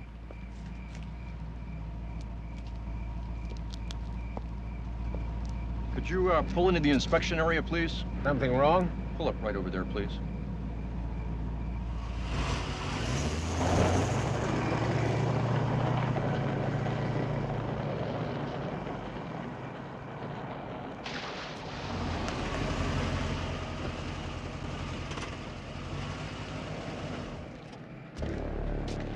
Your personal preference is none of my business, Mr. Kirkland. However, Captain Perez did tell me what goes on at 516 Paloma. John Hemmings shot one of the closest friends I have in the entire world. And you're gonna help me nail him. Aren't you?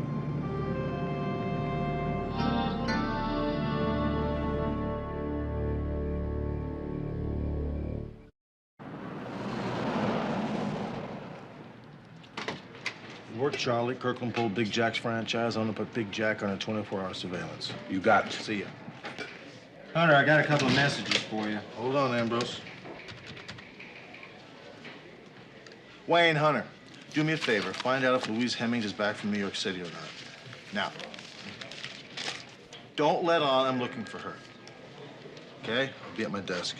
Hey, one of these messages is from a John Hemmings. He says it's urgent. It's about the case you're working on. He wants you to see him at his house right away. Thank you. Yeah, wait.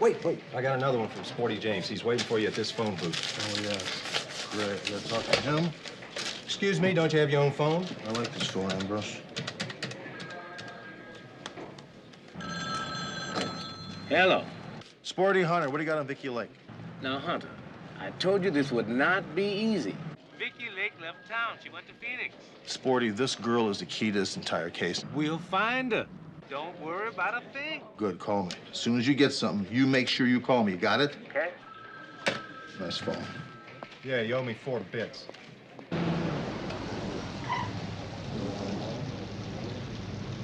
Yes. Yeah, Sergeant Hunter to see Big Jack Hemmings.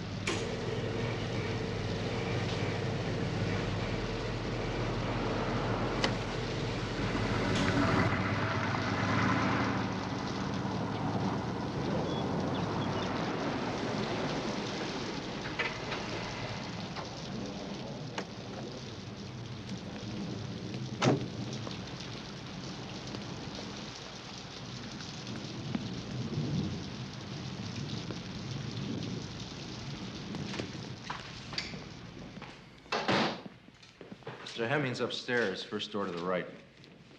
Thanks a million.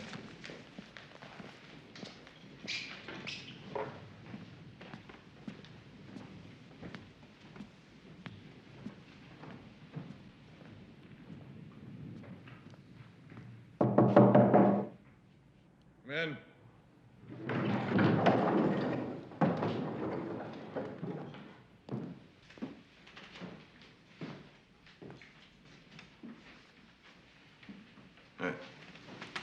mean, do you think you pulled it off? Is that it?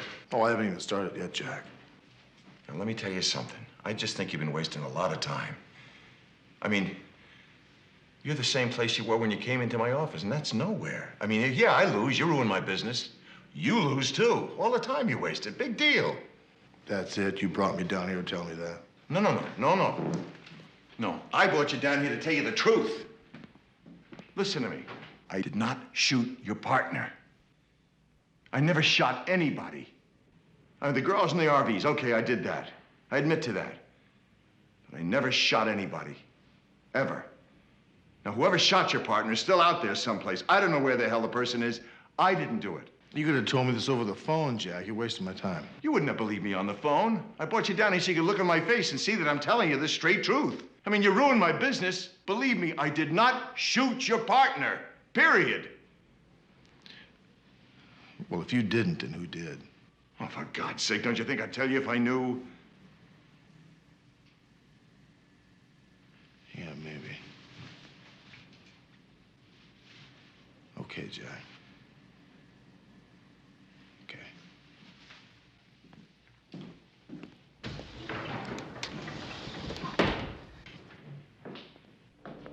Louise, what the hell? I just talked to you in New York.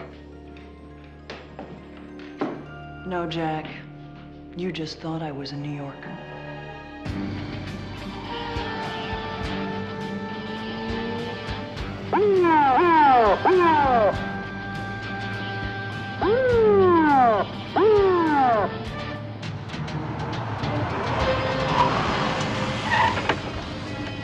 All right, step out of your car, hands raised.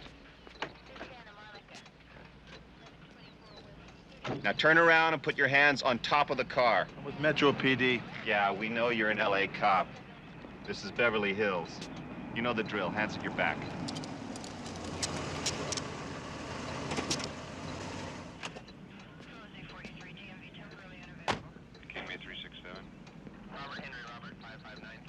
You can turn around now. Lieutenant Sam Richfield, Beverly Hills Homicide. You have the right to remain silent. If you give up that right, anything you say may be used against you in a court of law. You have the right to have an attorney present. If you cannot afford one, one will be appointed to you. You understand these rights? Yes, I do. What's the charge? Homicide. Homicide? Who's been killed? John Arthur Hemmings. You want me to call Ed Miller? He's their deputy chief? Just a second. Why don't you take him shopping on Rodeo Drive?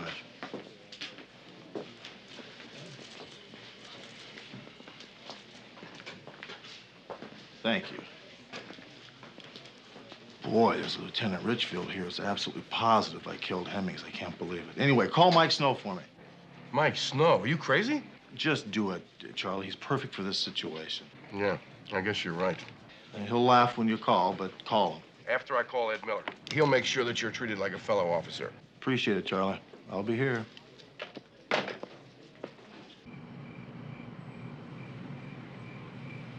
Now, two witnesses, Mr. Roger Adler and Mr. Randolph Taylor, were in the rear of the house when they heard the shot.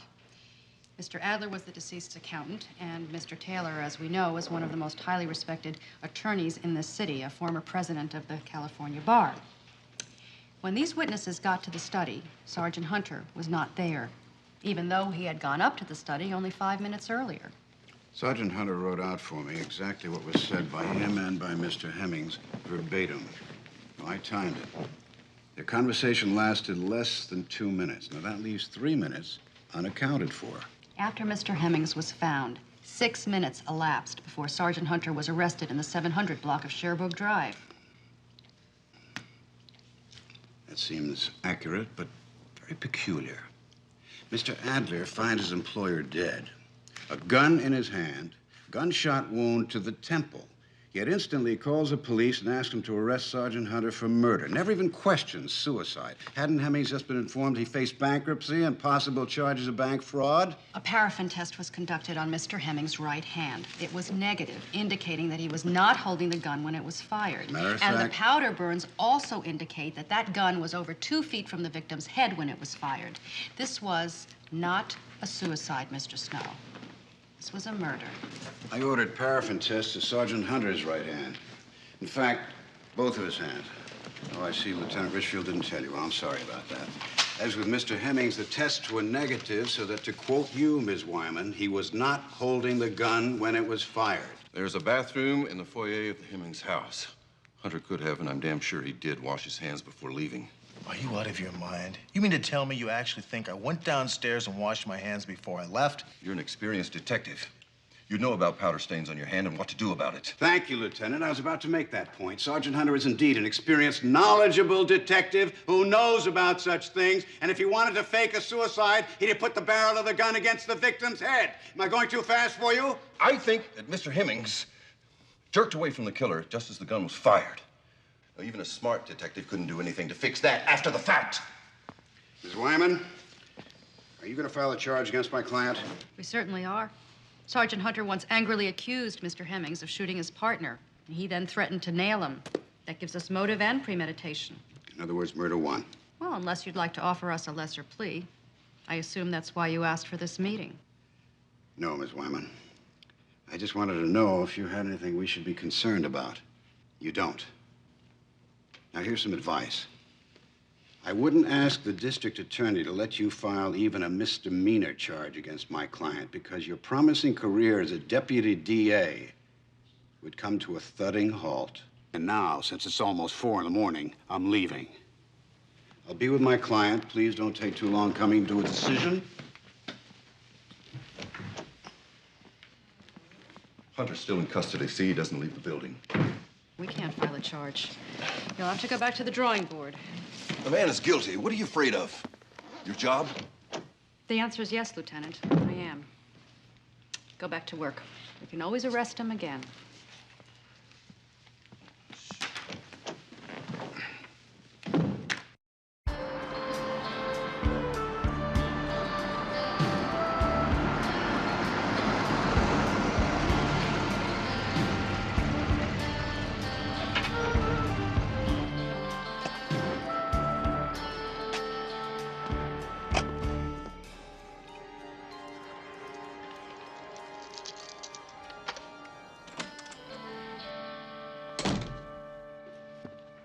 I've been so worried about you. Really? Well, it has been an interesting day for everybody concerned, Laura. Big Jack is dead. What? Yeah. What happened? Well, it was made to look like a suicide, but it wasn't. It was murder. Do they know who did it? I think I did it. Yeah. Anyway, McCall gets operated on in about an hour. I'm gonna go make some coffee. DA doesn't think they have a case yet, but that doesn't mean they won't arrest me tomorrow. Well, what has this Lieutenant Richfield got against you? Oh, I guess he hates all the cops. Did you believe, Jack, that he didn't have anything to do with what happened to your partner and the others? Yeah.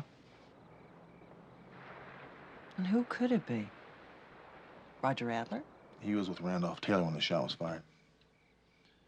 Did you ever meet Louise Hemmings? Could be her, you know. Well, sure. I told you, remember? She's a bimbo. Complete airhead. Well, with Jack dead, there goes my only excuse for staying here with you. Guess I'll just pick up where I left off, go to Paris. But I will stay if you think there's any chance you might need me. No, don't stay here on account of me. I think everything's all taken care of. Thanks anyway. Okay. While you're at the hospital, I'm going to go to my apartment and pack. You will take me to the airport, won't you? Sure. What if you can't get on a direct flight to Paris? I'll fly to New York. I can make the Paris arrangements from there. Good, okay. Where's my coat? Oh, behind you. Oh, okay. I'll call you from the hospital. Okay. See ya.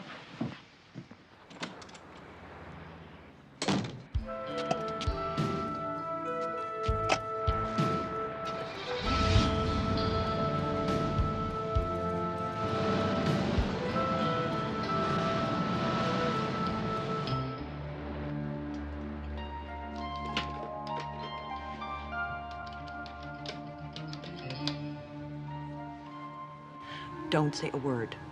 Go to the apartment. I will meet you in 2 hours.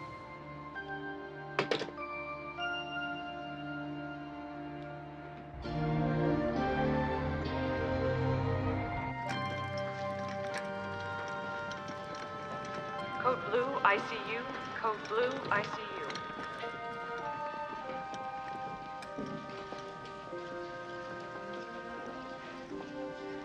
Dr. Parker, 3 North. Dr. Parker, 3 North, please. This is as far as you go, Sergeant. I'll be waiting right out here when you get through. Thanks, big guy.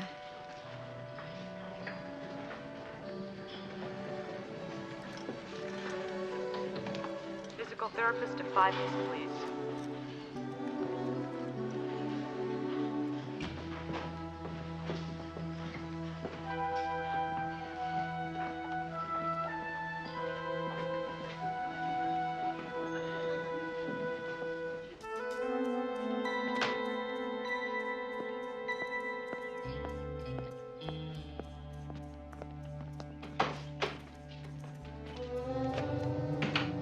Maybe I missed you. Oh, Roger. I'm scared. They didn't buy the suicide thing. Something about the powder burns proving that the gun wasn't close enough to Jack's head. And we've got nothing to worry about. Nobody saw you come in. Nobody saw you leave. Well, you're kidding yourself if you think Hunter's gonna lay down for this. He's a cop. And what about Vicky? Has Louis found her yet? Tracked her to Phoenix. Missed her by a couple of hours. He says she's back in L.A. You'll find her. Oh, he better. And this time he better do it right. Don't worry. Why don't you go to New York now? I'll stay here till everything's safe. I'll meet you in a couple of days. Give me 3 days. Okay? Okay.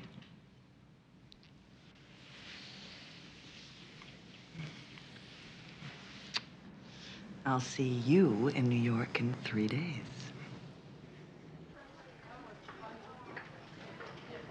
Volunteer to 6 West.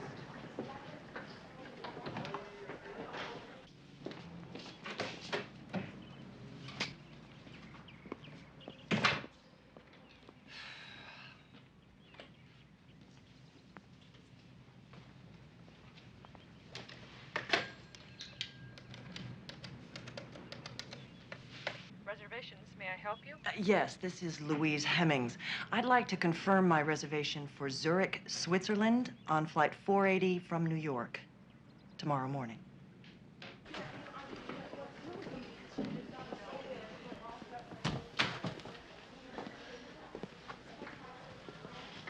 Sergeant Hunter. Yes. She did fine, and she'll recover fully. Thank God. It'll take some time, but she'll be good as new. Thank you very much. Can I see her? No, she'll be in recovery an hour or so, then she'll sleep for the rest of the day. Beautiful. Tomorrow will be fine. Anytime tomorrow in the morning? Or... Oh, sure. Great. I'll be there. Okay. Thanks very much. Appreciate it.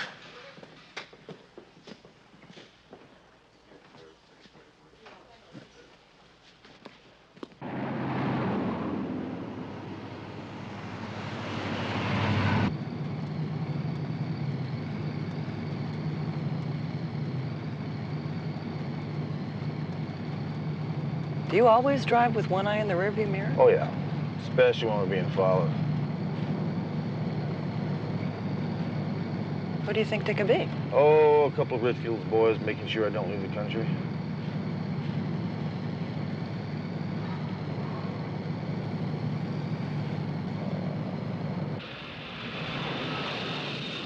Your attention, please. Passengers on flight Boarding 690 pass? Great. seated in rows Rick, is that them? 47. May now begin Yeah, it's boarding them, all right. Look, you better get going. Have a good flight. Thanks for the help, and I'll talk to you soon. Okay. Thanks. Good luck. Yeah, thanks. Bye. Have a good flight. Thanks. Arriving passenger Sean Lynch, please go to the white courtesy phone, please. You know, perhaps we should work together on this case. Yeah, sure. We can start right now. You can make a full confession as to why you killed John Arthur Hemmings. On second thought, I've already got a partner. Excuse me. Doesn't this guy ever say anything?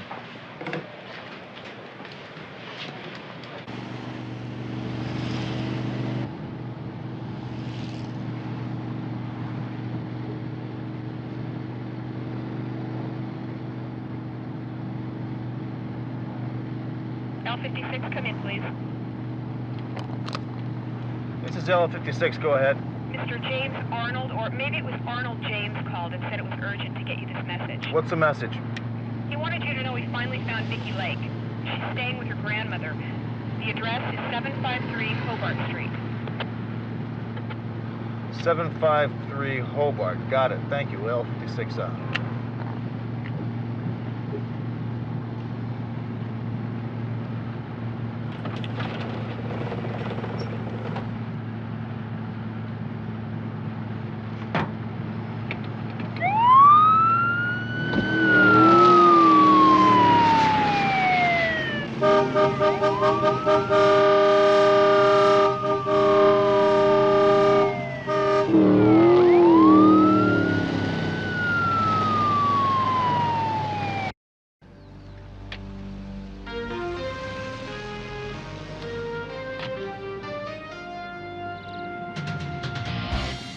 This is L56.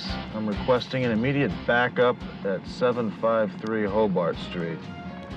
L56 out.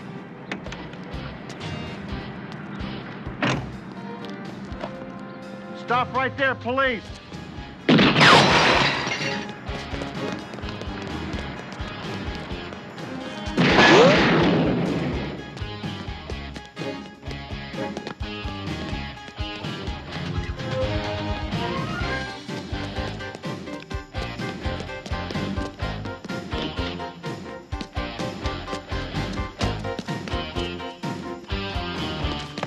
Freeze, police!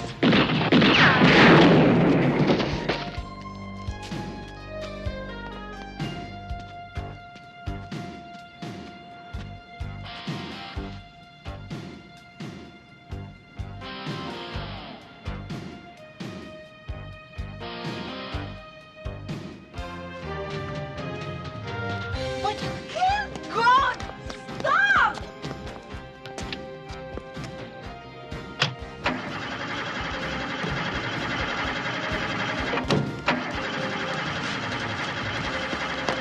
Vicki, get out of the car. Come on. Everything is all right. Now, you called my office and left an urgent message. You want to talk to me about Big Jack Hemmings? What are you talking about? I don't know anything about him. I called you about Anita Fargo. She was killed because she was trying to, blackmail those people that are running the RV operation. Yeah, and who are they? I don't know. Anita had a big mouth, but she was a real hustler. She told me that she followed Flo one day to that big black car that I was telling you about. Yeah. And she said that the car drove to this huge white mansion in Beverly Hills. And then this woman got out and went inside. Did Anita say what this woman looked like? Only that she was, young, kind of nice looking. I kind of got the impression that she was ladylike. You know, real classy. Well, how do you know Anita was blackmailing these people? Because she told me and Susie that she was going to. Okay, and then a week later, she's dead. And then someone is trying to take out me and Susie, too. That's when I started running. I'm Sergeant Hunter. This is Vicki Lake. Now, she's helping us on a murder case. I want her and her family put under protective custody, understand? Yes, sir. Should I call an ambulance? No, I don't think we're gonna need one. Vicki, I'll talk to you later.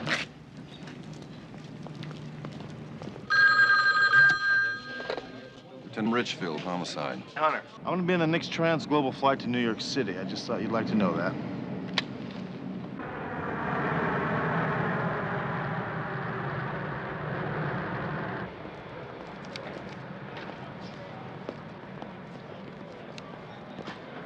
Lieutenant, I want you to do me a favor. I want you to telex a photograph of Louise Hemmings to New York City for me. Why should I do that? Look, will you just do that for me? I need your help on this case, okay?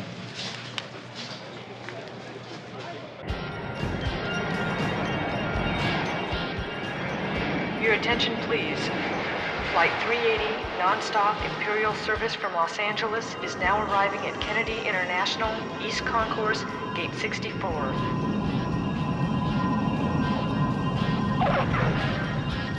Flight 380 from Los Angeles now arriving at Gate 64. Your attention, please.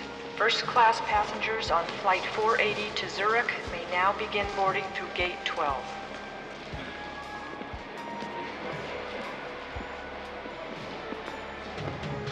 This is Louise Hemmings. Hi, Louise. You remember Lieutenant Richfield, don't you? You're under arrest for the murder of your husband, John Arthur Hemmings.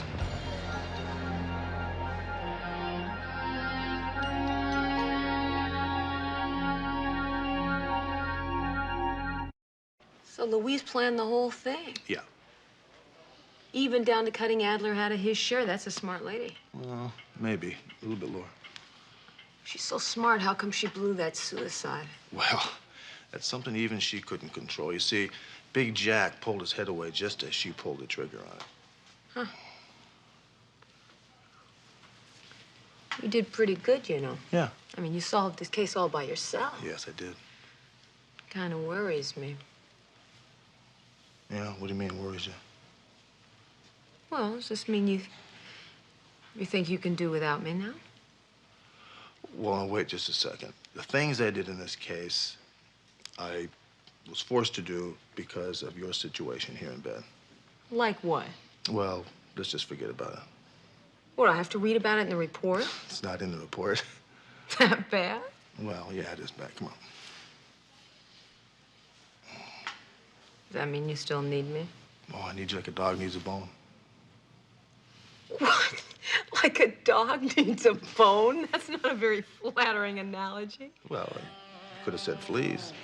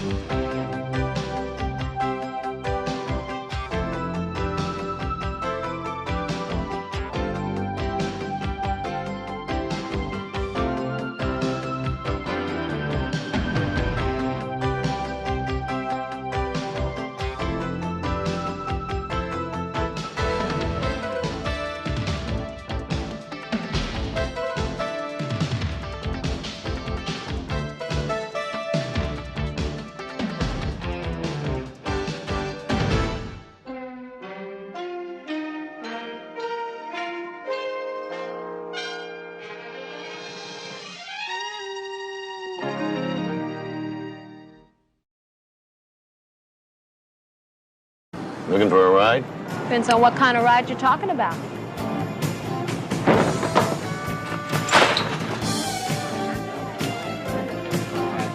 They took me in the spooky room and they rubbed blood all over me. I made a quality arrest yesterday, and I have a feeling it's all starting to come apart. I'm concerned about you all of a sudden. Maybe I should have put you under protective custody. Someone had to die before you people would do something about a rapist, huh?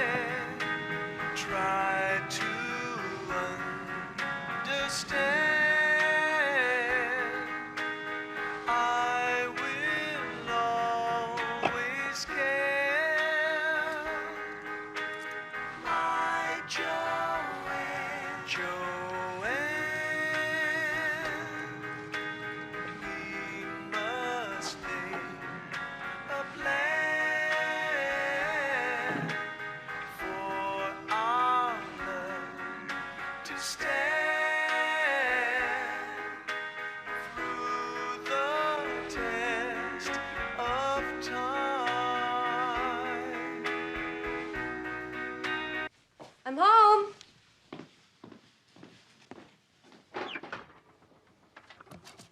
It's dinner time, boys.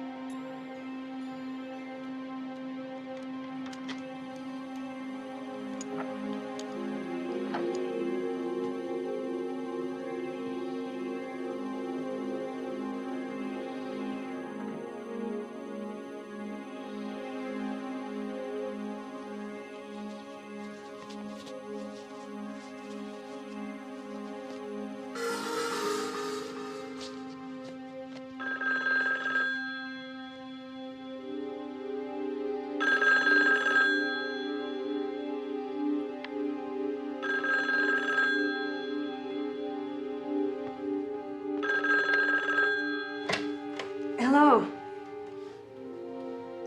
Oh, no, I can't. Oh, have you tried Kimberly?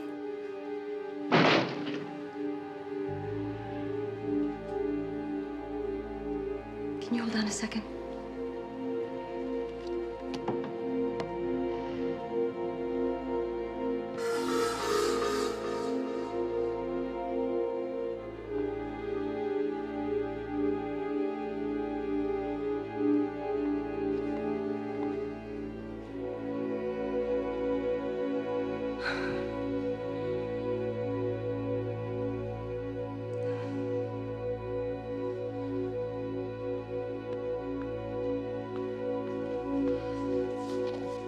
Hi.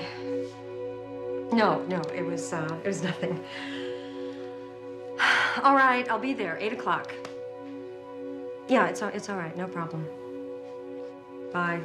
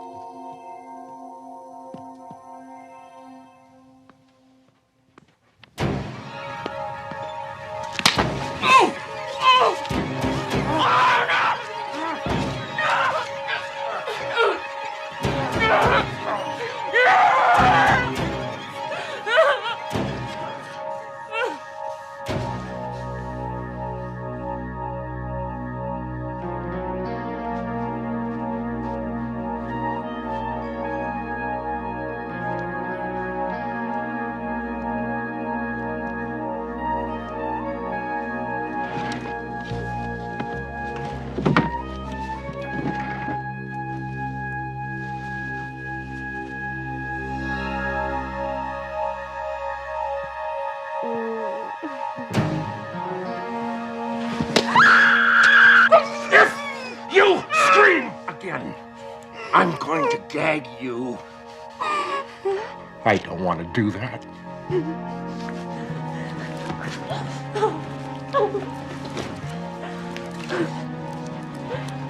Oh, God.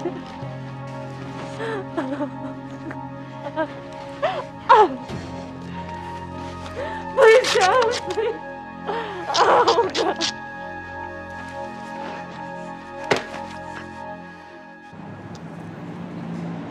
Oh, my feet are killing me. Jeez. Now I know why they charge so much money. They don't give it to their pimps, they give it to their podiatrists. Don't worry, you will get used to it. No, I won't. This is simply a one-day loan out. One more bust and I'm heading back to homicide where a girl can be safe. Who's back? Look, right over there.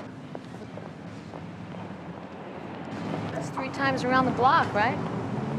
Think he's interested? Yes, he's interested.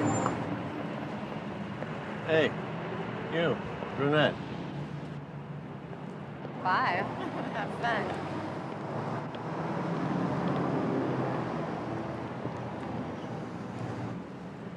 Looking for a ride? Depends on what kind of ride you're talking about. Come on, get in.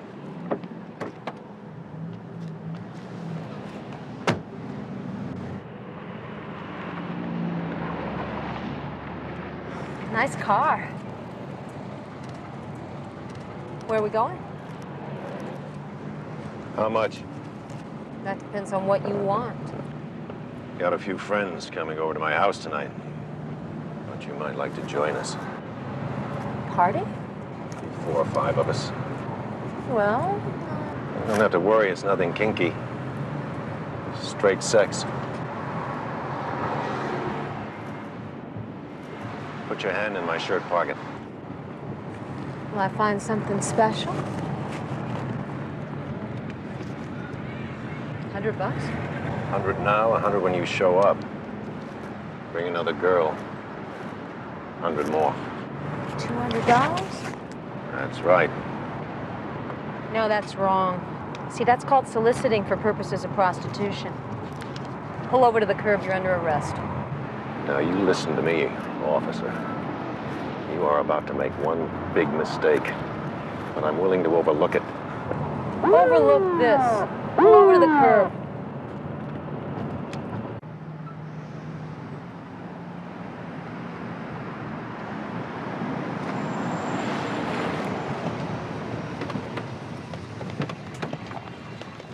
Listen, I am Warwick Unger, Judge Warwick Unger of the Superior Court.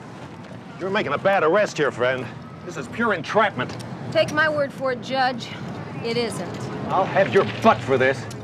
Careful, careful. That's what got you in trouble in the first place.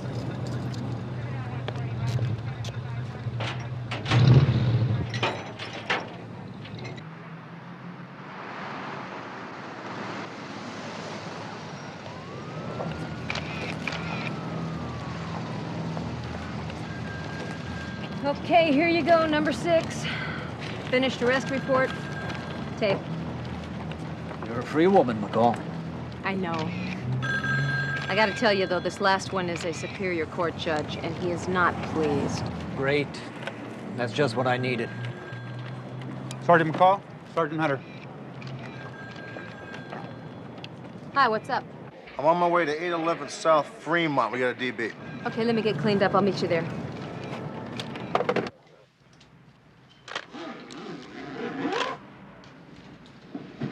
Get a shot of the living room before it's dusted, would you?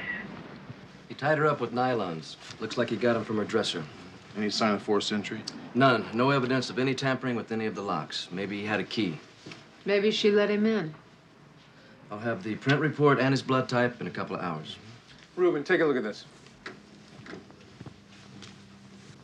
Looks like a size 14. Is there enough to make a plaster cast? Let's try a low-angle scale photo shadowing the impression. I think that'll work better than a cast on carpet. Excuse me. Right away.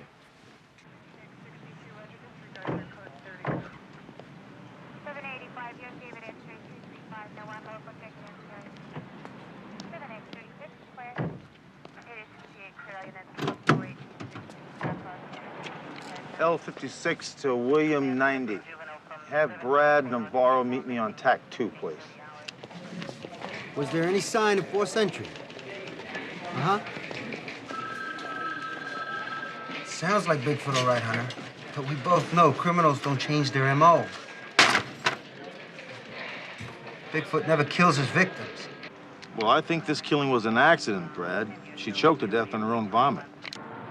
The murder seems incidental to the rape. Otherwise, the M.O. is identical to the 8 other rapes. The semen on the sheet is type O. The shoe prints are size 14. It all adds up to Bigfoot. And Ann Mapleton fits the victim profile all the way. White, single, between 28 and 35. They all have good jobs. Professionals mostly. They date, but they're not promiscuous. Well, the media interest in this Bigfoot thing's gonna go through the roof. We may as well face it. Our serial rapist is now a murderer. I want you four to all work together on this. So make copies of all your reports, get them to Hunter and McCall right away. We're gonna have to do some regrouping around here. Let's go.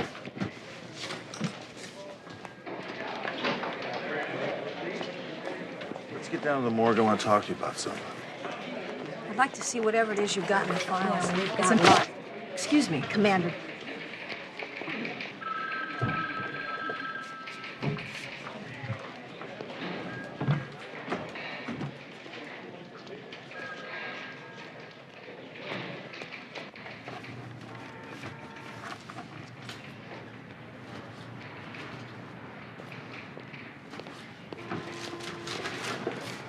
DA's been trying to reach you, sir, all afternoon. Did you tell him I've been at a budget meeting? Yes, sir. He sounded very upset about something. Said to call him no matter how late you got in. Thank you. Good night. Mr. Bendici, Commander Kane is on line 1. Commander Kane? Mr. Bendici, what can I do for you? At noon today, one of your officers, Sergeant Dee Dee McCall, arrested Judge Warwick Unger during a Hollywood vice sweep. My prosecutors were of the opinion that the case against Judge Unger smacks of entrapment. Well, can't your people simply issue a standard DA reject? No, they can't. This office could be accused of offering the judge preferential treatment. Now, Unger is a recent appointee of the governor. You understand these political situations, don't you? Yes, sir, I certainly do. I'd consider this a great personal favor, Commander Kane, and I'm sure the governor would too. Of course, I'm not asking you to do anything out of line. You feel the case against Judge Unger has merit? Please proceed with it. I'll look into it right away. We need an answer soon, Commander, before the press gets into it. I understand. Thank you for bringing this to my attention, Mr. Bendici. I'll get right on it.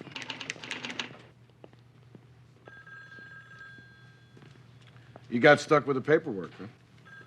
Yeah, we flipped and Hunter won. McCall, don't you know he cheats? Yeah, I know he cheats, but this time we used my quarter and I flipped, so you figure it out. Where is he? He went to go grab a bite with Navarro. If you want to talk to him, he has to come back. He's got to check out these interview transcripts. Yeah, I can wait. I want you to read all these reports tonight, though. I want to see you all in my office tomorrow morning, 7 o'clock. 7 o'clock? If I can do it, you can do it.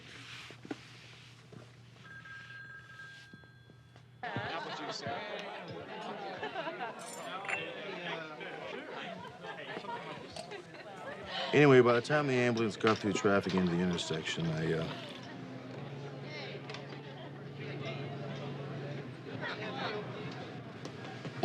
Brad. Wake up. Look, it's late. We got a lot of reading to do. Why don't we just go home? Hey, I don't have to read those reports. I wrote them. You know, Brad, McCall asked me one time if I thought I'd ever get married. You know what I told her? Mind your own business. No. I said if I could ever find a girl like Kathy Navarro, I would. McCall must have loved that. Yeah. Well, she agreed with me. About Kathy, that is. See you tomorrow, Brad.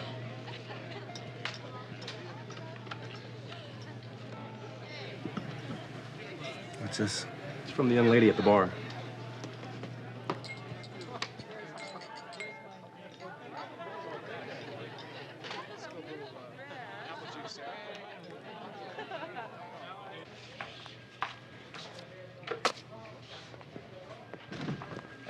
You still here?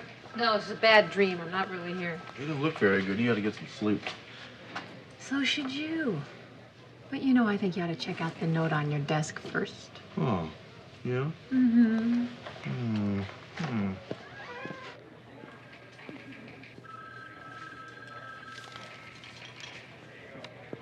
Be here at 7 a.m. Hey, Hunter.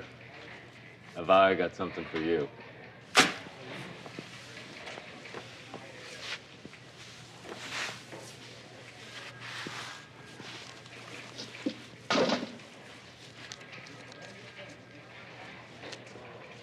You're pretty handsome for a cop. You think so? Yeah. Thank you. And you're awfully young for an 18-year-old. Hey, that Eddie's good. Well, how come it's still wet? So where do you live? Nowhere. Nowhere. Let me write that down. Nowhere. Okay. Stacy Tyler. Is that your real name? Yep, that's right. Desk sergeant says you want to report a murder. Yeah. Debbie, we both worked out of the Alvarado Motel. Oh, working girl, huh? Yeah. So? So, what happened? A couple of months ago,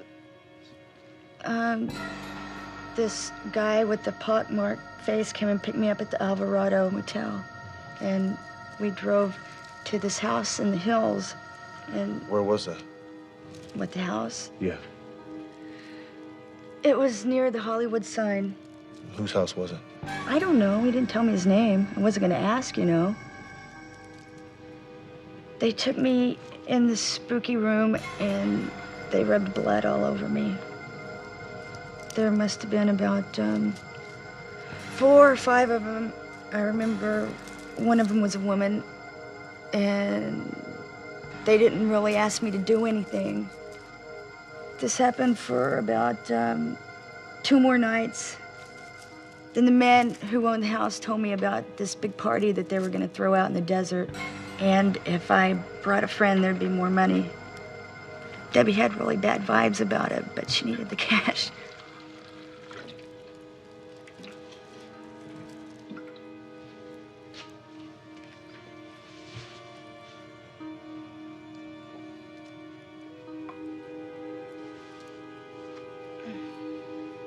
There must have been about 50 people out there. They all stood around us. It was horrible. They killed this cat.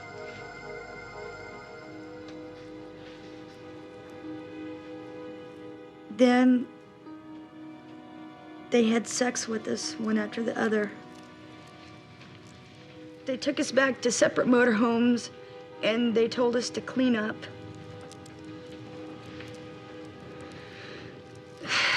They took Debbie, and the man who owned the house was there.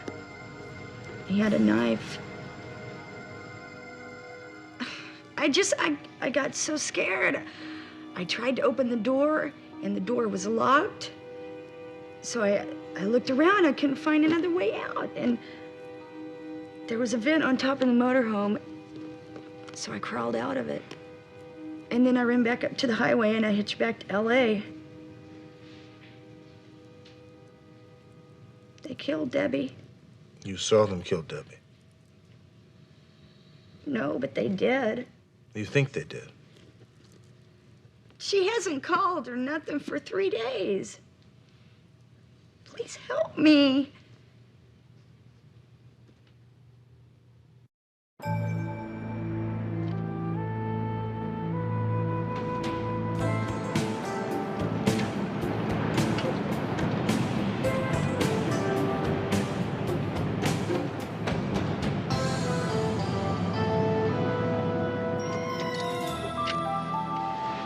You know, I'm concerned about you all of a sudden. Maybe I should have put you under protective custody. No, please, I'll be okay, really. Yeah? Yeah. Got any money? No, I don't got any money.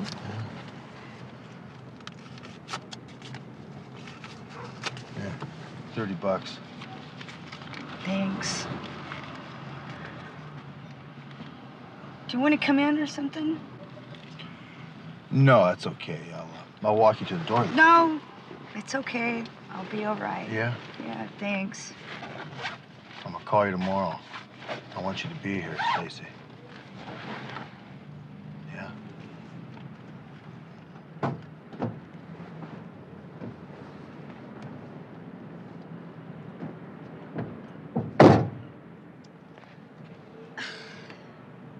Everything that I told you was the truth. I swear it.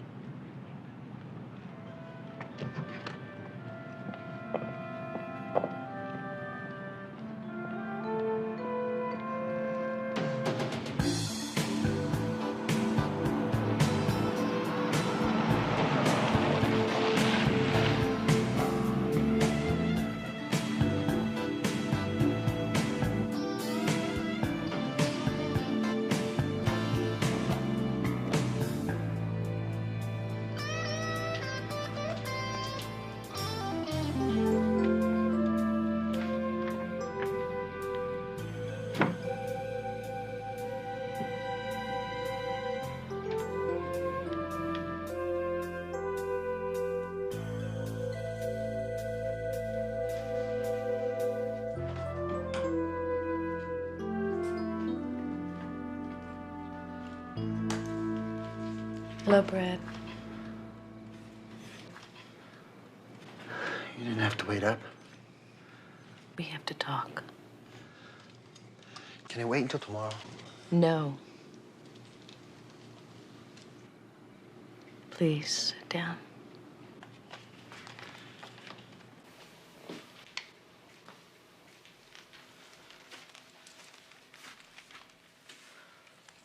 What is it, Kathy? I don't know. I've been sitting here all night long trying to figure that out. Kathy, please, can we discuss this some other time? What happened to us, Brad?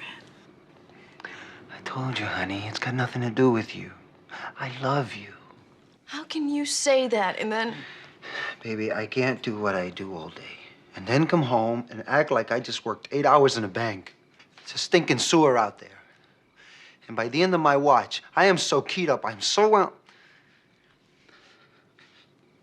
I just got to unwind. And you can't unwind with me anymore, is that it? I don't know. I just don't know. I don't know either, Brad.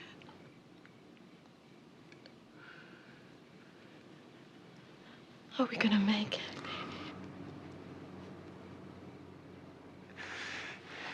Kathy, it would kill me if anything happened to us. I love you. I love you very much. I love you too, Brad.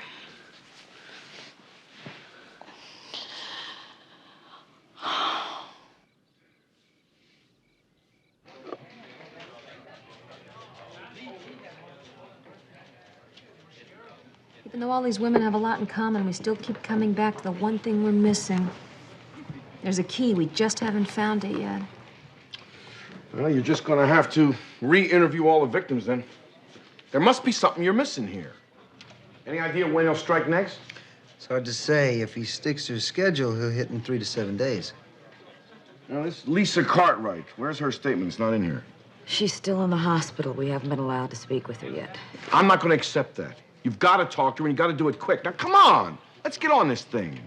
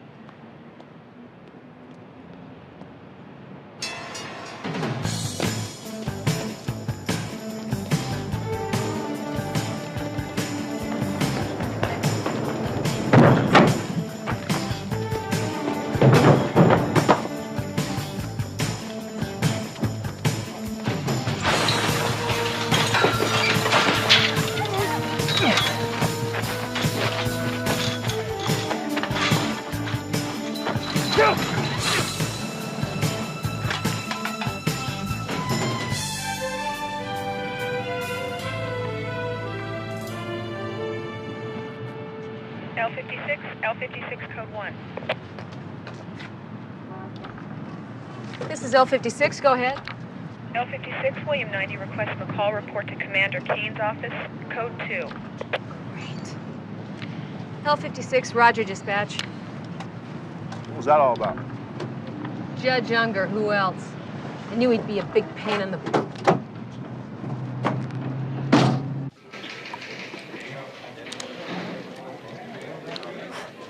Testing, 1, 2. Testing, 1, 2. Carl, set up your camera over by the door. Come on, guys, let's go. Let's get these lights unpacked right away.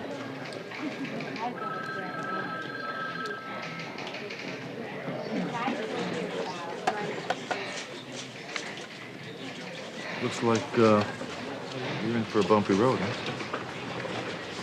Good luck.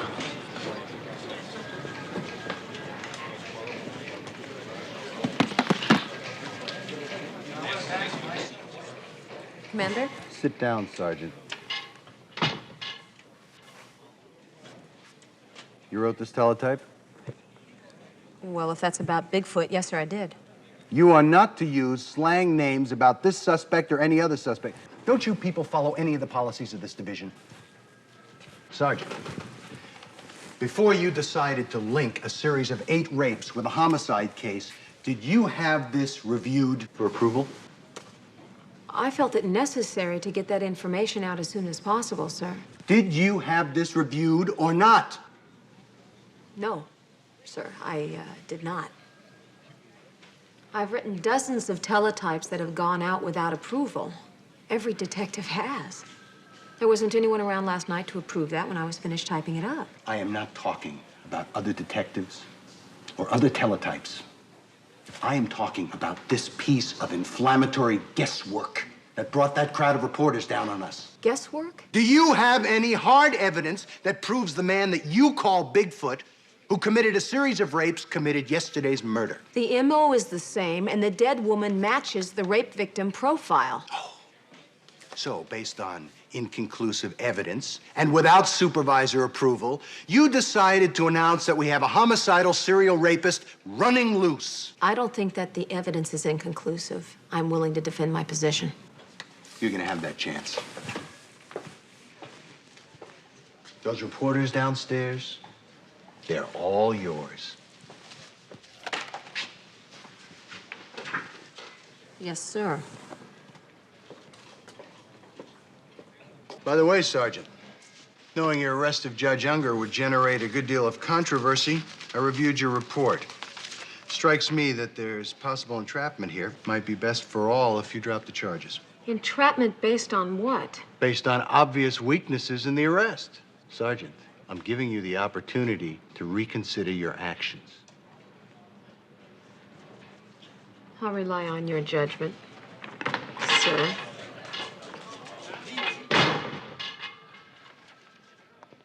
When I'm almost out the door, Kane brings up Unger. He wants me to drop the charges. He didn't give a damn about the teletype violation. This whole thing was a charade for Unger. Guy was trying to intimidate me the whole time. Well, what did Charlie have to say about it? He didn't say anything, nothing. He just stood there and let me take it. Well, I'm sure he had a reason for that. Yeah, I'd like to know what it is. He doesn't even like Commander Kane. What are you doing sitting down to get a whole room full of reporters to talk to?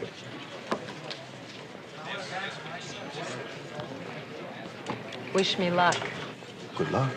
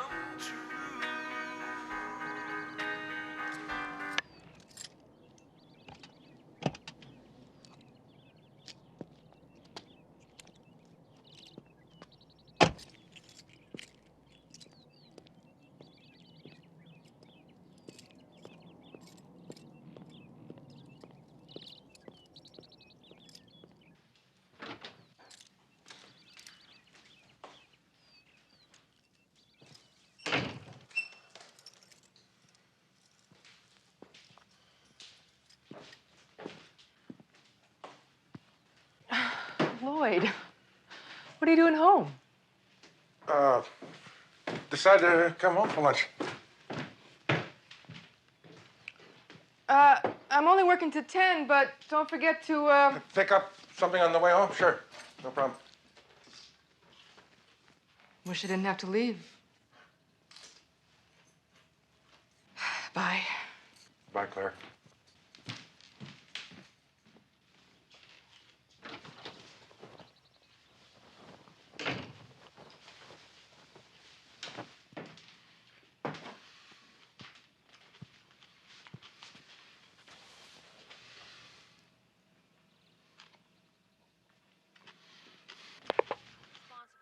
Homicide that occurred last night.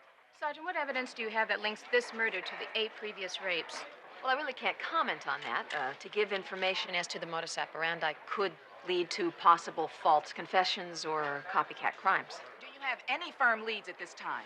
Sex crimes and homicide detectives are actively pursuing a number of leads. Yes, the specifics of which I cannot discuss. Isn't it unusual for a serial criminal to change his MO, in this case to kill his 9th victim? I can't comment. Hunter, there's a Stacy Tyler on the phone for you. Tell us how long it will be before you'll be free to release more specific information.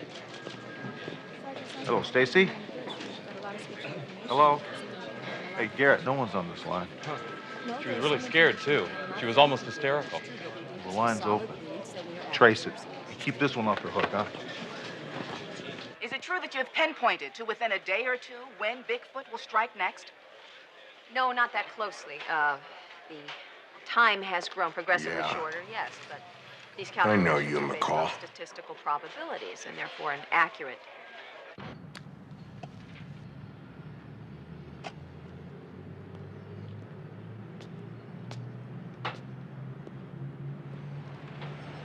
Looking for Stacy Tyler's room? She split. Where'd you go? How the hell should I know? I'm not a pimp. Want to go downtown and talk about this, huh? Hey, look, some dude came by a couple of hours ago looking for Stacy. She came down the stairs and took one look at him and took off. I ain't seen either of them since. Come on, man, get off my ear. What'd this dude look like? Ugly white cat with pock marks all over his face? Yeah, with them things, huh? Now, did Stacy have a girlfriend? Maybe a girl about her own age? Yeah. What was her name? Debbie. And I ain't seen her in a week.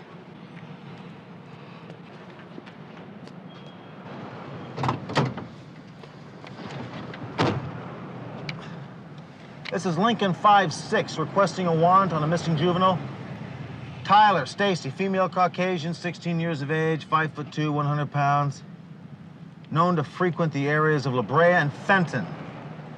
Subject wanted for an investigation of a 187. If located, hold and notify homicide, please.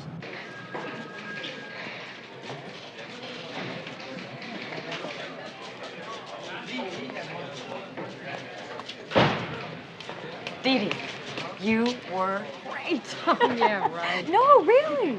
We were watching on the TV in the captain's office. Don't even mention the captain to me. That guy's on my non-person list. Oh. Well, you can tell me all about it on the way to see Lisa Cartwright. Hospital released her an hour ago. Really? What's wrong? I made a quality arrest yesterday, and I have a feeling it's all starting to come apart. See that man just walked through here? Sure did. Who is he? Lieutenant Pfeiffer from Hollywood Vice. When he comes back down, tell him I'm at Rex's. I want to see him right away. You got it.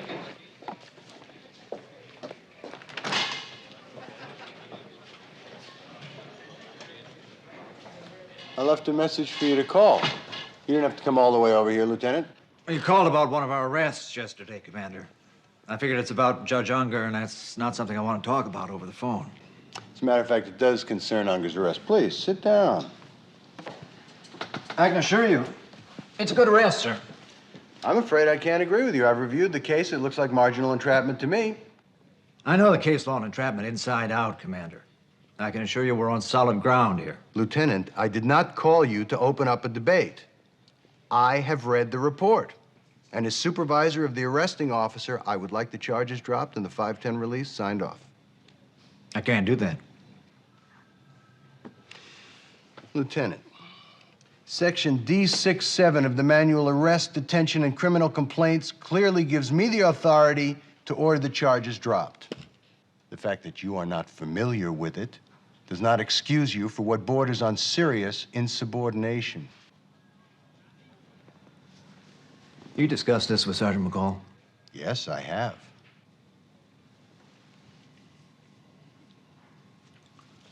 All right, Commander. You can sign the 510 release. It'll be on your desk within the hour.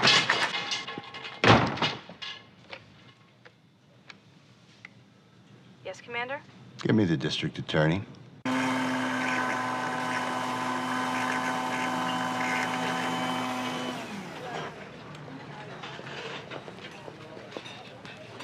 Hey, Charlie boy. How's the high blood pressure? Oh, not good. Sit down. Thanks for coming, man. Freddie, another cup of coffee down here. Make it black.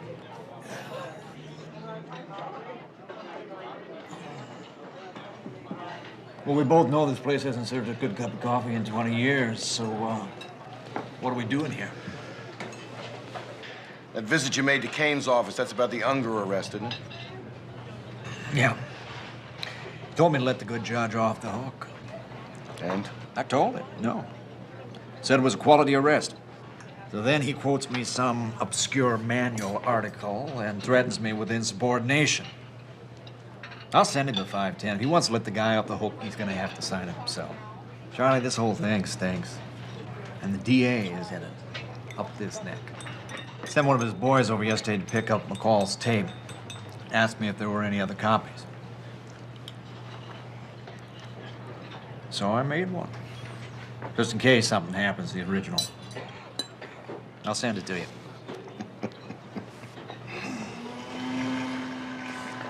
What do you got on your mind? Kane. He's an embarrassment to every decent cop in the department. I just wanted to see where you stood on it. You told me. You be careful, Johnny. You take this to the IA, it doesn't stick. Kane's gonna come after you. I was in his office this morning. He ordered McCall to knowingly disregard the facts of this case. And all to do a cheap political favor for the DA. Well, it's not so cheap. Unger is the governor's father-in-law.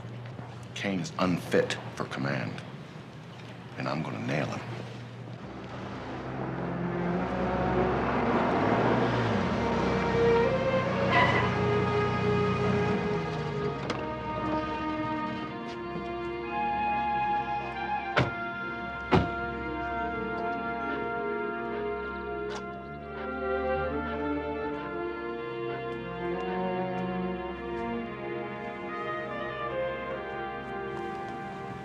Miss Cartwright, I'm Sergeant O'Hearn. This is Sergeant McCall.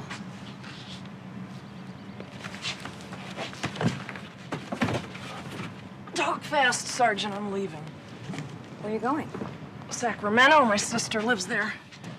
Could we ask you a few questions before you leave? Nope.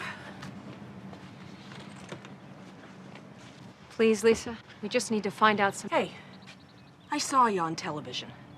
Someone had to die before you people would do something about a rapist, huh? We're not gonna let it happen again, but we need your help. Oh, it's going to happen again. And you guys are no closer to finding that creep than you were 3 months ago. That's why I'm leaving. The last thing he said to me was he'd be back. Well, I won't be here waiting for him.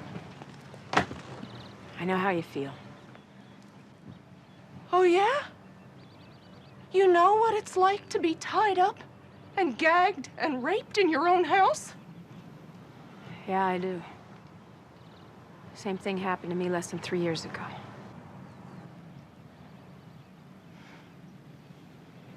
Well, then maybe you do understand how I feel. I bought this house 6 months ago. And now I'm selling it. It's gone. Being in there scares me to death. It's not my house anymore. He took it from me. We're gonna get this guy. Oh, yeah? Well, good luck. Lisa. Goodbye.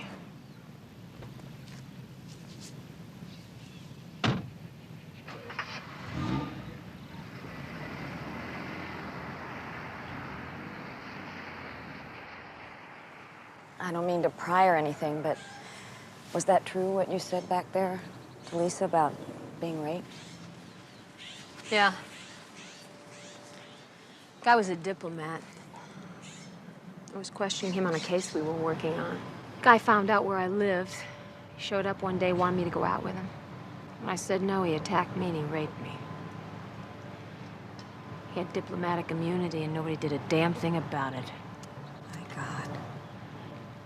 I did the same thing Lisa did. I sold my house to the first people who made an offer. Hey. What did she say? What did she say? She said that she bought her house 6 months ago? Uh-huh. So how many of the other victims do you think bought their homes within the last 6 months? I don't know, kid, but let's find out.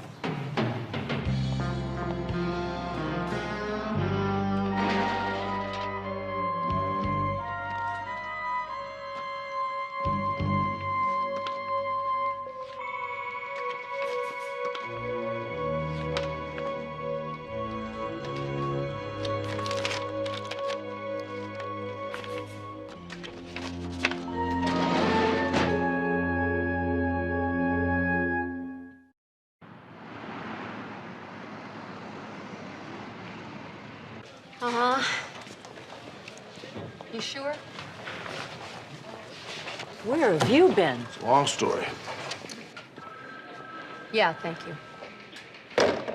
Damn, I thought we had it. All 9 victims bought their homes within the last year. If they had the same realtor, that would be our missing link. The guy would have the key to all their homes. No luck, huh? No, all 9 sales were made by 9 different realtors. McCall? I saw you on television today. You're very beautiful. Thank you. Who's speaking?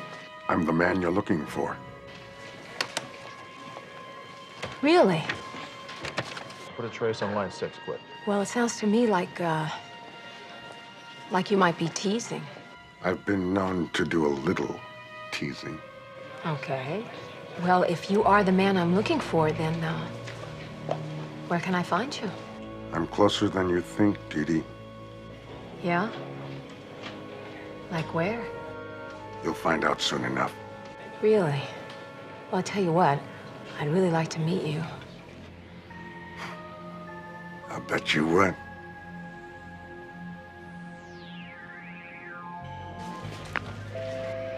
He hung up. What do you got? Run up on me again. Yep. Thanks. This guy's calling from your house.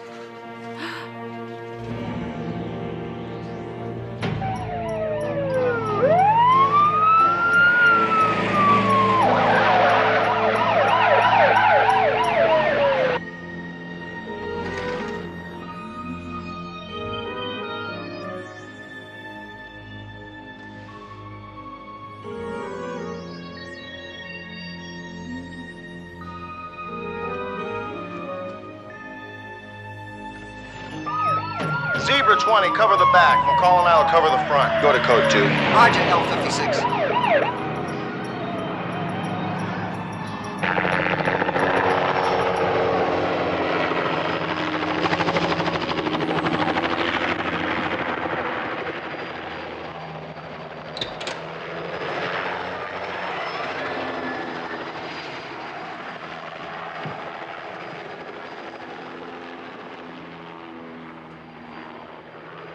Brad, you in? We're in.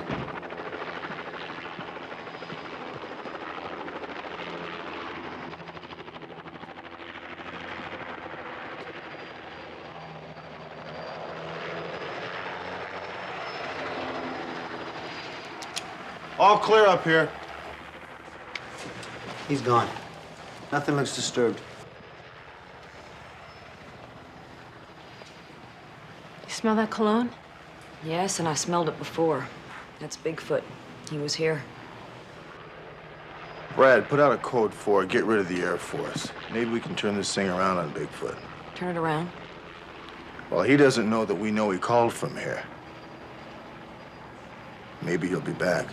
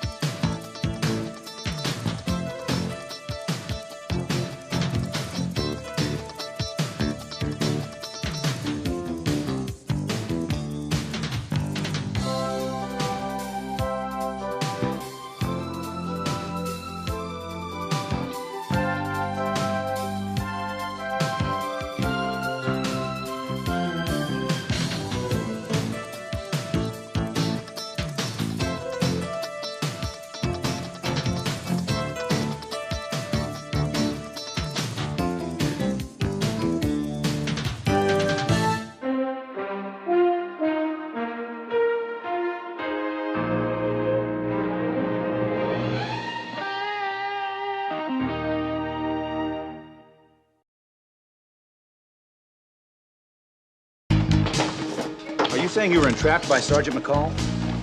Yes, I most assuredly am. Brutally cut up, butchered, some sort of satanic rite. He's a killer! A killer? If you don't go away, Brad, I'm gonna call the police. I am the police! It calls for the sacrifice of the young woman. How many times I gotta tell you, Claire? When you're good, you don't need luck.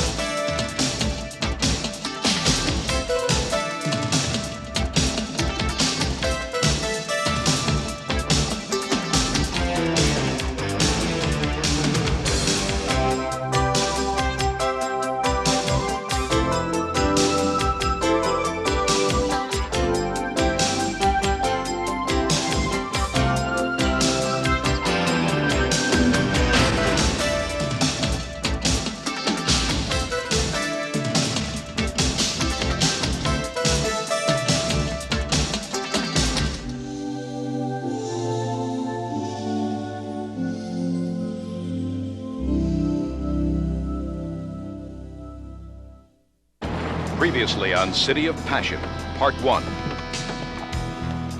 Listen, I am Warwick Unger, Judge Warwick Unger of the Superior Court. You're making a bad arrest here, friend. This is pure entrapment. Take my word for it, Judge. It isn't. When I'm almost out the door, Kane brings up Unger. He wants me to drop the charges. He didn't give a damn about the teletype violation. This whole thing was a charade for Unger. Guy was trying to intimidate me the whole time. Lieutenant, I did not call you to open up a debate. I have read the report. You discussed this with Sergeant McCall? Yes, I have. Kane is unfit for command, and I'm gonna nail him. You be careful, Johnny. A couple of months ago, this guy with the pockmarked face came and picked me up at the Alvarado Motel. They took Debbie, and the man who owned the house was there. He had a knife. They killed Debbie. I work out there, and it's a sewer. By the end of my watch, I am so keyed up. I'm so wound up in... Kathy, I just got to unwind. And you can't unwind with me anymore, is that it? Any sign of forced entry? None. No evidence of any tampering with any of the locks. Maybe he had a key. Maybe she let him in. The murder seems incidental to the rape. Other than that, the MO is identical to the 8 other rapes. The semen on the sheet is type O, the shoe prints are size 14. It all adds up to Bigfoot. We may as well face it. Our serial rapist is now a murderer. I want you four to all work together on this. He is also responsible for the rape homicide that occurred last night. Do you have any firm leads at this time? Sex crimes and homicide detectives are actively pursuing a number of leads. Yes, the specifics of which I cannot discuss. Well, if you are the man I'm looking for, then, where can I find you? I'm closer than you think, Dee Dee. Like where? You'll find out soon enough. Really? Well, I'll tell you what, I'd really like to meet you. I bet you would.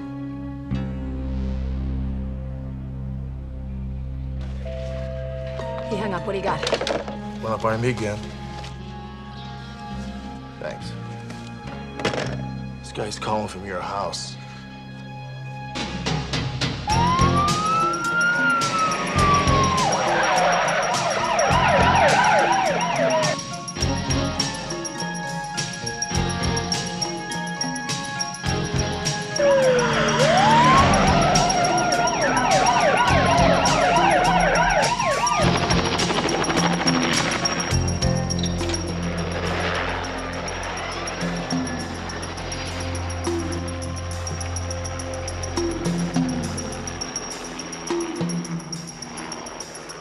Brad, you in? We're in. All clear up here. He's gone. Nothing looks disturbed. Smell that cologne? Yes, and I smelled it before. That's Bigfoot. He was here. Brad, put out a code 4. Get rid of the Air Force. Maybe we can turn this thing around on Bigfoot. Turn it around. Well, he doesn't know that we know he called from here. Maybe he'll be back. And now, City of Passion, Part 2.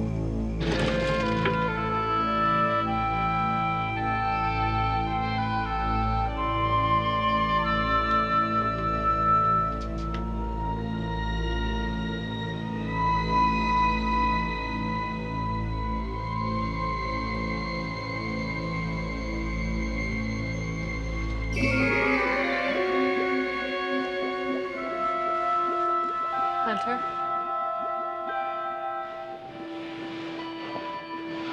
Yeah. He's been through my things. Go to bed.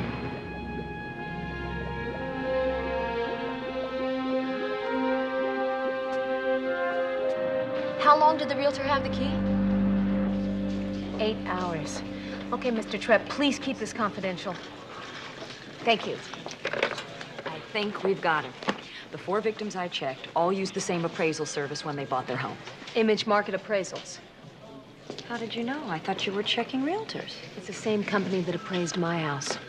Come on, let's go round up the troops. Are you crazy?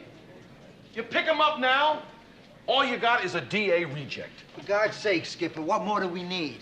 Every victim's home, including McCall's, was appraised by the same guy, Lloyd Fredericks. A male Caucasian, 6'2", 220 pounds, DOB 11-18-51. That makes him Bigfoot. What about the stuff you don't have? His blood type, for example. Well, we do have that, Charlie. The Navy says he has a blood type of O. Also, he wears a size 13.5 shoe. If the shoe fits, Charlie. I still say the DA's gonna throw this one out. All you've got is circumstantial evidence. Meanwhile, what we're doing is alerting him. I agree with Charlie. I think we'd put a 24-hour surveillance on Fredericks and see what his next move is. And we have a pretty good idea what that will be. Yeah, well, I'm ready. Not to mention I'm covered. Not if we put the surveillance on Fredericks. Well, come on, we're on a budget here. We only got so much money, so many men, so many hours. Now, we either cover McCall or we cover Fredericks. Which is it gonna be? Cover Fredericks. I'll change my locks. Yeah, well. In that case, we're gonna need a 24-hour round-the-clock double team, Charlie. Sorry. 1 team at a time, 4 hours at a time. That's all I'm gonna be able to sell Kane. I wish it was otherwise, but it isn't, so let's get on it. Judge Dunker, do you have any comment to make about your arrest in Hollywood? My arrest, Miss Pedrosa, was an outrage. Obviously politically motivated. I've asked for a full public airing. Are you saying you were entrapped by Sergeant McCall? Yes, I most assuredly am. I was flagged down by a woman who, for all I know, was having car problems. And what followed was a pure case of entrapment. Is it true you stepped down from the bench? No, it is not. I am on leave while the circumstances are being investigated. I'm sure it won't take District Attorney Bendici very long to settle it. Thank you very much. Judge, can you tell us why you were in the area to begin with at the time Whose great idea was it to give us the point with Fredericks from 3 to 7? Well, it doesn't make any difference. We'll have breakfast at your house. Oh, great. Why's that? Well, because, you haven't changed the locks, and, besides, you get the couch tonight. Great.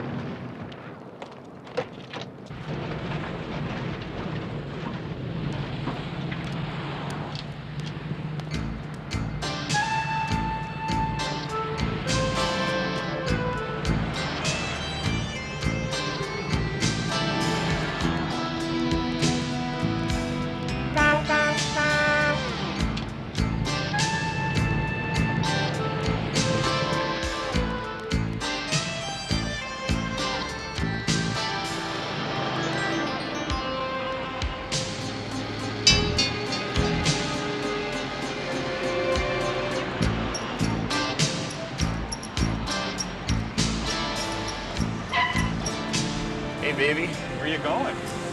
Anywhere. I guess you could say I'm just looking for a little fun. Come on in.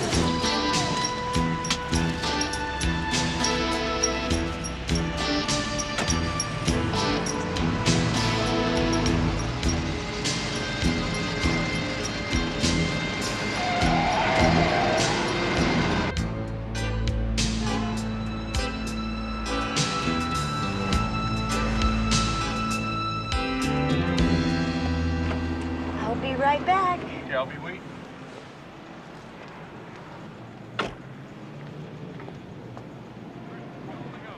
Just shy of the 6-yard line. First and goal to go. Just shy of the Pittsburgh 6. I need a room for an hour. You got an opening, mother? As a matter of fact, I do. Our eye setup. Cullen Bryan the fullback. Gooman is the right halfback. Charles White the tailback. You know, it's really funny how she looks like Andrew Jackson. Look at that. Gives to White. Spins off a man to the 1-yard line. He's down to the 1. It is third down and goal to go. And don't mess up the sheet. Here comes Graham. Dill's back to throw. Looks, loops it into the end zone. Caught for the touchdown by James Mc...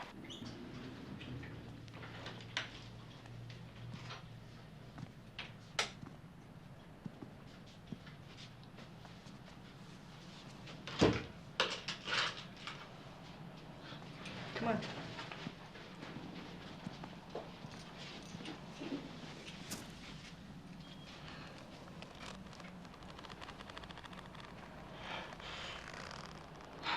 Maybe we should do something that doesn't require us getting undressed. Whatever turns you on. Look, I really like you, but I got expenses, you know? Oh, sure. I'm sorry. How much? $50. 50 more? I just gave you 20. Hey, what's going on around here? Police, open the door. Oh my God, he's lying. He's a killer. A killer? Open up! Open up! The girl's not here. She went out the bathroom window. I'm calling the police, you little whore!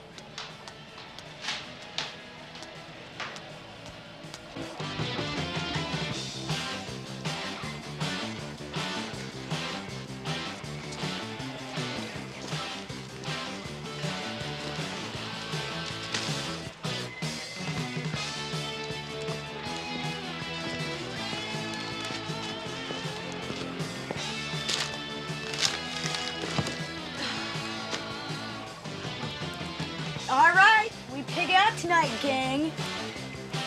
Check it out.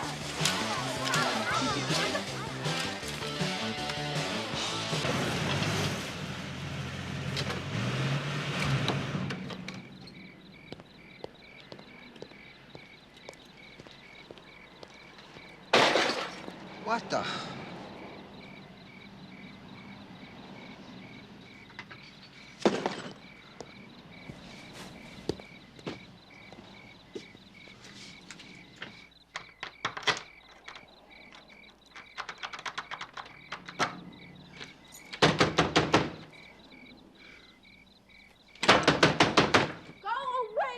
What's going on? What the hell's going on? I don't want you here anymore. I've called an attorney. An attorney? Who? Mike Snow. Snow? He's no divorce attorney. Oh, he is now. You're crazy. Open the door. If you don't go away, Brad, I'm gonna call the police. The police? I am the police, and this is my house. What is wrong with you? You! You're what's wrong with me. You're never gonna change. And I cannot live like this anymore. Just get out of my life. Go away. Go away? Okay, you got it. Just like that, go away. You bet your attitude I'll go away. High and dry, that's how I'm gonna leave you. We'll see who can't take it.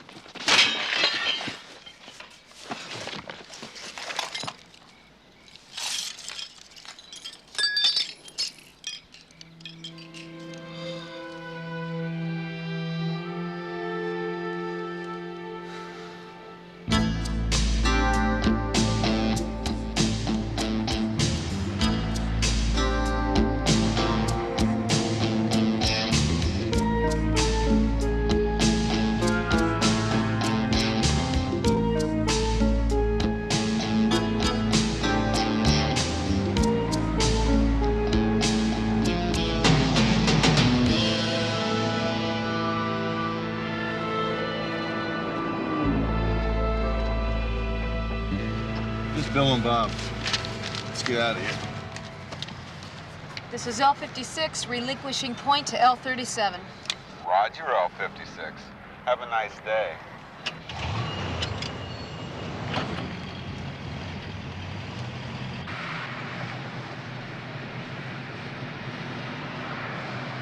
Staff 1, contact Command Central on the Delta frequency.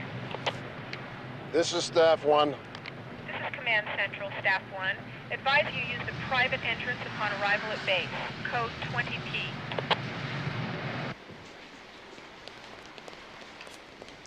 This better be good, Lieutenant.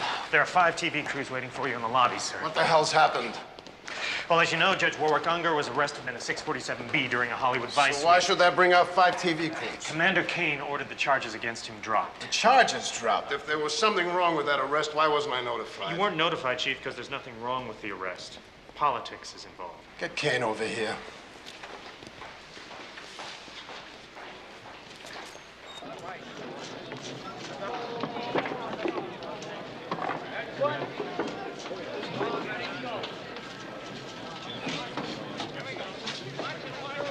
Looks like half the press in the city's out there. They must have heard about Brad being thrown out last night. What's going down, Lieutenant? Oh, Kane's got something stirring. What's the status on Fredericks? Well, we watched her come home from work, and then we watched him go to work. He was still there when we were replaced by Denley and Roswell. Well, I talked to Department of Defense this morning. Fredericks got the boot from the Navy for aggravated assault against a woman. Yeah, well, that makes sense. Rape isn't a crime about sex anyway. It's a crime of violence.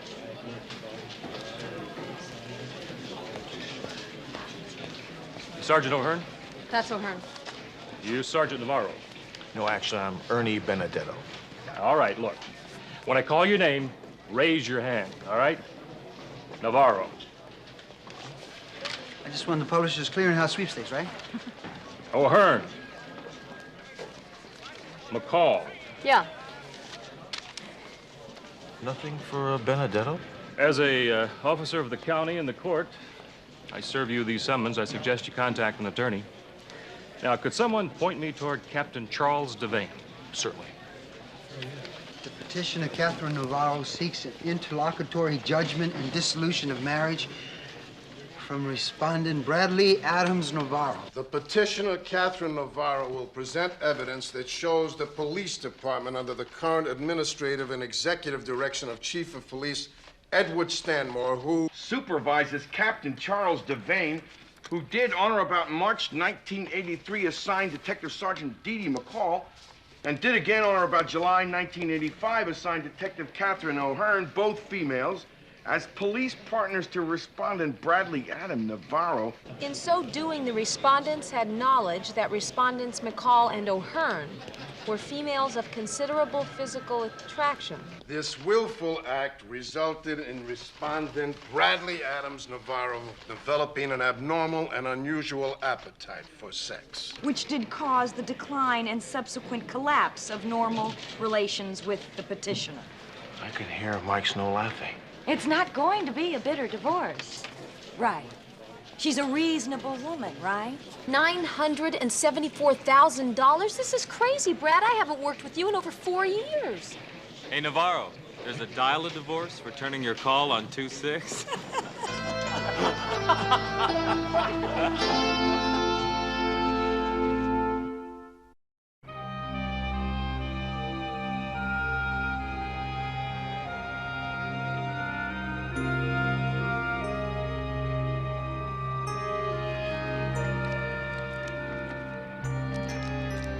I thought about seeing an attorney, but I don't think Kathy Navarro is serious about this lawsuit.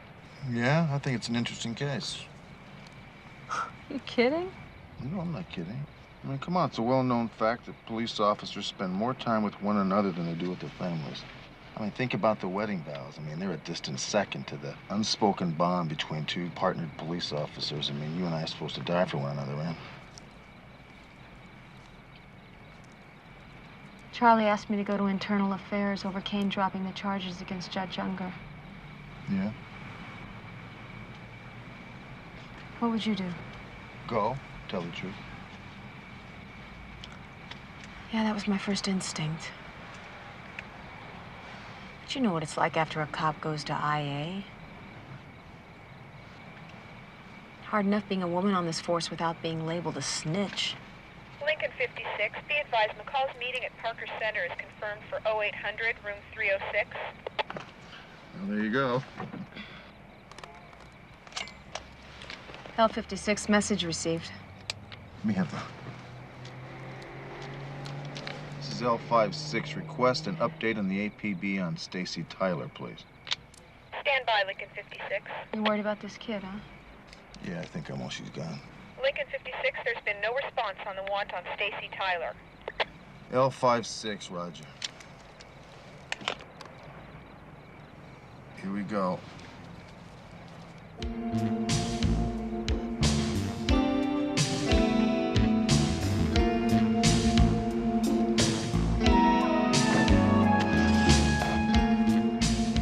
This might be a lucky night.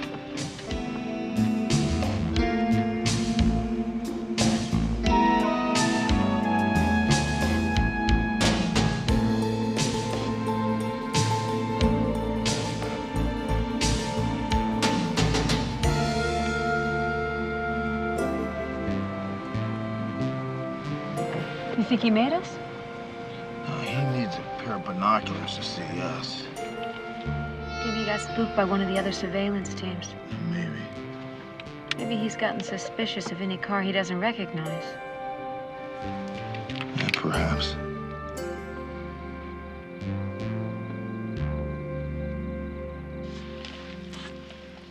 If you want to drink it all, Jamie, still your own.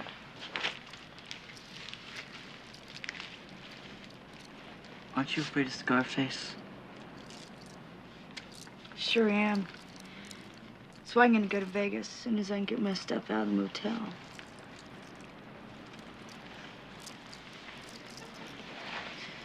It's a lot warmer in Vegas, you know.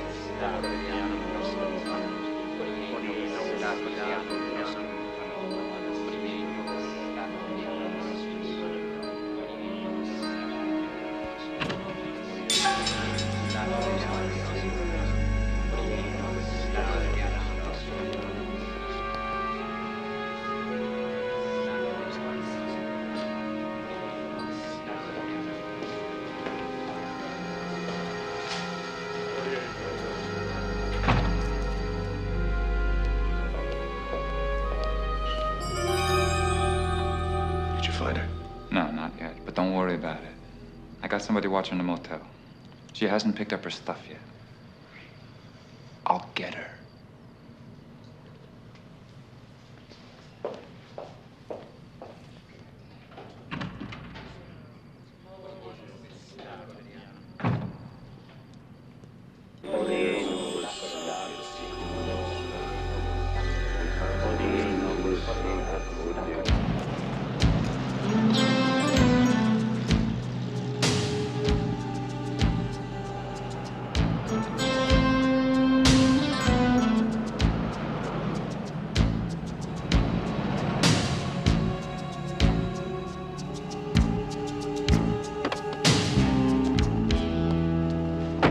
Hey, police are looking for you, and they told me to call them when I saw you again. I don't want no trouble, so I'm putting you on notice. Can you at least give me 20 minutes, Sam? 10. I don't suppose I could have a refund. You suppose right. Now it's 9 minutes. Okay.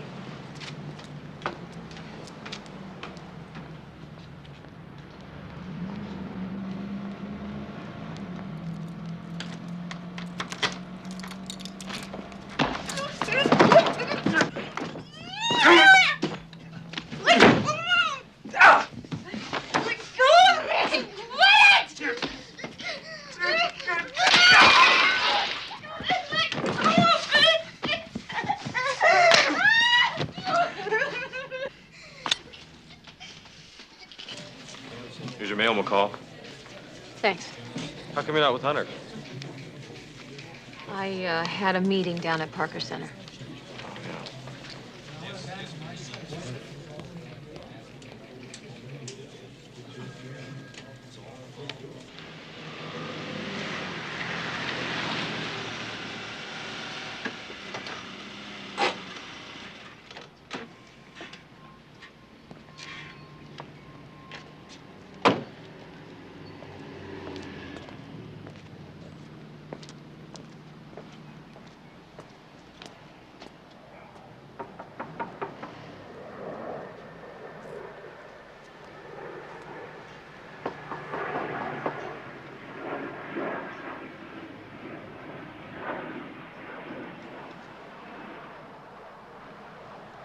He's using his key. He's going in. Roger, 5-6. We're on Elm at Shadow Drive.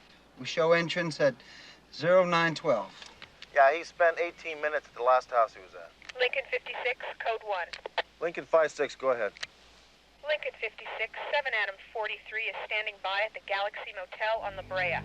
They have a 187, a female juvenile. A business card with your name has been found on the body.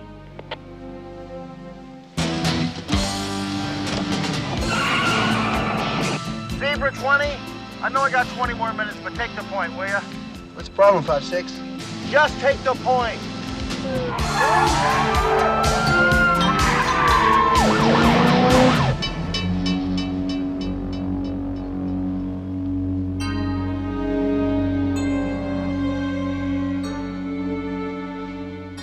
Found a gun in one of her bags. Put a make eye, will ya? Any witnesses? Yeah, a guy in a service station across the street. Don't touch anything, I'll be right back. Yes, big ugly man. Park here, or watch motel. I tell him go. He say, get lost. I get lost. Did you see him go into that motel right over there? I see him go. I see him come back. What kind of car was he driving? Lou, a Lou Ford. I smell rat, you know? So, I look at number on plate. 540. Then customer blow horn. I go, I come back. Car gone. You sure it was 540? I'm very sure. You remember the letters? No. Can you remember if they were before or after the numbers?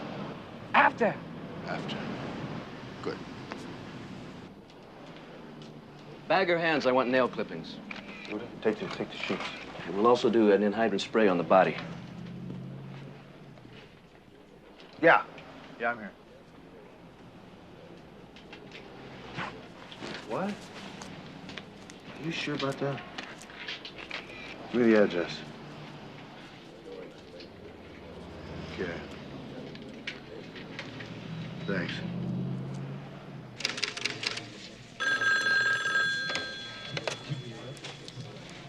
Homicide, McCall. McCall, Hunter. Stacy Tyler's dead. We found a gun. Guess who it's registered to? Your very good friend, Judge Warwick Unger. I'll pick you up in 15 minutes. I think you'd probably have better luck with the judge if you went by yourself. Maybe you're right. I'll call you. Yeah.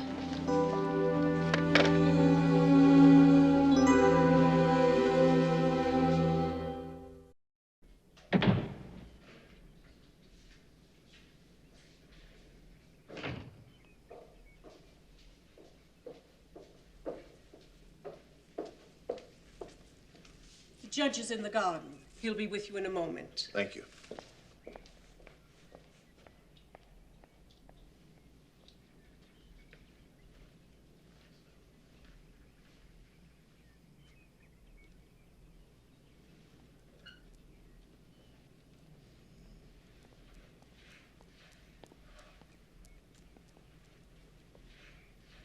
May I help you? Well, I hope so. I'm Sergeant Hunter, Metropolitan Police. Well, what do you want? Well, I'd like to talk to you about a gun you own. A gun? Yeah. Stay.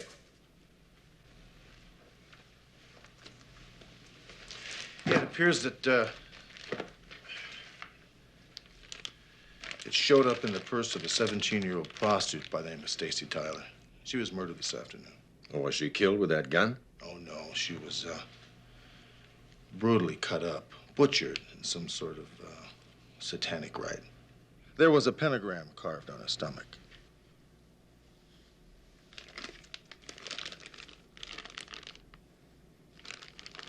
Well,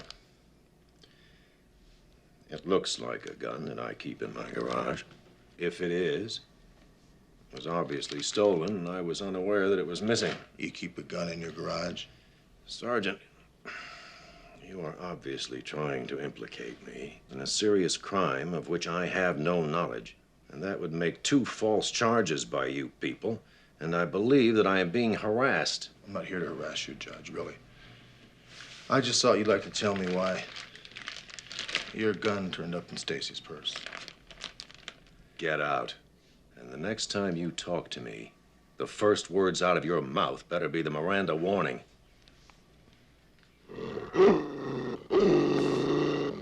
A movie more I shoot him. Damien.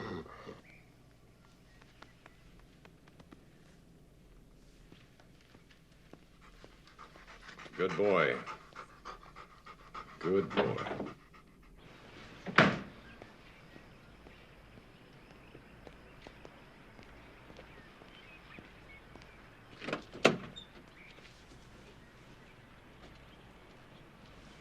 Lincoln 5-6, patch me through to Sergeant McCall, please.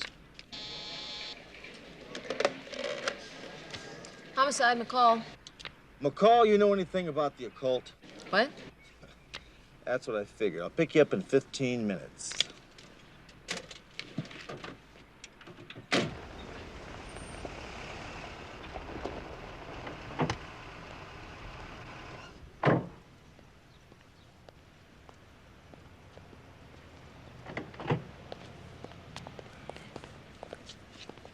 It's all right, Howard. I know the man. Go on up. I'll only be a minute. I told you I had no time for a meeting, Commander. Well, you better make time. Sergeant McCall went to Internal Affairs. They're bringing me up on charges. The internal affairs of your department is not judicial in nature. It's administrative. My office has no jurisdiction. Don't hand me that crap. You can help me and you know it. Commander, my office is always open when an officer needs help or advice, but as I just explained to you... Yeah, your advice is what got me into this mess. Now, wait a minute. I called you because a member of the judiciary was arrested, and as district attorney, I was trying to get at the facts. You called me because you were looking for a favor. Your exact words were, if I can get the charges against Judge Unger dropped, the governor would appreciate it. I keep very careful notes of my calls regarding matters like this, and I said nothing of the kind. Come off it, friend. I keep notes, too. Cool off, Commander. Try to remember this. The district attorney's office decides whether or not a criminal charge is filed against anyone. So just stay cool. If it becomes a criminal matter, you have a friend in me.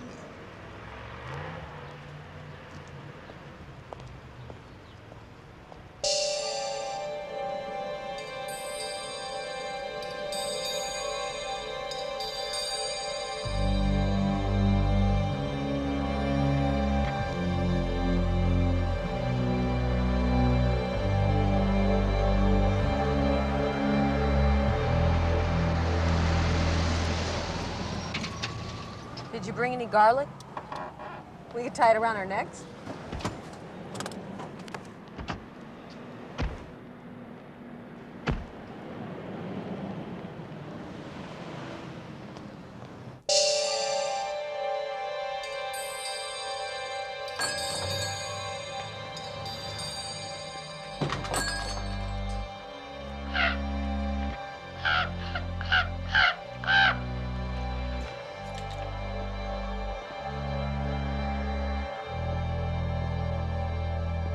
That's a nice crow you got out there. It's a raven, my friend. Crows are in cornfields. Ravens are, well, they're ravens. How may I help you? Well, I got a friend who has a human skull with a dagger through one of the eyes. Does it have 2 intertwined snakes holding a single red stone? That's it, yeah. It's the eye into darkness. All priests of the inner court have one. Priests of the inner court?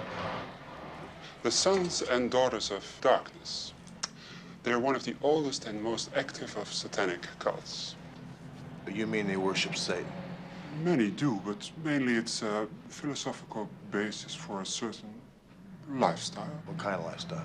I would say a free one, liberated. Others might call it bizarre, even kinky.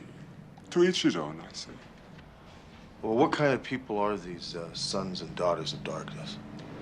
Membership is secret, very exclusive. Some are doctors, attorneys, other professionals. It's not a poor man's activity, you know. Some of the rituals are quite elaborate. And I might add, not inexpensive. If somebody had one of these eye into darkness skulls, would they be a member? It would only be an indication. Some of us are mainly students of the occult. I heard of a ceremony out in the desert a couple of weeks ago involving a lot of people, mostly men and women, and some very young girls. Your friend sounds like he's into a very heavy group. 2 weeks ago was the annual celebration of the 13th moon. It calls for the sacrifice of the damned. Sometimes a woman. What are you saying? That sometimes these people use human sacrifices? One hears talk. I don't really know. Well, thanks for your time. Appreciate it. I'm here to serve.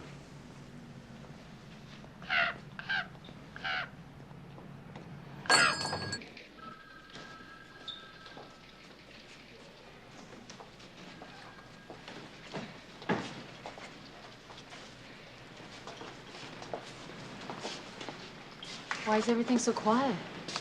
Commander Kane has resigned.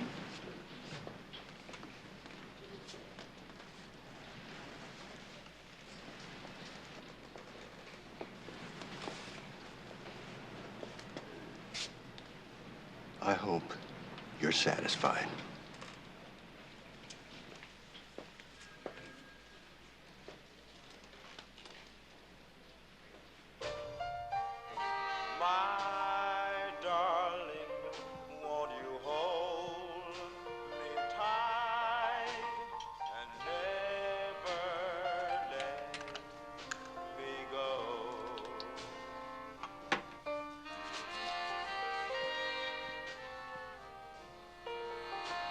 You're going out?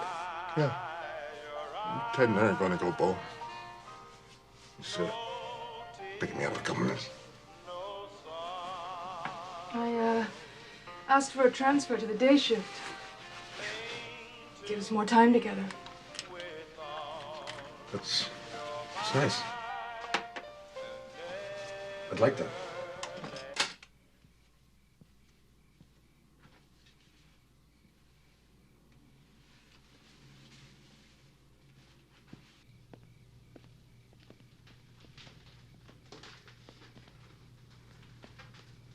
The ER crew's having a barbecue on Sunday.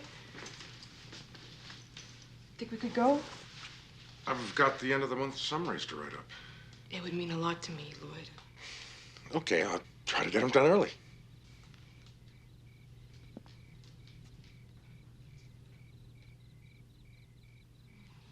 Good luck with your bowling. How many times I gotta tell you, Claire? When you're good, you don't need luck.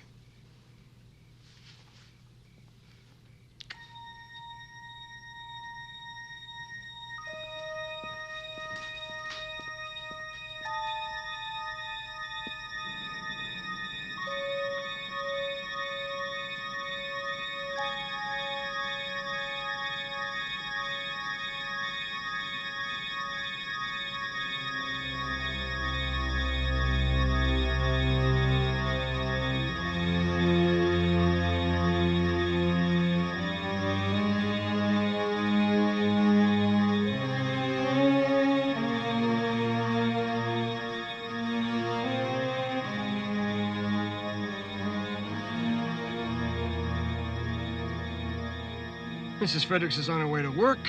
Suspect came out, kissed her goodbye in the doorway, and then went back inside. Probably the highlight of our night. Does the car have a full tank? Okay, have it ready for me in 20 minutes.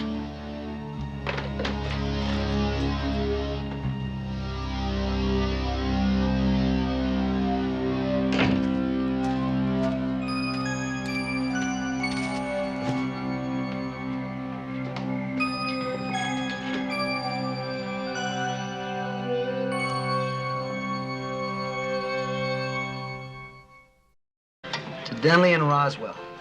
May they catch Fredericks in the act tonight. Here, here. You know, I had a funny thought about that guy. This should be interesting. Well, it wasn't exactly funny. You know, sometimes you sound just like a woman. What if it's not him? Did you ever think of that? I mean, maybe we're following the wrong guy here. If I thought there was any possibility of that, I would insist you stay with me tonight. Oh, with me? Oh, please. When are you going to get off this macho kick and realize we're all cops around here, huh? You know, she's right. We're all cops. We've all had the same training. We're equals. Thank you. But only two of us are wearing pantyhose. Oh, to the moon, Alice. You wearing pantyhose? Hey, Lieutenant, assault and battery on a police officer. Forget about it, Navarro. You've already got the department involved in one lawsuit. Hey, I'm an innovative guy, Lieutenant. You've heard of alimony and palimony? Well, now I've introduced police-amony. Hey, that's very good. When it's all over, maybe you'll still have a job amony. Or maybe you'll like this one better, Hunter. You remember that 3-digit license possibility you requested on the blue Ford? Yes, I do. Well, they've come in. All 2,752 of them. The printout's waiting on your desk.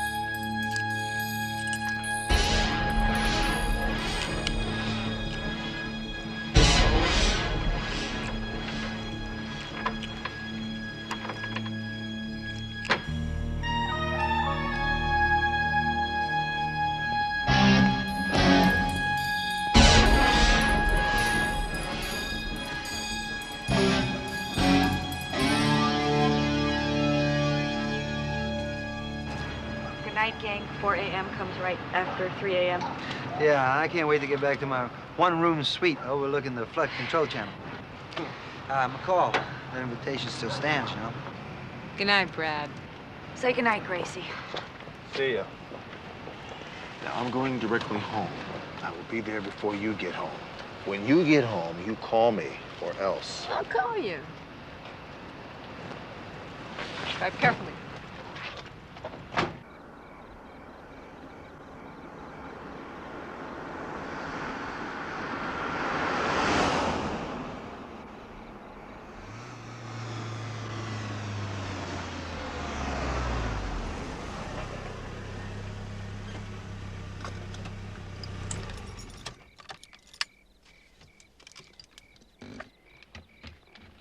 Zebra 30, this is powder blue. Base 20. Anything stirring? Negative, powder blue. All's quiet. Okay. Give me a landline if anything happens, all right?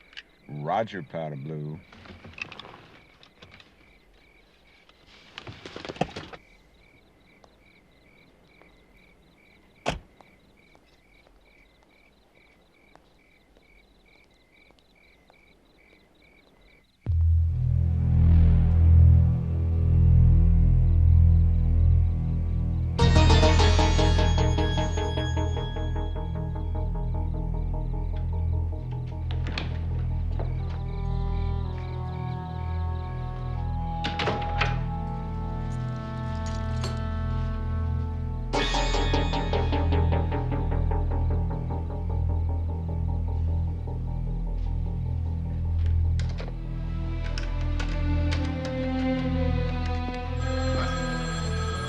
Time.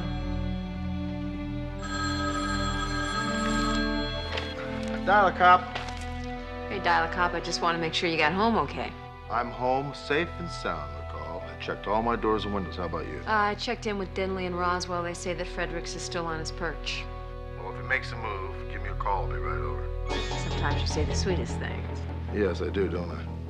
Good night. Night.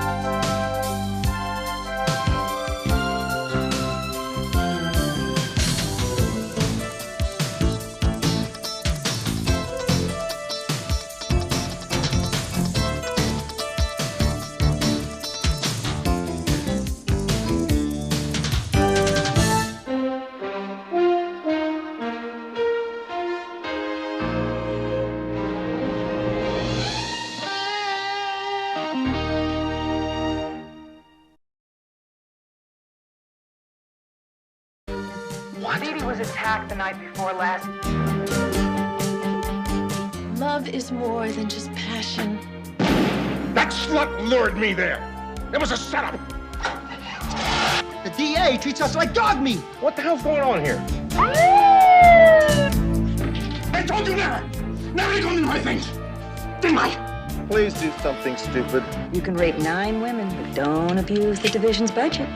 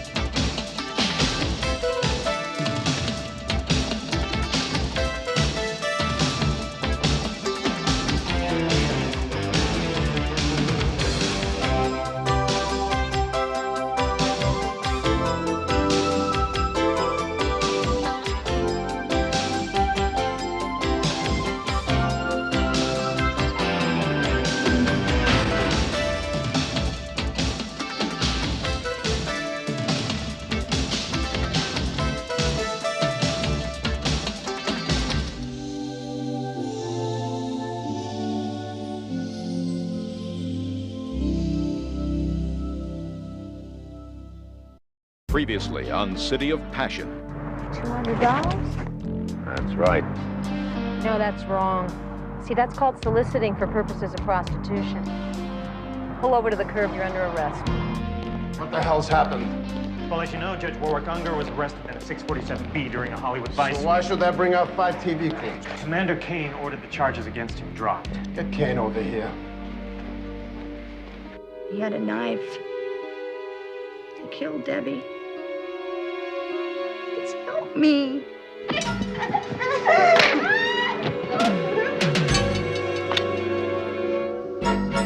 What do you want?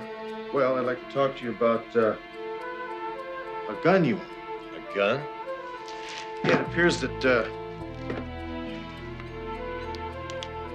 showed up in the purse of a 17-year-old prostitute by the name of Stacy Tyler. She was murdered this afternoon. Was she killed with that gun? Oh, no. She was brutally cut up, butchered, some sort of satanic rite. What is wrong with you? You! what's wrong with me. You're never gonna change. And I cannot live like this anymore. Just get out of my life. Go away. For God's sake, Skipper, what more do we need?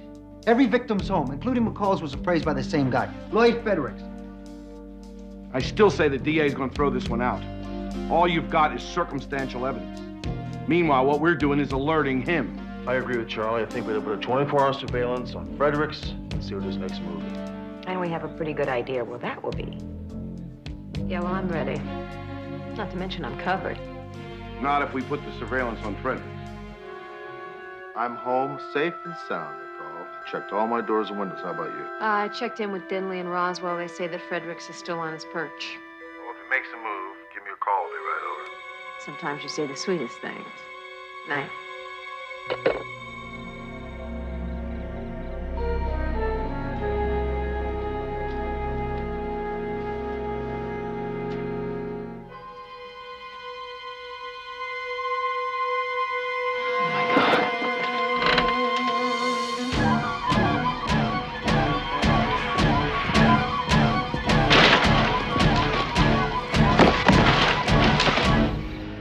And now, City of Passion, Part 3.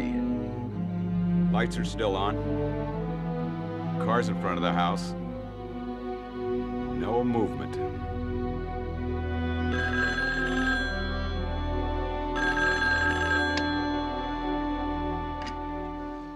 This is Dr. Paxton. Dee Dee, where are you? I'll be there in 10 minutes. Just don't move. Well, you have 2 broken ribs, a dozen contusions, some severe abrasions, and a probable concussion. Most of the abrasions are on your inner thighs, Dee Dee.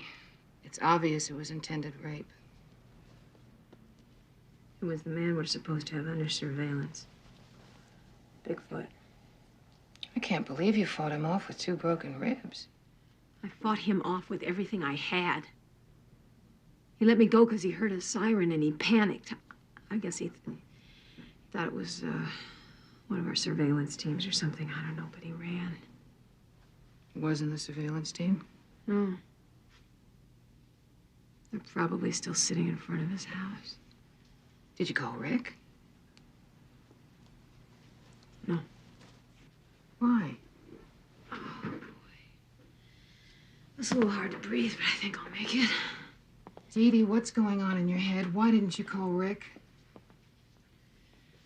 Because I didn't report the rape attempt. I'm not going to. For God's sakes, why not? I didn't see his face, Beth. The guy's big. He stinks like cheap cologne. We already know that. So what happened only matters to me. Do you understand? I don't have anything new to put into the report. Nothing. He attacked you and injured you. You have to report it. You know what half of my division is going to think? They're going to think that I was lying. They're going to say, I'll bet she was raped. She's too ashamed to admit it. You know what some of them are going to say? They're going to say, I'll bet you she asked for it. Same thing happened before, you know, a couple of years ago. It's exactly what's going to happen to me if I report this, and there's no need to do it. Dee Dee, Rick is your partner, your friend. I cannot risk involving him in this, Beth. Don't you see? The failure to report a felony is a serious offense. They're going to fire me if they find that out. If he knows about it and he goes along with it, they're going to fire him too. You're reliving the trauma you went through 2 years ago. It's almost as if you were raped again. You're behaving as if you were.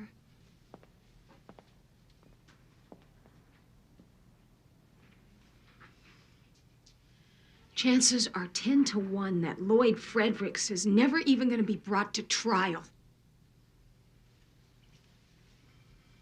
If that happens, I swear to God I'm going to do something about it.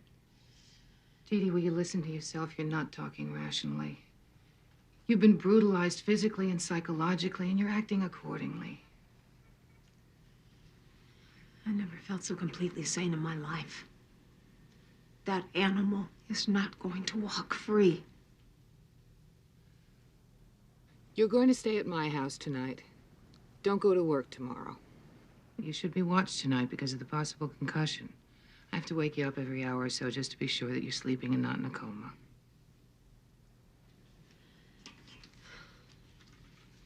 won't go into work, but, I think I should be home just in case Hunter calls. I'll take you home in the morning early.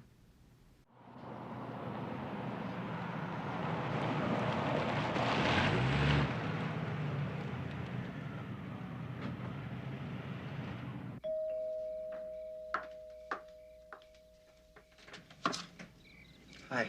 Bet I'm the last person you expected. Brad, I quit being surprised by anything you do a long time ago. What do you want? See? No weapons. I come in peace. You're not supposed to come here at all. I need the renewal notice for the Jeep's license. Where? Can I show you?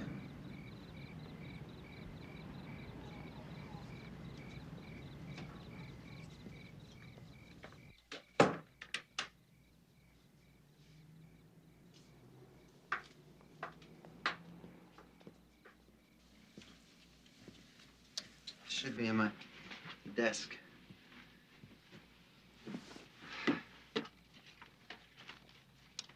It's in here somewhere.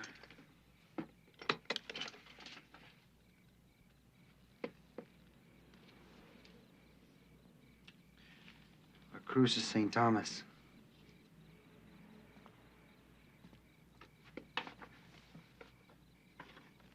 Hey. Remember this bikini, Mrs. Navarro? In that remote beach? I remember what you were wearing when you took that. Those were the good times.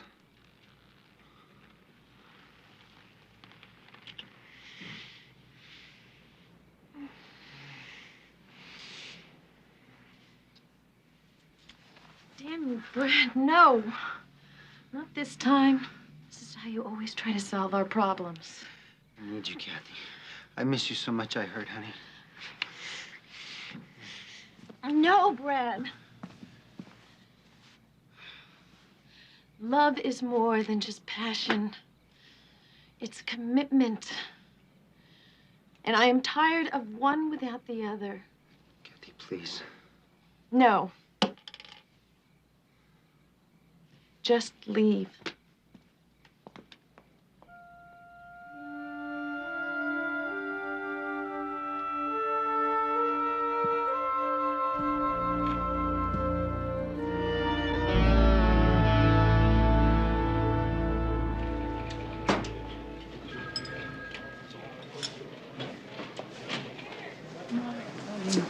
Any movement on Fredericks? Denley said it was lights out at 11 like usual.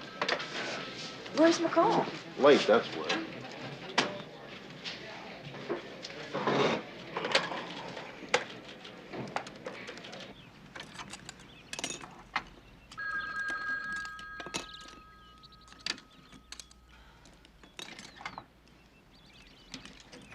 Hello? Hey, I thought we had a date with a rapist this morning. Hi. I was just about to call you. I've been up most of the night. I talked to Dr. Paxton, and she says there's some kind of flu bug going around. I guess I got it. Well, that's too bad. Our new commander showed up this morning. Really? Who's that? Jason Stone. Yeah, I've heard of him. So what's the latest on Fredericks? Well, no movement. You don't sound very well, do you? Navarro, Denley, O'Hearn, Hunter, McCall. Briefing room, 5 minutes. I gotta get going. Get some rest. I'll call you. Yeah.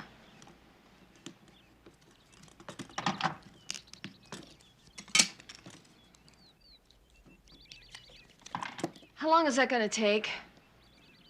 10 detectives on this case for 5 full days and nights. And we've got zip. We're up to our tombstones in gang murders, robberies, freeway shootings.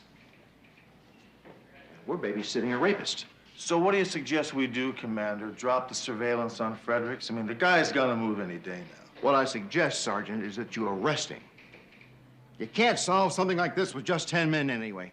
10 men is all Commander Kane would approve. And damn it, that's 10 too many. Or it's 10 too few. Then give us 10 more. I'm sorry, Captain, we haven't got the manpower. Now bring the creep in. We arrest him now, we risk a DA reject, and all we're doing is alerting the guy. You know Fredericks is guilty. You convinced me he's guilty. Now, it's about time we let the DA spend some of their money on the problem. Look, Commander, tonight is the third night of Bigfoot's strike pattern. Is one more night gonna break this department? Okay, but if he doesn't move tonight, I want to be introduced to him first thing in the morning.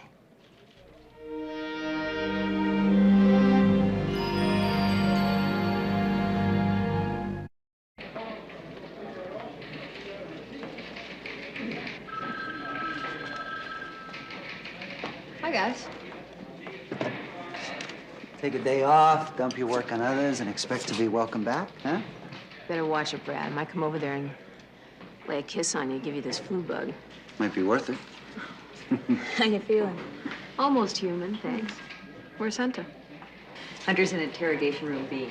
He's running a tape. Really? Sounds serious. What's going on? Lloyd Fredericks. We arrested a dirtbag this morning. What, Fredericks hit again? No, this is worse than rape. Too much overtime. You can rape 9 women, but don't abuse the division's budget. Dee Dee, are you okay? Yeah, I'm just, I'm surprised, that's all. Was that a Tuesday? Because I told you I bowl on Tuesdays. Was it? 17th was a Tuesday. So then I went bowling. Doesn't make me a rapist. Who'd you go bowling with? I went by myself. You went bowling by yourself. Sure. A lot of people do that. He's wearing People that same care cheap about cologne bowling. he was wearing the night he phoned from your house. If you don't believe me, ask the manager of the bowling alley. I bowl there all the time. He'll confirm I was there. What's his name? Mike, I think. Yeah, Mike something. Mike something. Not exactly close buddies, are you? Hey, look, my life is an open book. In my Is job, she all right? I have to keep a record of everything I do. Every appointment. Still fighting the flu.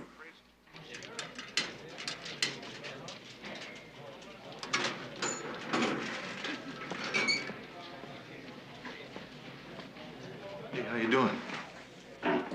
Semi-rotten. So you got Bigfoot, huh? Yeah. He's talking, but he's not saying very much. He hasn't admitted to anything? Nothing yet. I think Charlie's gonna give Brad and Kitty the case. I guess it means we're done with it, huh? It looks that way.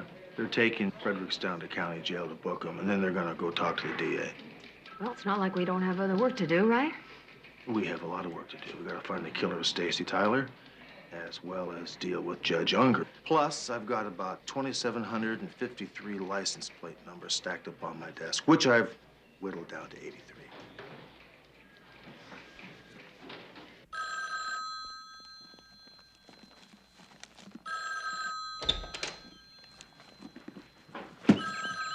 Hello.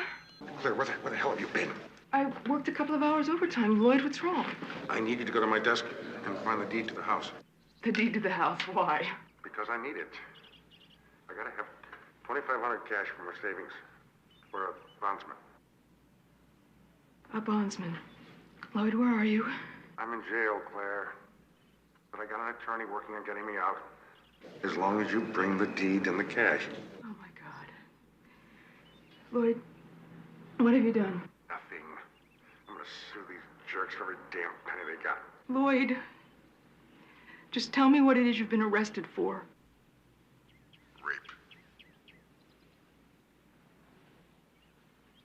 Claire? Claire?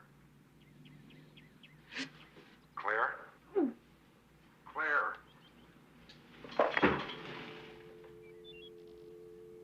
Now, you're positive that this is the same man that you saw? No doubt. He's same man. Scars. No forget scars.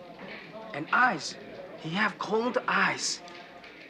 Mr. Ho, you hit pay dirt for us.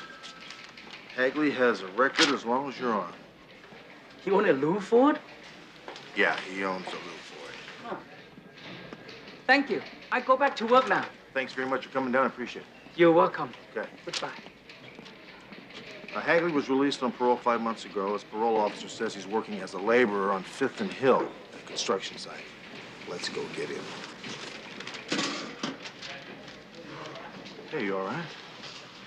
Yeah, I just, I got up too fast. Yeah? Well, you're still sick. Why don't you just relax? I think I should go with you. I'll be all right. No, I think you should stay here in case I need you. All right? Right.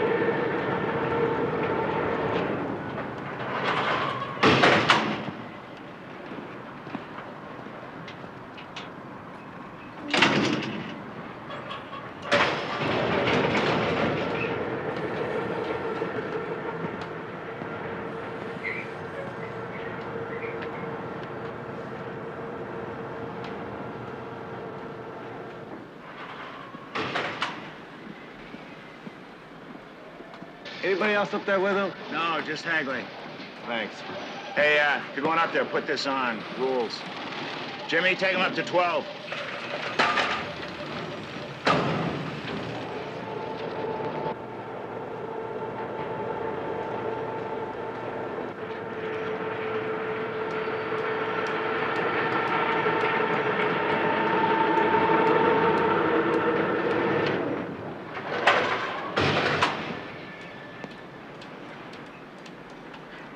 Okay, take this thing down 3 floors and wait for me. Don't come back up until I call for you.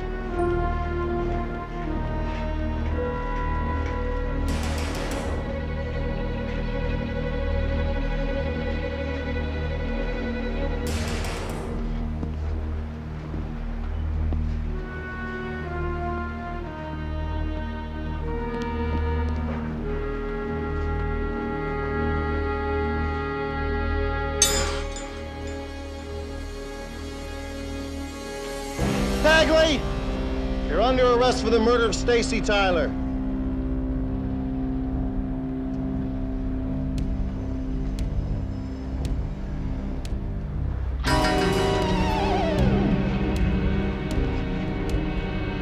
Please do something stupid.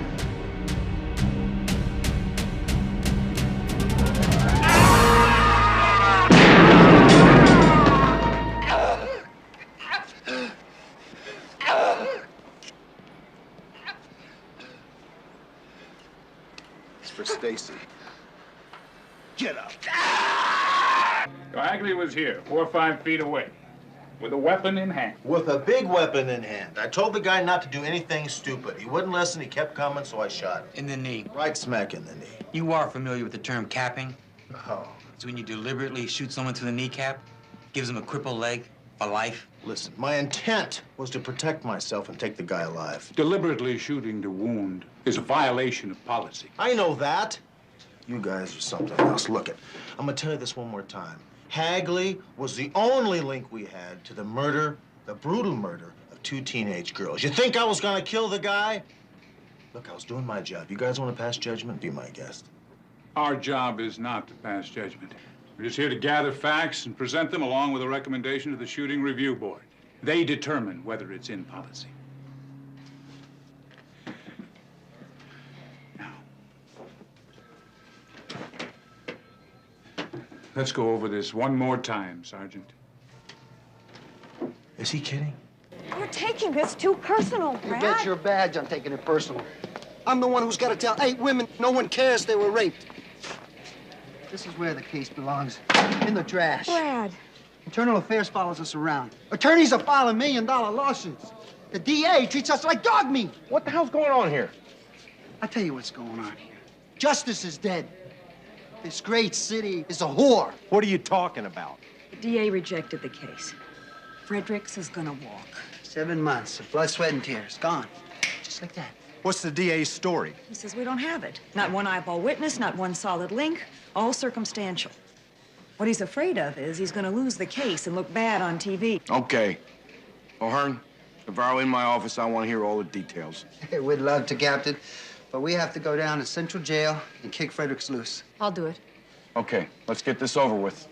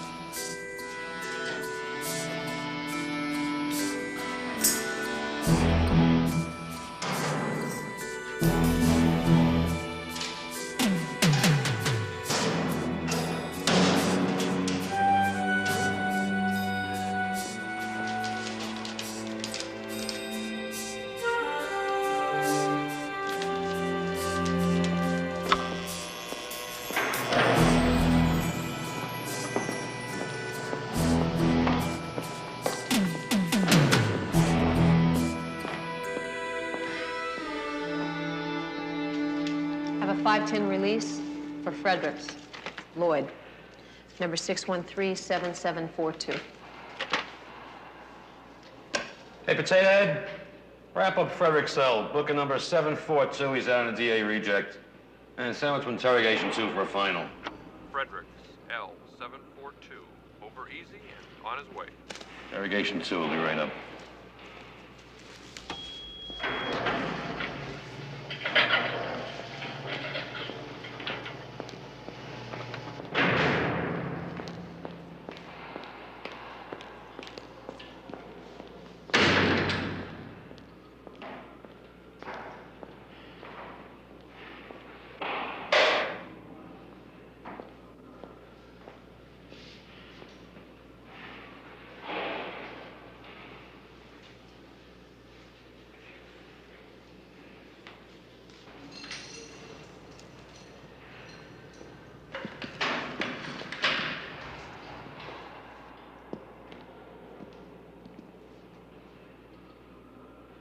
Sit down.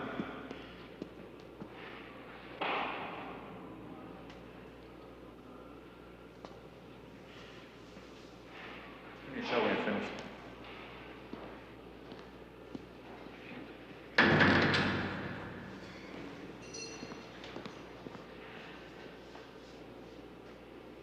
Mr. Fredericks, I'm Sergeant McCall. I wasn't there when they brought you in this morning, but I'm bringing you good news. You're being released. My wife got my bail? No, bail isn't necessary. The DA reviewed your case and determined that there's insufficient evidence to take you to trial. In other words, they got nothing on me. Basically, that's it.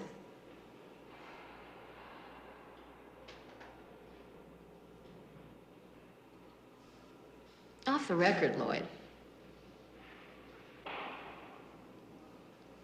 Aren't Aren't you sort of, flattered to know that you've had your way with 9 women and not one of them ever identified you? Maybe they didn't accuse me because it wasn't me. Maybe they enjoyed it. Yes.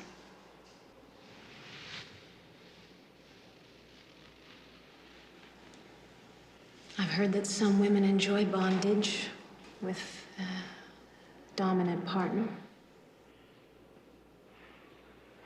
Ever tried it? That's for me to know and you to find out.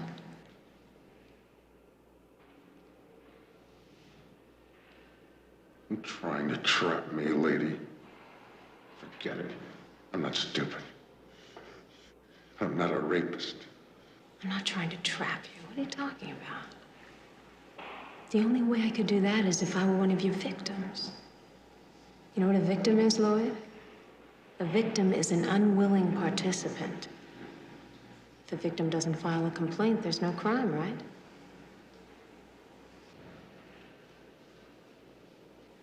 You do understand what I'm saying, don't you?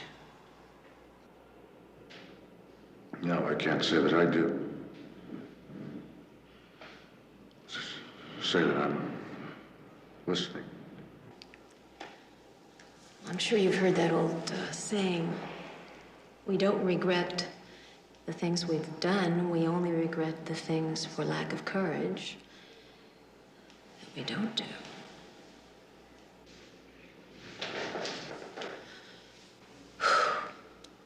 So hot in here.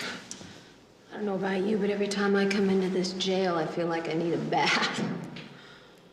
Thank God I have tonight off. I'm just gonna go home and take these clothes off, get into a nice bath.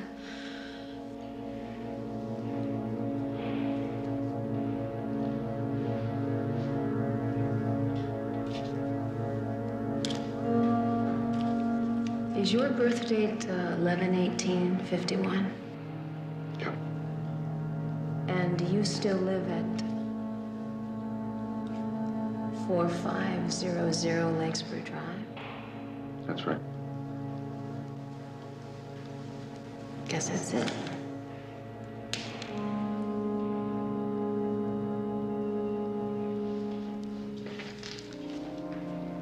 Lloyd.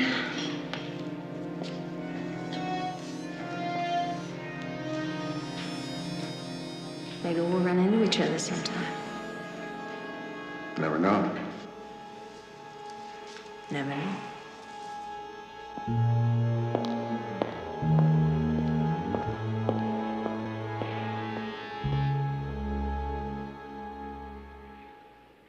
We have an eyewitness that says you were in Stacy Tyler's room at the Alvarado Motel. The one thing that really puzzles me is why Judge Unger would want Stacy dead. Judge who?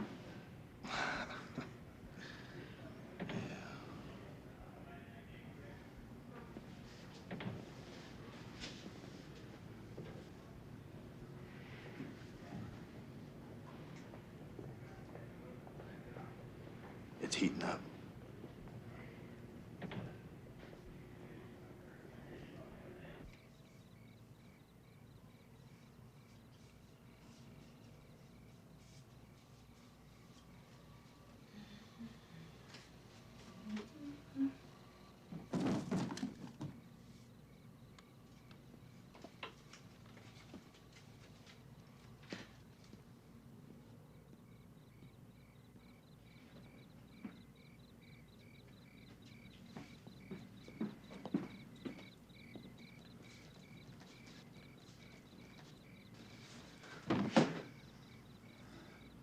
I'm home, Kathy.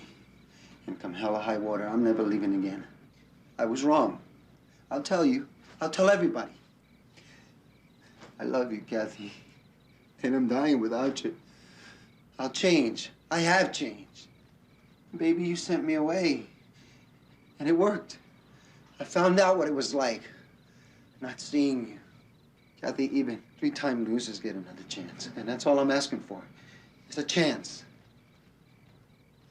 Let me come home, okay? Let me prove to you that I've changed. Because I have. And I love you.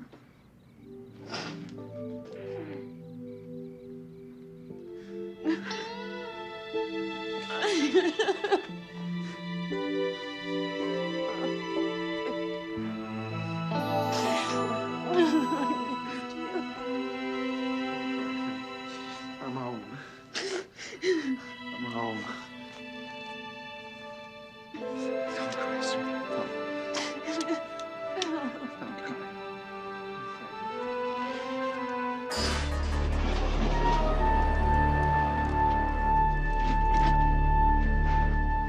Do you think it's wise to go out after what happened?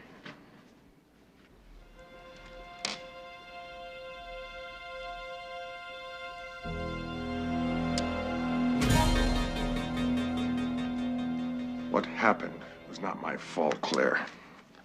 And after 12 hours in that jail, I just gotta get out for a while. Lloyd, why did they think it was you? Claire, they made a mistake. That's why they let me go.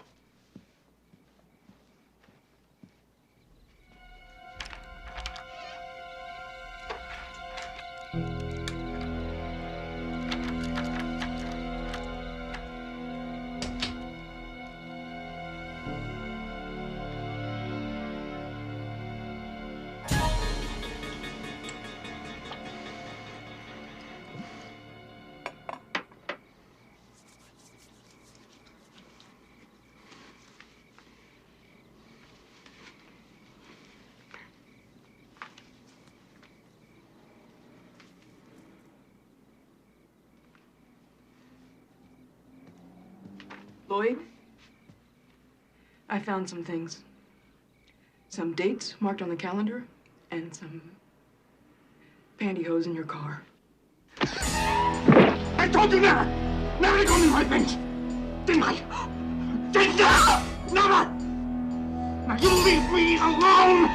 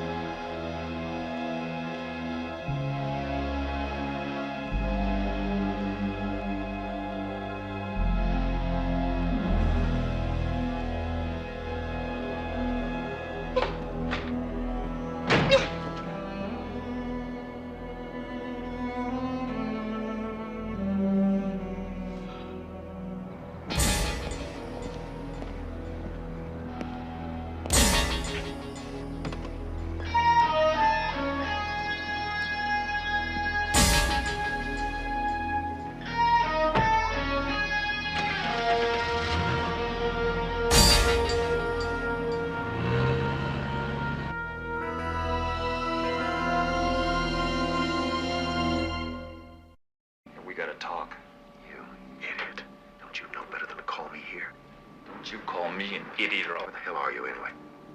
At a county hospital in the jail ward. You moron. They don't have phones in county jail wards. I'm trying to tell you, that cop, Hunter, he knows. He knows everything. Don't say another word. I'll take care of it.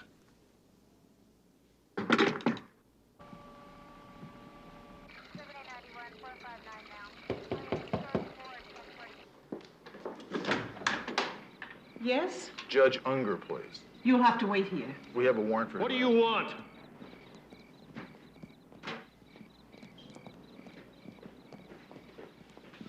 What the hell are you doing here? I thought I told you. I know what you told me. You have the right to remain silent.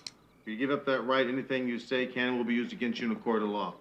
You have the right to have an attorney present during questioning. If you cannot afford an attorney, one will be appointed for you. You understand these rights as I've explained them. What's the charge? Murder of Debbie Keelan. The accessory to murder of Stacy Tyler. I want to speak to my attorney. I think you should.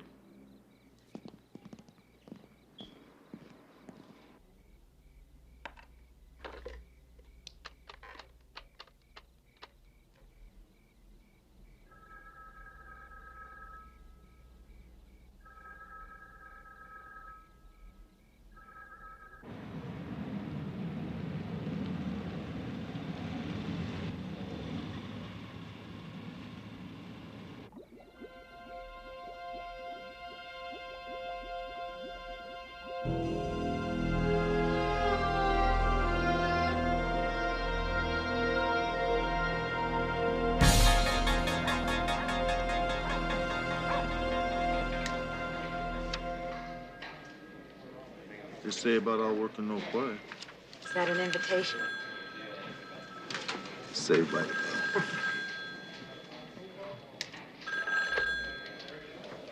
Hunter, homicide. This is Dr. Paxton. I'm worried about Dee Dee. Hey, what are you worried about? Oh, I called twice and got no answer, and then I called again, and the line was busy. And when I checked with the telephone company, they said that the line was off the hook. Well, maybe it was off the hook. Maybe she wanted some privacy. She's done that before. No, I don't think that's it. I know that's not it. Well, then what is it? I just think you ought to get over there now and fast. Dee Dee was attacked the night before last and almost raped. What? By the man that you have under surveillance. I'll call you back. Call Frederick's house, see if he's home. Why? What's wrong? Just do it, will ya?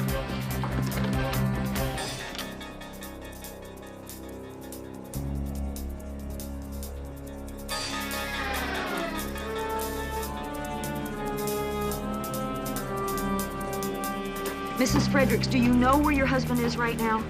Has he been arrested again?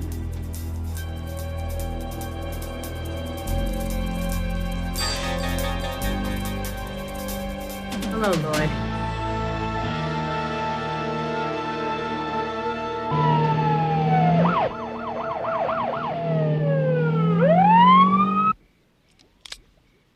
Please. Please. Please don't. How many of your victims said that to you?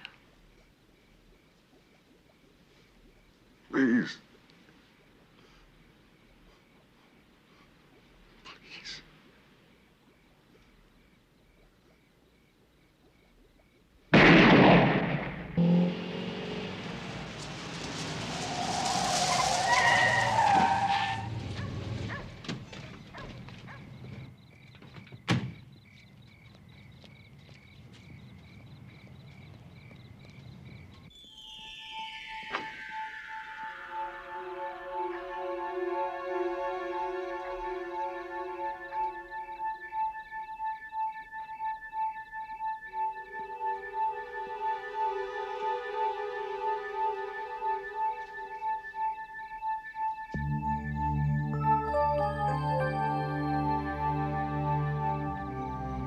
I wanted to kill him. I intended to kill him.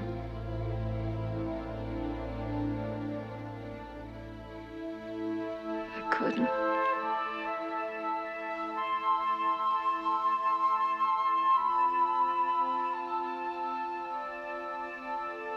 I couldn't tell you.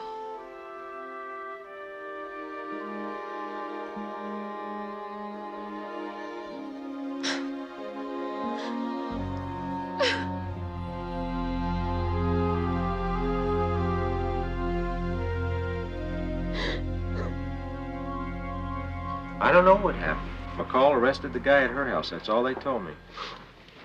Yeah. Thanks, Lieutenant. You bet. Pardon me, Lieutenant. Yeah. This lady claims Detective O'Hearn called her. Oh. O'Hearn will be back in just a few minutes. That's her desk right over there. Would you like to wait for her?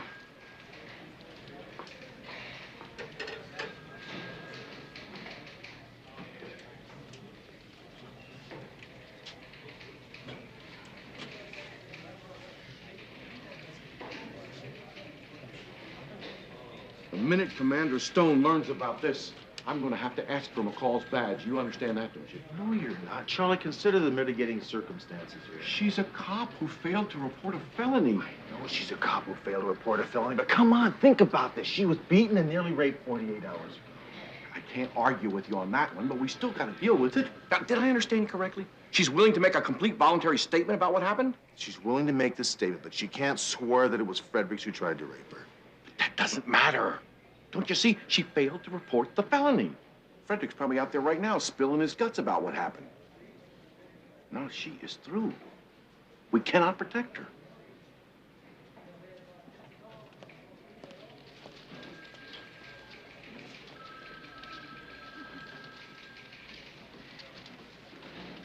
We're gonna talk about this, Charlie.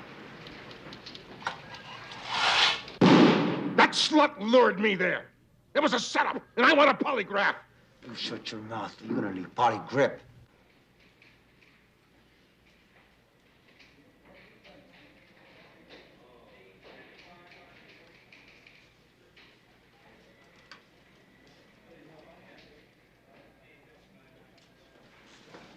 Mrs. Fredericks, you didn't have to come in. Well, I had to. I have to know what's going on. I'm sorry, Mrs. Fredericks, but your husband's been arrested on the same charge, rape.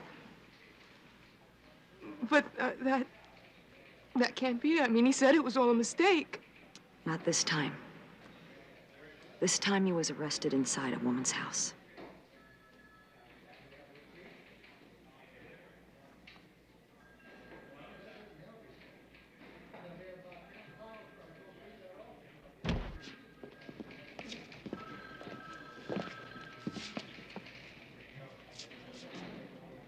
What the hell are you doing here?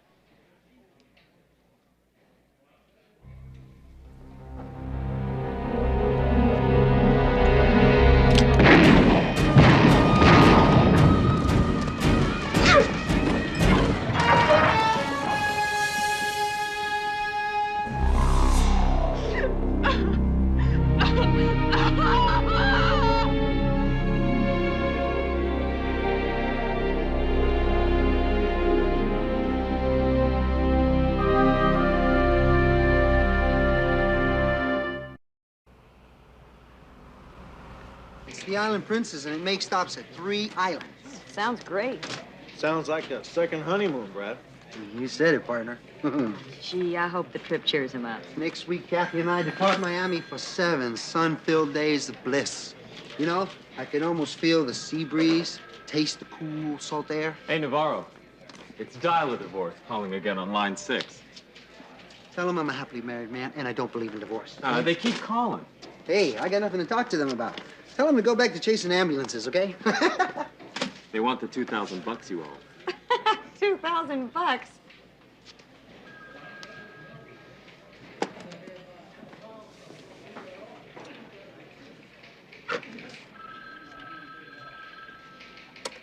Hey, where you guys been? You know, I've been trying to get a hold of you fellas. Now, you've got friends in this department, McCall. In fact, that tall one kept me up most of the night talking about you. Cops are always being forced to make decisions, usually under a great deal of stress. So it shouldn't surprise anyone we sometimes make mistakes. Now, the man that tried to rape you is dead. You, me, and Hunter are the only ones that know what happened, isn't that correct? Yeah.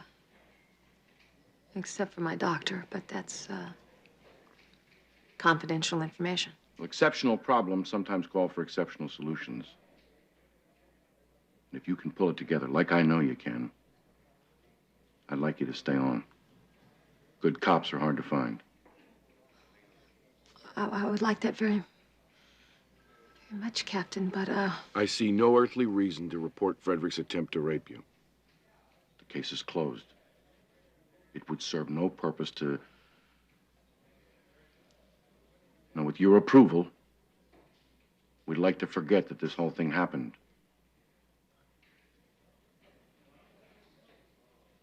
Look, you've still got 3 weeks leave left on the books. Why don't you take a couple of them right now?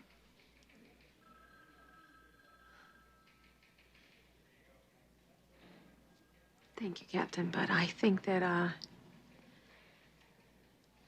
think I'll be able to deal with this better if I just keep right on working. Okay. Get to work. Yes, sir.